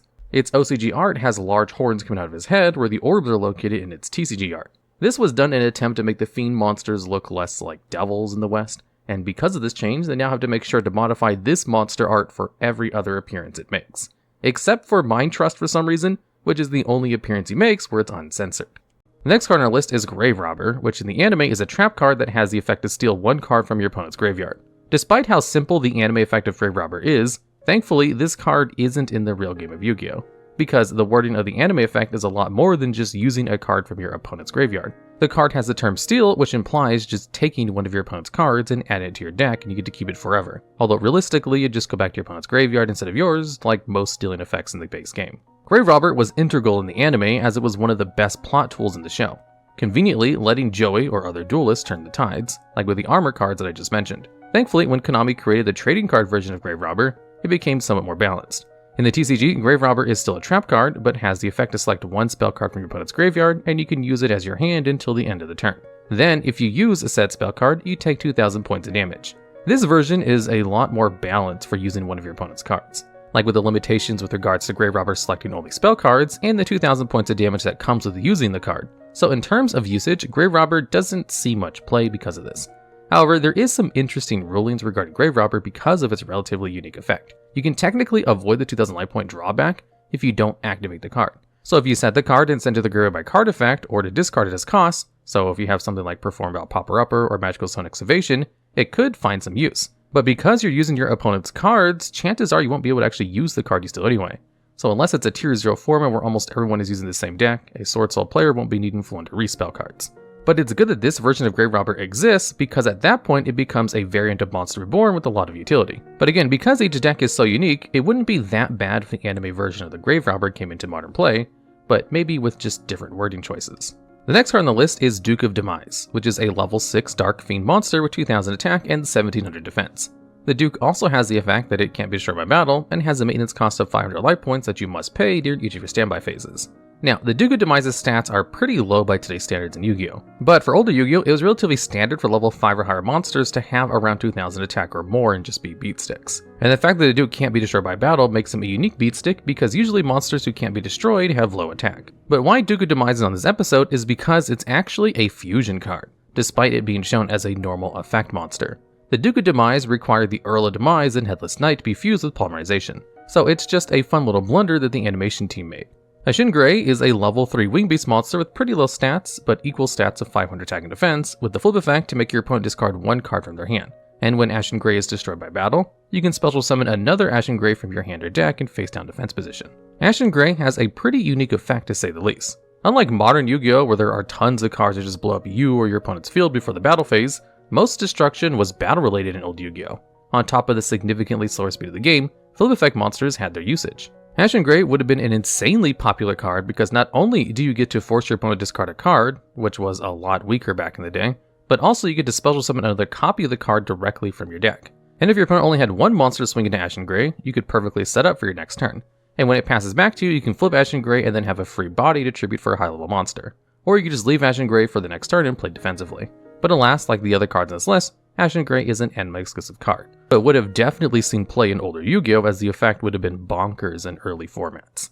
However, nowadays the story might not be the same. With how beneficial some cards and entire archetypes are for being in the graveyard, Ashin Gray seems more like a benefit to your opponent rather than yourself, even if discarding from your opponent's hand is still technically a very good effect. To finish off this episode, let's talk about the Orichalcos monsters. Mainly the ones used by the villain of the Waking the Dragon story arc in the original anime. Now, we've talked about how broken his boss monster was in a previous episode, but Darts has some other tricks up his sleeve that don't even exist in the TCG. The first of the Orichalcos monsters is Orichalcos Gigas.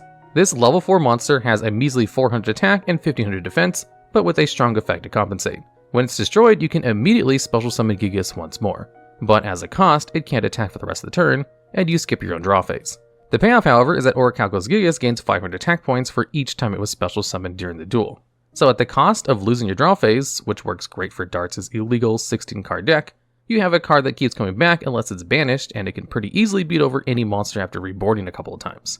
The only sure way to get rid of Gigas was to banish it, which very few cards were able to do in the olden days. But what's ironic is that when it was used in the finale in tandem with Orichalcos Kyutora, which is another anime-exclusive Orichalcos card that essentially nullifies all battle damage, and when it's destroyed you can special summon an Orichalcos Shunoros from your deck. So, there's an infinite loop with Gigas and Kyutora, where Darts could pretty easily have the Yu-Gi-Oh's largest beatstick by constantly resurrecting Gigas with its effect. But instead, Darts just tributes it to destroy one of Yu-Gi's monsters. But it kept the duel for the fate of the world going because plot, and nobody likes a short duel. But when Yugi and Kaiba think they are safe by having Gigas and Kyutora destroyed, and they think they've won, another boss monster arrives. This time, it's Orichalcos Shunoros.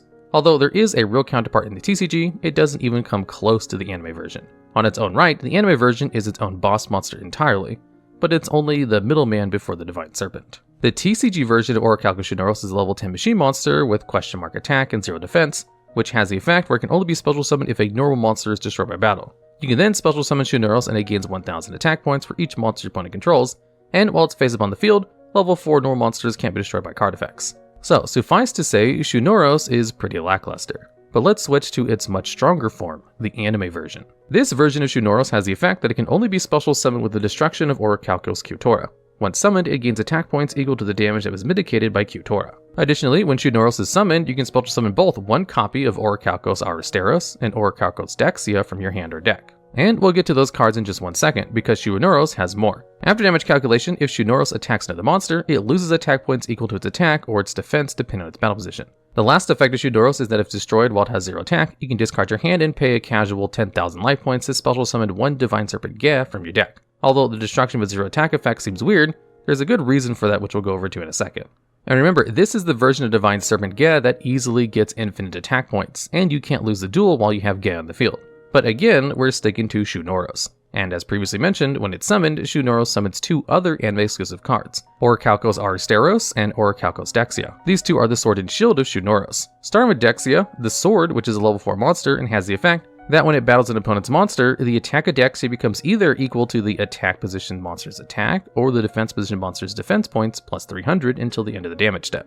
And after damage calculation, one Orichalco Shunoros you control loses attack equal to the attack this card had during the damage step, which falls into the effect of Shunoros needing to be destroyed at 0 attack points.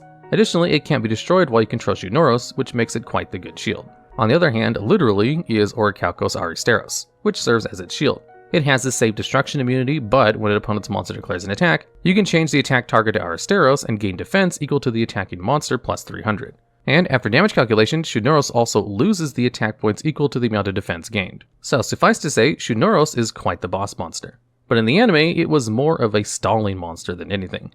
Because despite how strong the offensive capabilities of anime Shunoros is, he is on a timer with the attack point diminishing effects of Dexia and Aristeros.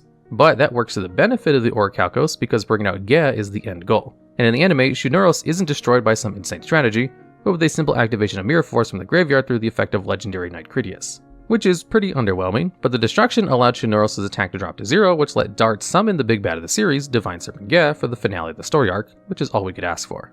Next up, we have Gigabyte, a simple level 1 vanilla reptile Nor monster with 350 attack and 300 defense. And has the flavor text, he has a tranquil soul, but carries a destiny that one day his heart shall be tainted by evil, which is surprisingly sinister for how cute the little lizard is. If Gigabyte looks familiar, well, it should, because there's a whole story to Gigabyte, and the monster is featured in tons of card artworks.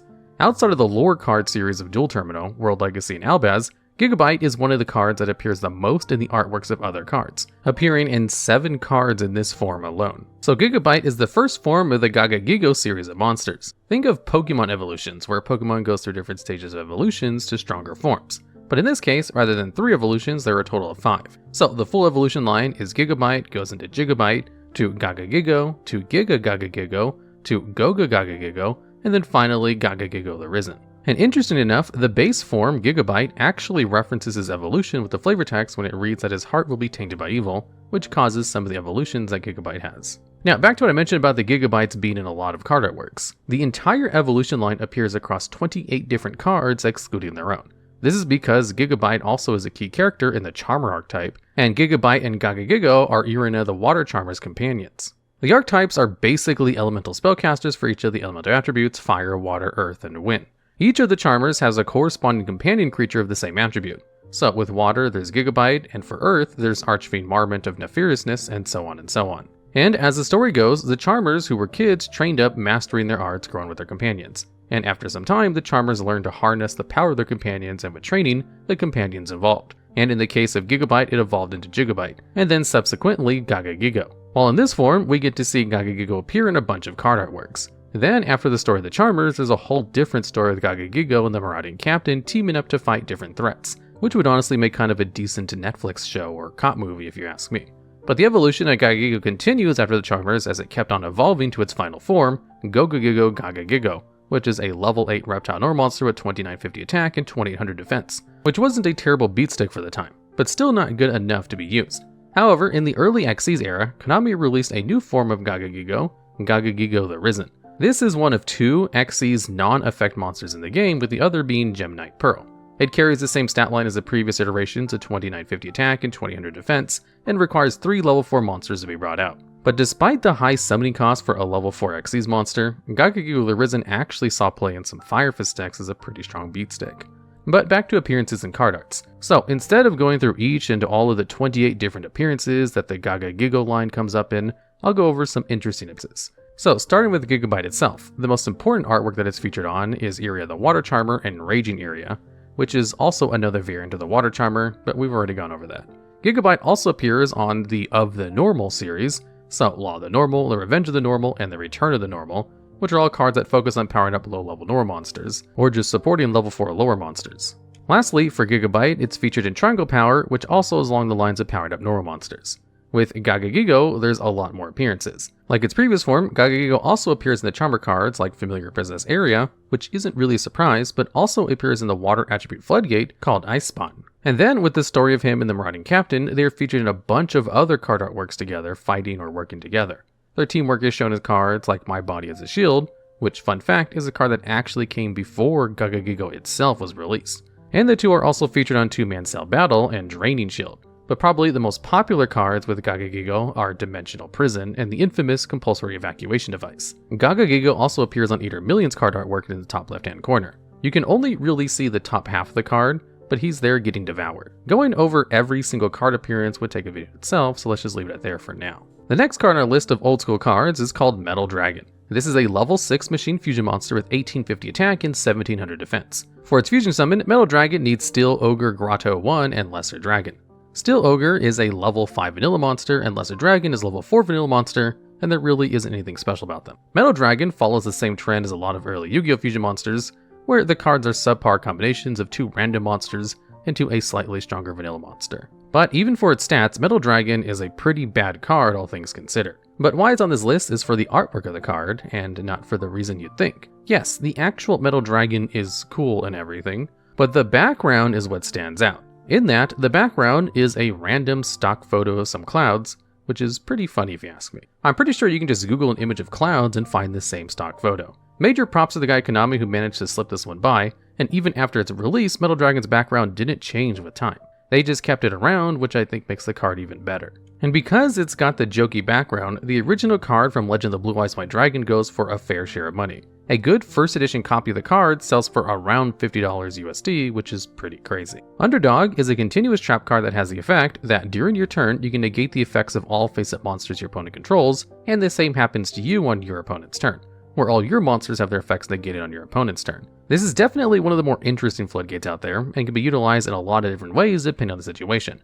But Underdog is a unique card because of its artwork, like all the other cards on this list. The artwork showcases 4 pretty well-known beast-type monsters. The 4 monsters that are featured are the cards Super Nimble Mega Hamster, Rescue Rabbit, Alpha the Master Beast, and Behemoth the King of All Animals. Although there isn't any crazy story between all 4 of these monsters, other than the fact that all 4 of them saw competitive play in the past in different decks. The artwork is pretty funny and depicts Rescue Bunny who's beating up Behemoth and crying about to Alpha, despite Behemoth being, well, a behemoth of a monster by comparison to the small Rescue Rabbit. The best part of the card by far is the confused Alpha because the scriptwriter finds it adorable. There are much better floodgates out there like Skill Drain or Imperial Order, and they are decently priced cards because they are valued cards. But a graded version of Underdog sells at a surprisingly $80, which is weirdly high for a card like Underdog because really, it's not that good in the grand scheme of things. Now, let's take a quick break from talking about card artworks and talk about the beautiful Headhuntress. Headhuntress is a pretty standard level 4 vanilla Earth Warrior monster with 1600 attack and 800 defense. The flavor text of the card reads, "A vicious creature that has decapitated numerous enemy monsters." Konami tends to have a habit of censoring cards when they get released to the world. There are normally 4 different types of artwork changes when it comes to Yu-Gi-Oh! There's guns and weapons, religious symbols, sexual content, and then violence. But for wording, the translations localization teams are normally pretty tame. But Beautiful Headhuntress is different. It's one of the few rare cards that directly references death with the text saying that the Headhuntress has decapitated numerous enemy monsters. Also, Beautiful Headhuntress has a counterpart in Warrior of Tradition, which is a level 6 vanilla fusion monster with 1900 attack that needs Sonic Maid and Beautiful Headhuntress as its materials.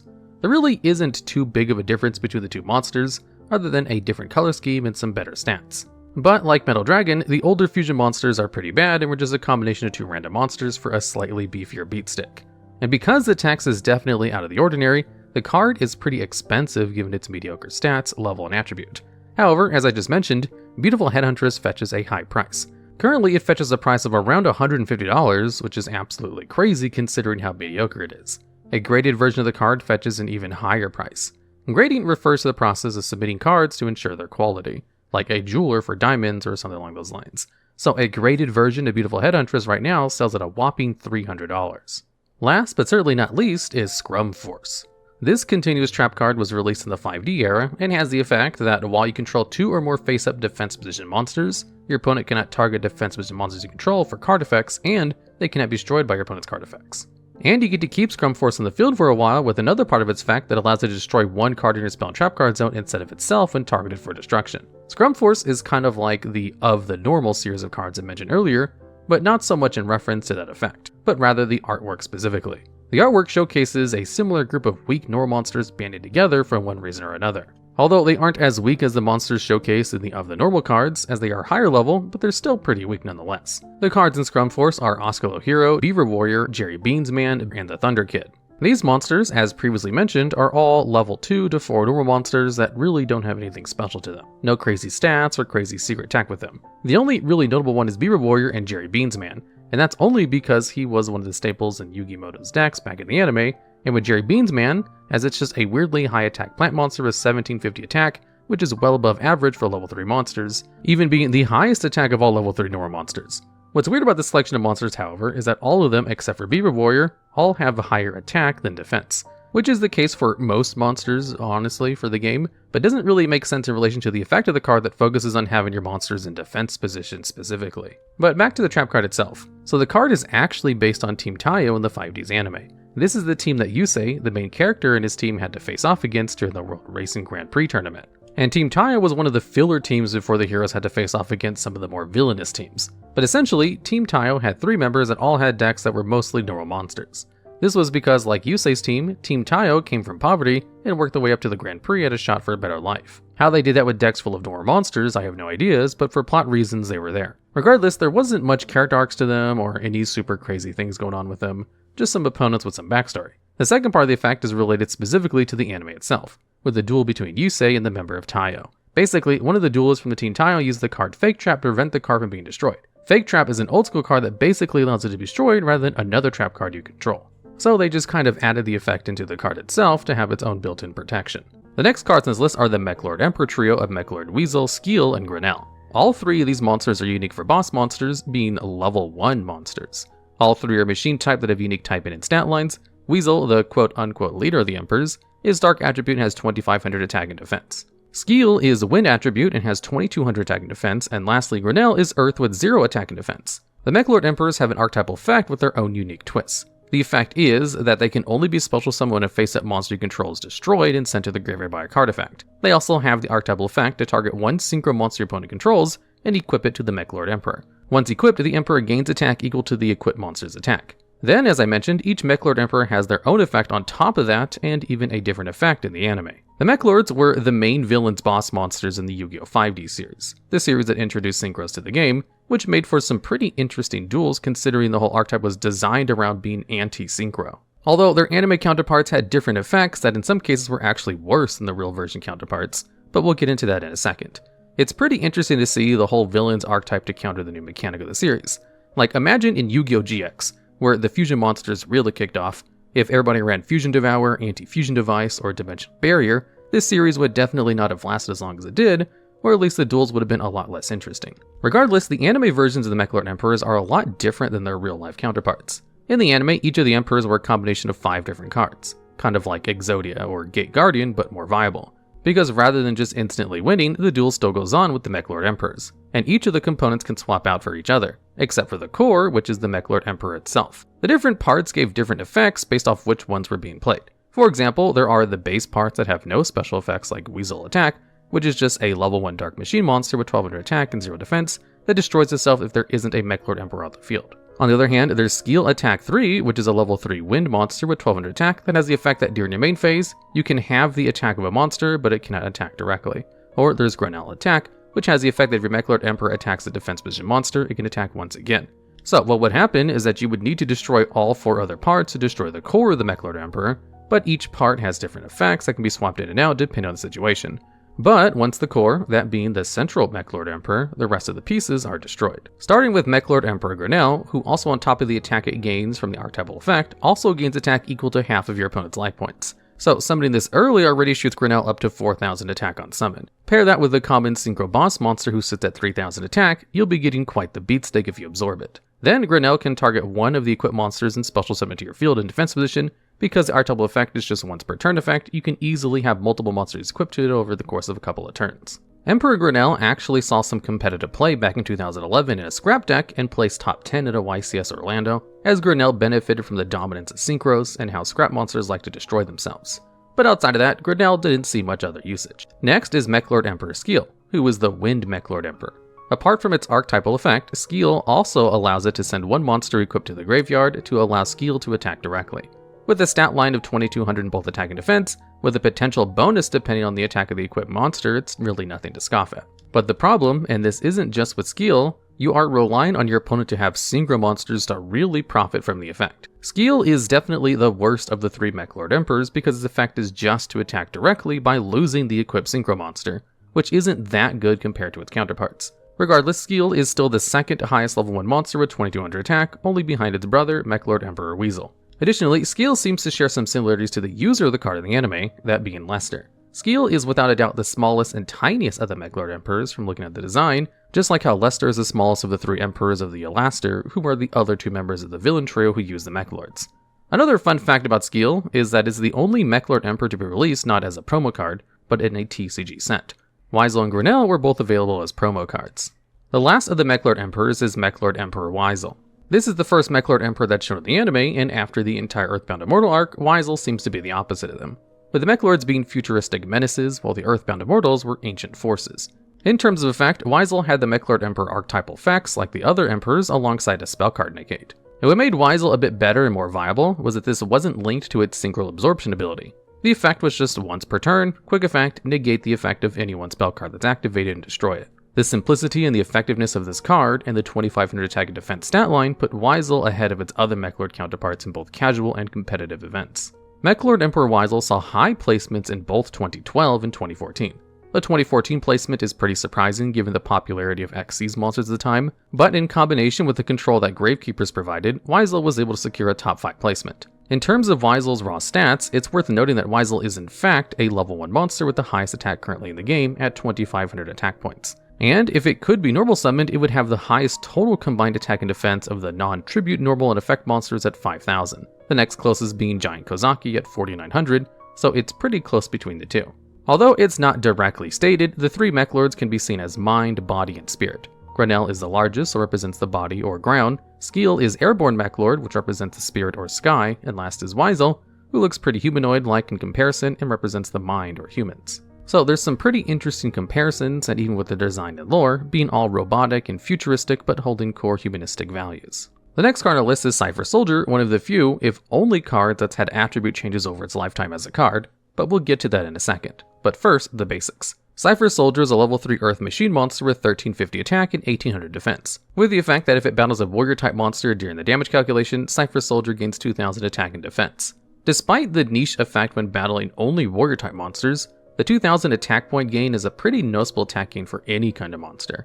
But that's not why he's on today's episode of the Unknown Side, even if it did see competitive play specifically because of that effect. The reason why Cypher Soldier is on this list is because it's one of the 2 cards that has switched attributes around. When Cypher Soldier was first released, it was originally given the Earth attribute, but then in its next release it was given the Light attribute randomly. Then afterwards, in its next release, it was changed back to Earth, and there isn't any particular reason for the change, or at least ones that Konami themselves have confirmed. Cypher Soldier is just a really weird case with the attribute changes, and it's one of the few cards that has received this treatment. Cypher Soldier has also received 5 different erratas, with only 2 of them being significant, with the first errata being its attribute when it was changed back during its second errata, and then again with its 5th errata changing its name from Kinetic Soldier to Cypher Soldier. And the last card on our list is Gen X Controller. Gen X Controller is a normal tuner dark level 3 monster with 1400 attack and 1200 defense. Gen X Controller is the main component of the Gen X archetype, but that isn't the best thing, as the Gen X archetype is infamously known as being one of the worst archetypes in the game, although there is some tough competition for this title. The archetype as a whole is a bunch of different machine monsters with different attributes that all have the same core tuner involved, Gen X Controller. Then each of the synchro monsters are based on energy sources like hydroelectricity or geothermal. Later on, more support was released for the archetype with the R Gen X monsters, or Gen X ally monsters, but we'll get to them in a bit. But long story short, the support didn't even end up supporting the archetype itself. As I just mentioned, the Gen X archetype is one of the worst in the game, and there are a couple of key issues with why this archetype suffers. A big one is that the monsters focus around synchro summoning using the same tuner for the 4 main synchro monsters. The issue with the 4 different main synchro monsters is that they all specifically list Gen X Controller as a material, which in itself isn't that bad. The issue is that the rest of the Gen X monsters have essentially no synergy to each other. For example, Gen X Gaia, which has the effect that if it would be destroyed, you can destroy a Gen X Controller instead. The big issue with Gaia is that you'd rather lose Gaia than Gen X Controller, because the Earth synchro monster the Gen X Yugioh, requires Gen X Controller and just any other Earth monster. So realistically, Gaia is the more expendable option. Then there's Gen X Furnace, which is a level 5 pyro monster that if you control a face-up Gen X Controller, you can normal summon Gen X Furnace without tributing. Konami felt so bad about the original Gen X cards that they wouldn't even allow Furnace to be special summoned. And the synchro monster that both monsters go into, Gen X Thermo, is a level 8 machine synchro with 2400 attack that gains 200 attack for each fire monster in your graveyard, and when it destroys a monster by battle, you can inflict 200 damage to your opponent for each Gen X monster in your graveyard as well. On the other hand, Gen X Undying is not terrible by comparison, where it searches for a Gen X controller by sending any other water monster from your deck to the graveyard, being one of the few Gen X cards to actually see competitive play for its foolish effect. This would all be barely excusable if the synchro monsters had some pretty strong effects attached to them, but the synchro monsters are not anything to write home about either. We've already talked about Gen X Thermal, but there's also Windmill, Yugioh, and Hydro. Windmill has 2000 attack and gains 300 attack for each face-down spell trap on the field, and can discard one card to destroy a face-down spell trap on the field. What's scary is that despite Windmill's effect that counters itself and has no synergy with the archetype because there's no Gen X spell or trap cards in the entire archetype, but it's still by far the best synchro out of the Gen X synchro monsters despite that. Then there's Hydro Gen X that has 2300 attack, and when it destroys a monster by battle, you gain life points equal to its attack, which isn't the worst effect in the world, but with 2300 attack, there isn't much you're able to destroy with it. The last is Yugioh Gen X, which has 1800 attack and 2800 defense, and has the effect to switch the attack and defense of Yugioh Gen X if you control a face-up level 4 or lower Gen X monster. If Yugioh Gen X had more than 3000 defense, then one could argue for its usage, but even at that point, having another level 4 or lower Gen X monster in the field is a pretty big liability to have for just a slightly high attack beatstick. Later on, some support was released for the archetype with two sub-archetypes, that being R Gen X and Gen X allies. The issue with the additional archetypes is they don't really support the core monsters of the archetype, Gen X Controller, because, like the other main Gen X support cards, their effects have little to nothing to do with Gen X Controller. But at least this time, there are 3 somewhat usable Gen X monsters that came out of the support, but not for their archetype. First being Gen X Neutron, which has the ability to search out any machine tuner from your deck during the end phase, which came into use with the occasional deck as a searching option, but it was during the end phase of your turn, so there wasn't really much to work with. Then there was Gen X Ally Durodark, which can select one face-up attack position monster your opponent controls with the same attribute as itself and destroy it. This effect was used with BM4 Blast Spider, which has a little bit of a confusingly worded effect. But essentially you can target one Dark Machine monster and one face-up monster your opponent controls and destroy both of them. Then, if a monster that's original attribute was a Dark Machine destroys a monster and sends it to the graveyard, you can deal damage equal to half the original attack of the monster sent to the graveyard. So essentially, the two were used with another card we talked about earlier in this list, Mechlord Emperor Weisel, which both fit the criteria of targets for the effect, but also was able to bring itself out if your monster is destroyed by a card effect. The last and most notable Gen X card that saw actual play was Gen X Ally Birdman, which was mainly used in Gallus the Star Beast FTKs, which used a loop with Birdman's effect to return a face-up monster to the hand, and Koaki Mirror Doom's effect to negate Birdman's effect to make an infinite damage loop with Gallus the Star Beast's burn effect constantly returning to the hand and being able to use over and over. This actually got Birdman sent to the ban list for a bit, where it's still limited to this day. Despite how bad Gen X Controller was in the TCG, it was actually limited in Duel Links for its use with the Crystron cards. The Crystron cards would be used with Gen X Undying as a deck thinner to start Crystron combos by sending either Thirstvern, Sulfnir, or Praise Turtle to the graveyard with its foolish bear-like effect to then start special summoning other Crystron monsters. So despite being the core member of one of the worst archetypes in the game, somehow, by some miracle, some players found use for it. To end with an attempt at saving grace is the fact that Gen X Controller is tied for the most listed tuner monster currently in the game, alongside Junk Synchro at 5 monsters. Next up is a card with almost the same name as tier, Tyler the Great Warrior. This is a level 8 Earth Warrior monster with 3000 attack and 1500 defense, and has the effect that when the card destroys a monster by battle and sends it to the graveyard, you inflict damage to your opponent's life points equal to the attack of the destroyed monster. Tyler the Great Warrior doesn't have a crazy effect or super strong stat line, but why this card's on this list is the origins and the creation of the card. See, Tyler the Great Warrior actually has its own series number, being from TYL-EN001, and is the only card from that series. This is because Tyler the Great Warrior was actually created with a partnership with Konami, 4Kids Entertainment, and the Make-A-Wish Foundation, after duelist Tyler Gessley survived his long and hard fight with a rare form of liver cancer. So Tyler was able to design his own card for the game, which is something you don't hear about too often. In terms of design, there are a couple of interesting references and Easter eggs. So, the original design of the card was done by Tyler and then was adapted to Yu-Gi-Oh!, and the original drawing was essentially a warrior deflecting an evil monster's terrible weapons. And you can see that with the design. Although we don't have the original drawing, we know that Tyler's depiction was based on Dragon Ball's future Trunks, with really similar hair and weapon.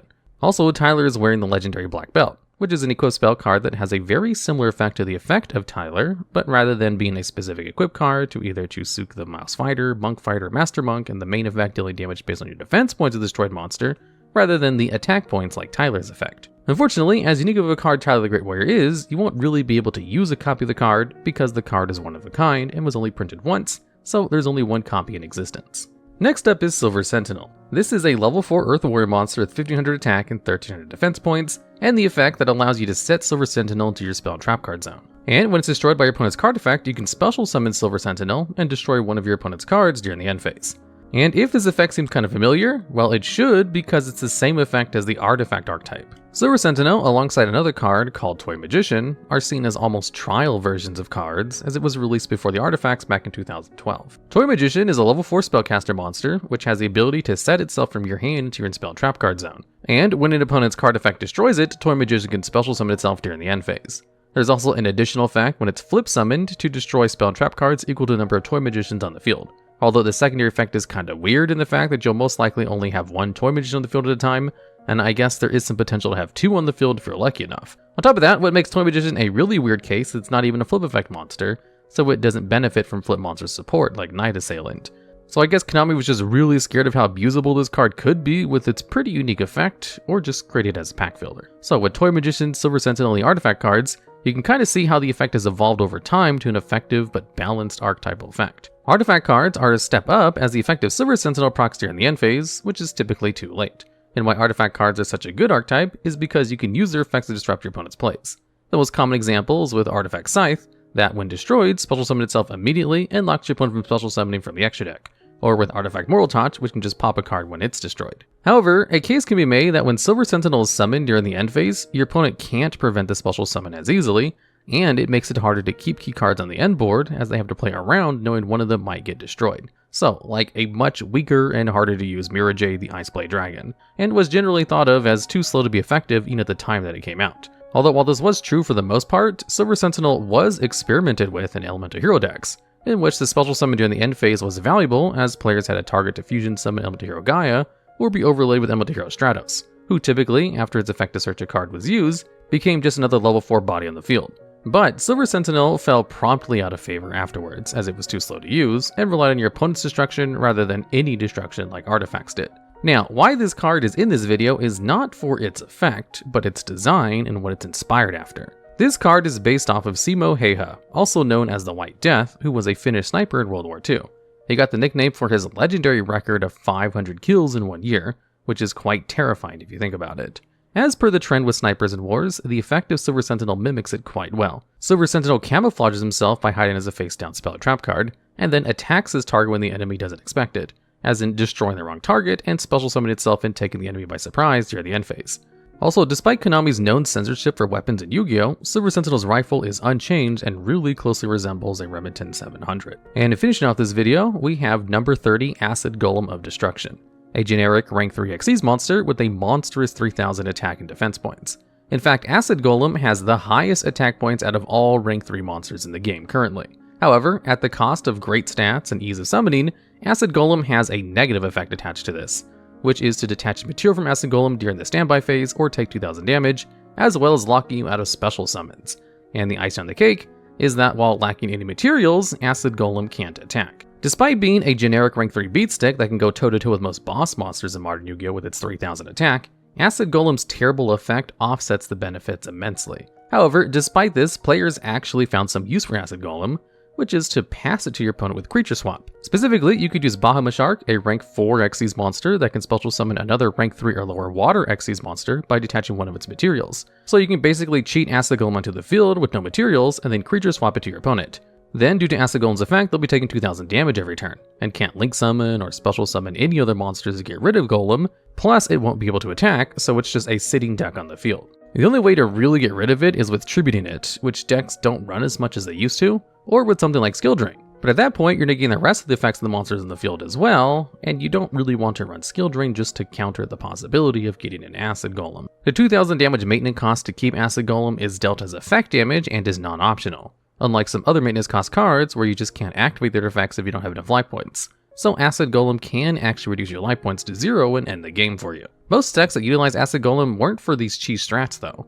The decks that use Acid Golem just use it as a 3k beatstick, and before it could lose its last material, the player would make sure to get Acid Golem off the field before things could get bad. But most decks only used it for important decisive blows, as the caveat of being unable to special summon monsters was one of the worst restrictions you could put yourself under. Outside of that negative effect, Acid Golem has some pretty interesting facts and lore attached to it. Believe it or not, Acid Golem is actually the first and only one of 4 rock water monsters in the game. 2 of the others are Emancipator cards, and the other one is a really good water and earth monster support card called Kartorian, the Hidden Gem of the Seafront, that discards itself for an extra normal summon and can special summon itself while controlling one of the monsters of the attributes. Also, in terms of shared properties to other cards, Acid Golem is seen as the brother card to the infamous Lava Golem, as both have high attacks and a negative effect for the controller of the card. Although Lava Golem is typically the better of the Golem brothers, as you don't need any creature swap shenanigans, and you contribute your opponent's monsters for its summon, which is arguably one of the best forms of removal in the game since it bypasses almost all forms of protection, save tributing protection. With regards to Acid Golem itself, the artwork has some cool tidbits too. If you take a close look at Acid Golem, you can actually see the torso of Acid Golem being kinda burnt because of his own acid, and now the ribcage of the Golem is showing. I guess there's some kind of poetry with the artwork in that regard, because as intimidating and menacing looking as Acid Golem is, it hurts itself with its own power, just like how the player would once it runs out of materials.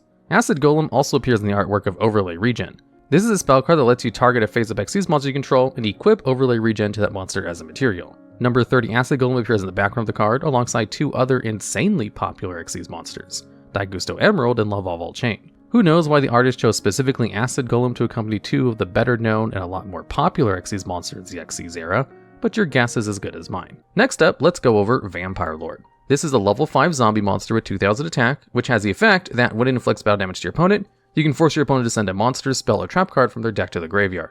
And more importantly, it has a revival effect, where during your next standby phase after this card was destroyed by a card effect, you get to special summon it. And in early Yu-Gi-Oh, this was an absolute staple. It was even restricted on the ban list for a little bit because it was just too good in that early format. You see, the reason this effect was so good, despite being attached to a tribute summon monster, was because most forms of removal in early Yu-Gi-Oh was by destruction effect. We had cards like Dark Hole, Raigeki, Fissure, Trap Hole, Mirror Force, and even Sakuretsu Armor as main forms of removal. So a card which comes back after being destroyed by one of these very common forms of removal basically meant it was immortal unless it could be destroyed by battle, and was kind of like early Yu-Gi-Oh's version of DPE.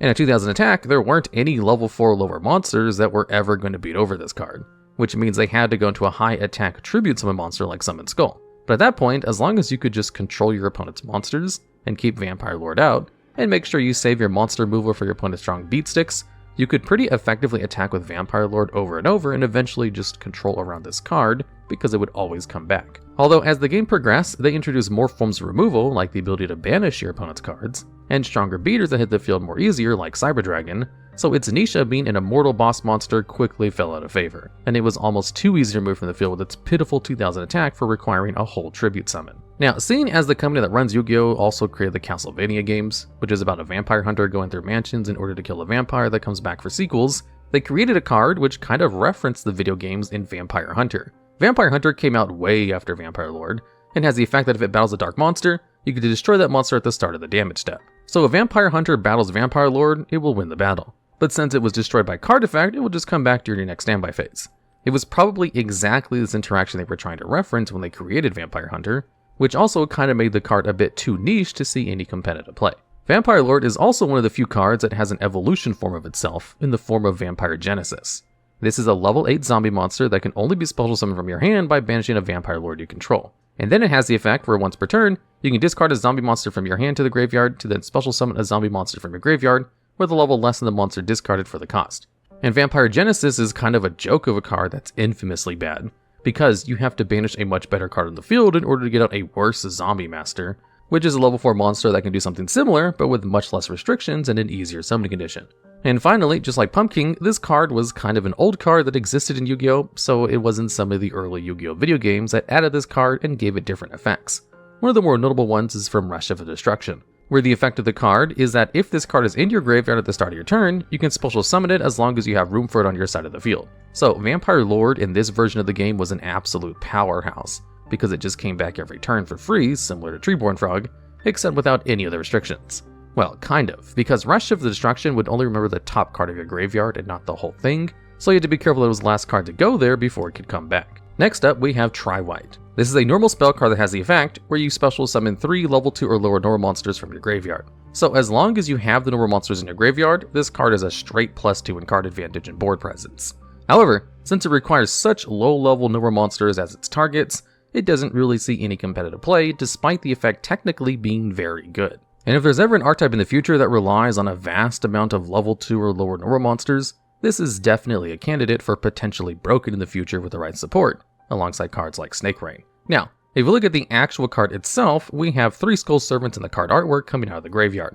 Skull Servant is a very popular skeleton type monster, which is a level 1 vanilla zombie with very low stats of only 300 attack. However, it does have the flavor text which reads, a skeletal ghost that isn't strong, but can mean trouble in large numbers. Which is appropriate why this card was chosen for the artwork of Tri-White, since that card can bring out the maximum copies of it from the graveyard, since Yu-Gi-Oh has a rule of only 3 copies of any one card in your deck. Although Skull Servant is one of those few cards that can kinda get around this rule to an extent, because it has an archetype built around copying its name while it's on the field or in the graveyard. There is also a card called King of Skull Servants, which is a level 1 effect monster that has the effect where its attack is equal to the number of Skull Servants and King of Skull Servants in your graveyard times 1000. And additionally, if it's destroyed by battle, you can banish one of those 2 monsters from your graveyard in order to bring it back. And the artwork of King of Skull Servants is a Skull Servant on top of a whole bunch of other Skull Servants. Again, playing to the flavor text of the original card of being strong in large numbers. And then there's a plethora of other Skull Servant support cards which treat themselves as Skull Servant while in the graveyard, so you can easily get King of Skull Servants up to 10,000 attack. And that's kind of the whole point of Skull Servant based decks. Although, funnily enough, in a pure Skull Servant deck, one of the best ways to run the original Skull Servant in that deck is only at 1 or 2 copies. So, ironically enough, Tri-White isn't actually a useful card in Skull Servant decks, because the Skull Servants are better left in the graveyard, and it's not efficient to run 3 copies of them. Now, as to the name of Tri-White, in Japanese, the name is actually Tri-White Zone, which is a pun on the name Twilight Zone, which is a television series that would tell scary stories with ironic twists, which is perfect for the art of this card as skeletons are a very common monster type, and can easily be associated with anything that involves scary stories. And also, the Japanese name of Skull Servant is actually just the one word, white, which is actually why Skull Servant was chosen for the artwork of Tri-White, because it's literally 3 whites, or Tri-Whites. Now, I'm sure no one really questioned why Skull Servant was used in the artwork for Tri-White, since a lot of Skull Servant support cards do have white in their names as well, like White Baking, White Mare, White Prince, and White Princess. And to round out this video, we have Madolche Queen Tiramisu. This is a rank 4 Xyz monster which requires 2 level 4 Madolche monsters as its materials, and has the effect where you can detach one of its materials in order to shuffle up to 2 Madolche cards in your graveyard into your deck, then you get to shuffle that many cards your opponent controls into their deck. And because of the way this card is worded, its ability to spin your opponent's cards does not target, and returning cards to the deck is one of the best forms of removal, especially after the ruling update to extra deck monsters, where floating effects do not activate if they're returned to the extra deck. And there's almost no card that has protection from this kind of effect, besides just being straight up immune to monster effects in some way. So this effect is actually one of the strongest pieces of monster removal in the game, and she can hit 2 cards per activation of the effect, and it doesn't have to be just monsters. And because this card has such an excellent removal effect, people have been trying out Madolches every time they get a new piece of support, in order to see if they're finally broken yet. Now, the entire Madolche archetype is based around monsters loosely based on some kind of treat, usually some kind of cake or candy or something that can be found at a tea party. And Madolche Queen Tiramisu is based on a tiramisu, which is an Italian coffee-flavored cake. And the jigsaw puzzle that she sits on is just a slice of tiramisu. If you look at the trap card Madolche Palooza, you can see the queen sitting at the top of a cake right next to Madolche Puddingcess, whose name is the play on words for pudding and princess. So, one can assume if Queen Tiramisu is a queen and Puddingcess is a princess, and they're shown together a few times in card artworks, it's easy to surmise that Queen Tiramisu is the mother of Puddingcess, showing one of the very few parent relationships in Yu-Gi-Oh! There's also a rank 5 monster that was released much later on in Yu-Gi-Oh's history called Madolche Puddingcess Chocolate a la Mode, which is also a princess based on a chocolate cake, although I'm not 100% sure if this is just another version of Puddingcess, or a completely new princess, which would mean Queen Tiramisu has at least 2 children. The Burning Abyss is a rather direct reference to Dante Alighieri, an Italian poet from the 13th century known for his 3-part epic poem called the Divine Comedy. This story seeks to spin a tale or mythology around the fate of a soul in the various afterlives, with heavy symbology towards notions of divine justice and rewards. The 3 parts of this comedy represent hell, purgatory, and heaven, known as Inferno, Purgatorio, and Paradiso in this epic. A large amount of the cultural concept of hell and the many circles of hell representing different punishments can be tracked back to this story popularizing the concept, and the Burning Abyss plays into this cultural touchstone. The main character of the Divine Comedy is Dante himself, self-inserted into the story and journey. He is represented in Yu-Gi-Oh! By both Dante, Traveler of the Burning Abyss, and Dante, Pilgrim of the Burning Abyss. Dante's overarching goal in this story is his ascent through hell, through purgatory, and finally to reach heaven where his paradise awaits. Both versions of Dante play into the theme of Dante himself at the beginning and end of his journey, while also having effects that play to the theme of traveling through hell and coming out the other side a better man. Traveler represents Dante at the start of his journey. His effect to mill up to 3 cards implies the 3 destinations he must traverse, hell, purgatory, and heaven respectively, while also playing into the metaphorical theme of hell being the graveyard. Most of the Burning Abyss monsters have graveyard effects showing their machinations in hell itself. Dante just recurs another Burning Abyss card to your hand if you send to the graveyard, symbolizing a preemptive end to the journey and having to start over. Even Dante's unusual effect to change back to defense position after attacking has this gameplay loop of Dante using his effect to pump himself up to go on his journey, pushing forward by attacking, then having to shift back to defense position, slow down, or stop. The highs and lows of the treacherous journey through the Burning Abyss after all. Moving on to Dante at the end of his journey, Pilgrim depicts him as a more wizened and holy man, as seen by his glow up into the stark white, priestly garb, and more powerful presence in the art. This more experienced version of Dante has effects reflecting his growth. Firstly, he's untargetable by your opponent, which is a nice piece of protection for a boss monster, and has the metaphorical purpose of showing Dante as being incorruptible. Not just that, but Dante seeks to remove corruption with its next effect, letting you rid yourself of one of your own demons by discarding a Burning Abyss card from your hand back to the hell in the graveyard, and rewarding you for it by drawing a card. He even has an effect to punish your opponent if they send Dante to the graveyard by ripping a card from their hand to the graveyard as punishment for the sin of ending this holy man's life. This is a running theme around the Burning Abyss archetype. Lots of graveyard effects, and lots of sending cards to the graveyard one way or another, for one metaphorical reason or another. Once you piece together the graveyard is the stand-in for hell, and well, the Burning Abyss itself, these pieces start lining up. Dante is not alone in his journey. He's accompanied by another Italian poet, this one a long-dead citizen of the ancient Roman Empire, known as Publius Virgilius Maro, or Virgil for short. Virgil is represented by Virgil, Rockstar the Burning Abyss. Virgil serves as Dante's guide, assisting him as he has to climb his way out of the Burning Abyss of hell. Similar to Dante, Pilgrim of the Burning Abyss, Virgil can rid you of your demons by discarding a Burning Abyss card from your hand for a positive effect. In Virgil's case, it's quite literally to clear a path so you can continue, as Virgil can shuffle away a card your opponent controls or in the graveyard. He's the guide, and he can clear you the path for Dante to move forward. Virgil also has an effect when destroyed, drawing you a card, representing how Dante eventually has to leave Virgil behind to obtain his paradise. In this case, paradise is drawing a card, which I'm sure most Yu-Gi-Oh players can agree with. Virgil's an already actualized person in the story, despite his pagan status keeping him out of heaven, so there's no secondary version. He's just a rock star poet hanging out in hell, there to help out his good buddy Dante from 1300 years in the future. Staying on the course of the Burning Abyss extract monsters, let's talk about what Dante is really traveling to heaven for. It's easy to say it's just paradise and that's good enough, but from Dante's perspective, heaven is also the place where his true love exists in the form of Beatrice. She also serves in the story as a reference to the apocryphal Beatrice Potinari, supposedly a girl Dante knew as a child and fell in love with at a young age. She serves as Dante's guide through heaven in Dante's Paradiso, the heavenly counterpart to Virgil. Beatrice is obviously represented by Beatrice, Lady of the Eternal. An interesting thing about Beatrice is that she's technically not a Burning Abyss monster. There's no Burning Abyss in her name. This makes sense as Beatrice is not in hell and never goes through hell. She's in heaven, which seems to be referred to as the Eternal due to her name. And while she does interact with the Burning Abyss monsters, much like Pilgrim and Virgil, Beatrice rewards you for ridding yourself of Burning Abyss monsters. Her first effect, to summon herself by discarding both a Burning Abyss monster from your hand and overlaying onto a Dante, speaks of both ridding yourself of your demons and sins with the discard, and Dante finally uniting with Beatrice. Her primary effect on field is to send any card from your deck to the graveyard. And while this is entirely generic and can be used for all sorts of plays, in the Burning Abyss archetype, this is obviously meant as a way for you to get rid of more demons in the main deck Burning Abyss monsters and gain their graveyard effects as rewards. Much like Virgil and the Dantes, she also has an effect when destroyed, summoning any Burning Abyss monster from your extra deck and ignoring its summoning conditions. While it can get other options, this is seemingly designed to let you move on from Beatrice and get Dante, Pilgrim of the Burning Abyss.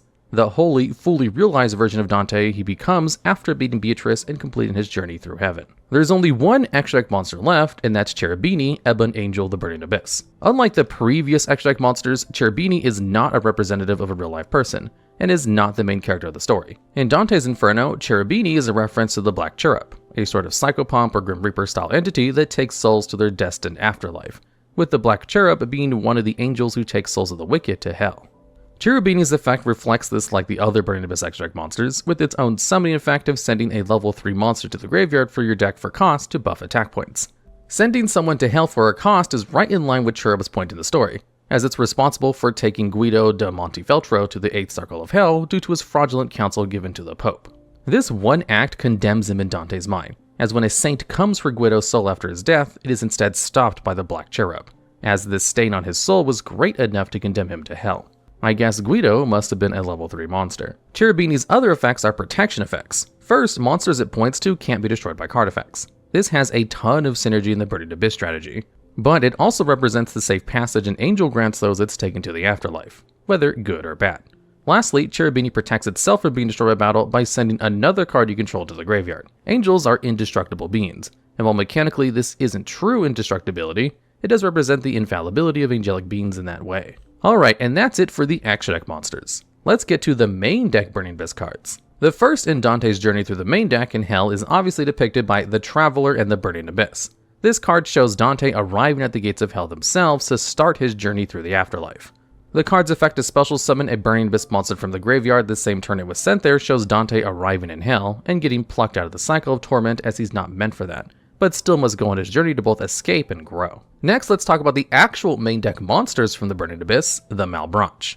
You might have noticed that nearly all of the main deck Burning Abyss monsters are titled Malebranche of the Burning Abyss, and this is a particular group of devils in Hell who appear in Dante's Inferno.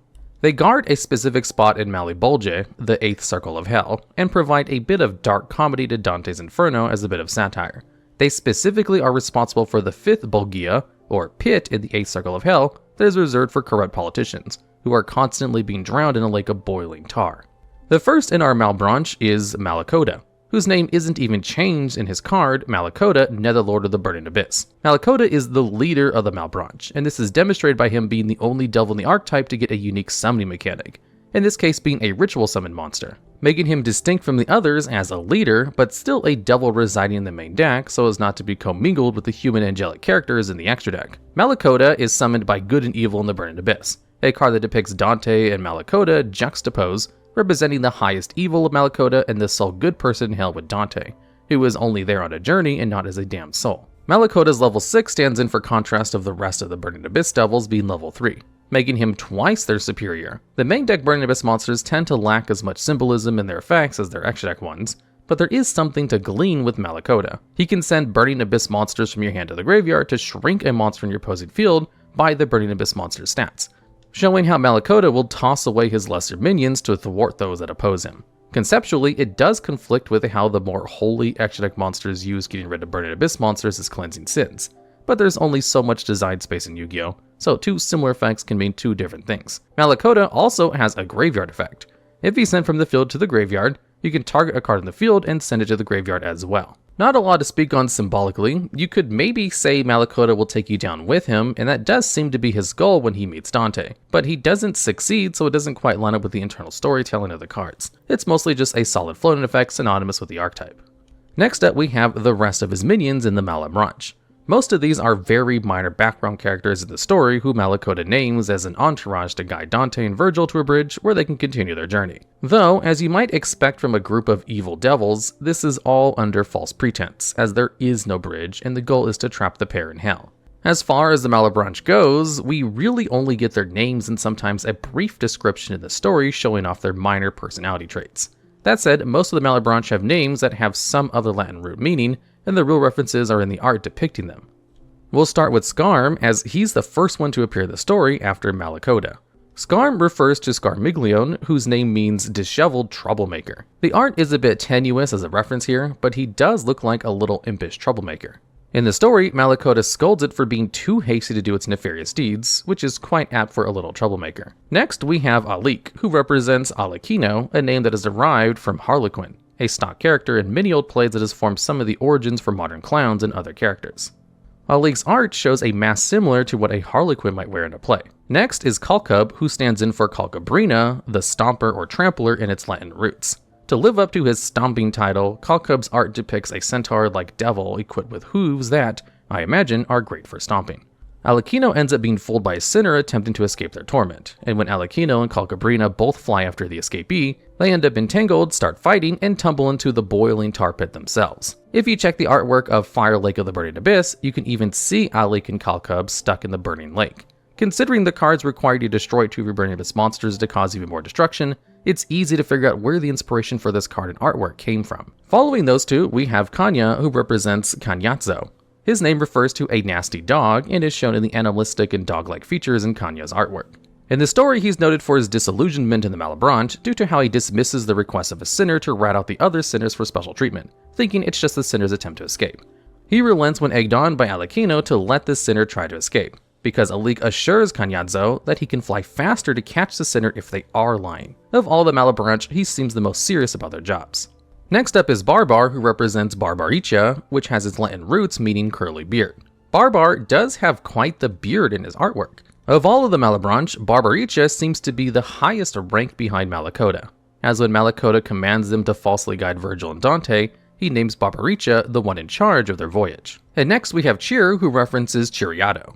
His name means little pig, and you can see the pig-like snout in his artwork. He's notable for being the first one to try to pounce on that sinner that offered Kanyato that deal and tried to escape. He's rebuffed by Barbaricha because, well, they wanted first dibs to torture the sinner and they're the boss, apparently. Next, there's Farfa, who refers to a Scottish YouTuber and Twitch streamer with an immense love of fish. Jokes aside, Farfa refers to Farfarello, whose name means goblin or in modern Italian could mean butterfly. Farfa's art depicts a sort of harpy-like creature with big wings for arms and bird talons for feet, which doesn't have that great of a crossover with the Latin root and is more just a generic monster like Scarm as far as we know. And next we have Graf, who stands in for Graphia Kane. This name means dog scratcher, and similar to Kanya, Graf's art depicts a devil with rather canine-like features to match this name, though there's no reference to Graf scratching Kanya as far as I'm aware. Next up is Dragin, who stands in for Dragon Yanzo, a name which means little dragon, and well, Dragin does have quite dragonic features for a winged devil from hell. Following that, we have Libyc, who refers to Libycoca, whose name means either windy or Libyan hothead. You can tell they didn't really know what to do with that meaning for a name, as Libic's art is maybe the most generic amongst all the Burning Abyss monsters. And finally, we have Rubik, who refers to Rubicante. This means red-faced terror, and this is maybe the most interesting of all of the regular Burning Abyss monsters. Much like Beatrice, Virgil, or Dante himself, Rubik is meant to represent a real-life person named Conte de Gabrielli. As a high-ranking civil officer in Florence, he exiled a Dante from Florence before Dante became known as the poet he is today. Dante returned this disgrace by immortalizing him as a petty devil in his now seminal work of literature. Rubik, likewise, has the most human artwork of all the main deck Burning Abyss monsters, as an acknowledgement that he represents a real person. That's not the end though, as there's still one last card on our journey. While we might have started off at the gates of hell and the travel of the Burning Abyss, I now guide you to our final destination in paradise, the terminus of the Burning Abyss. Delivered from hell into heaven, this card depicts Dante uniting with Beatrice, and is the fusion spell of the archetype that finally lets you complete Dante's journey and reach his holy form of Dante, Pilgrim of the Burning Abyss. It's the final card in the story, the final card symbolically, and is the final step on our journey together through the topic of the Burning Abyss.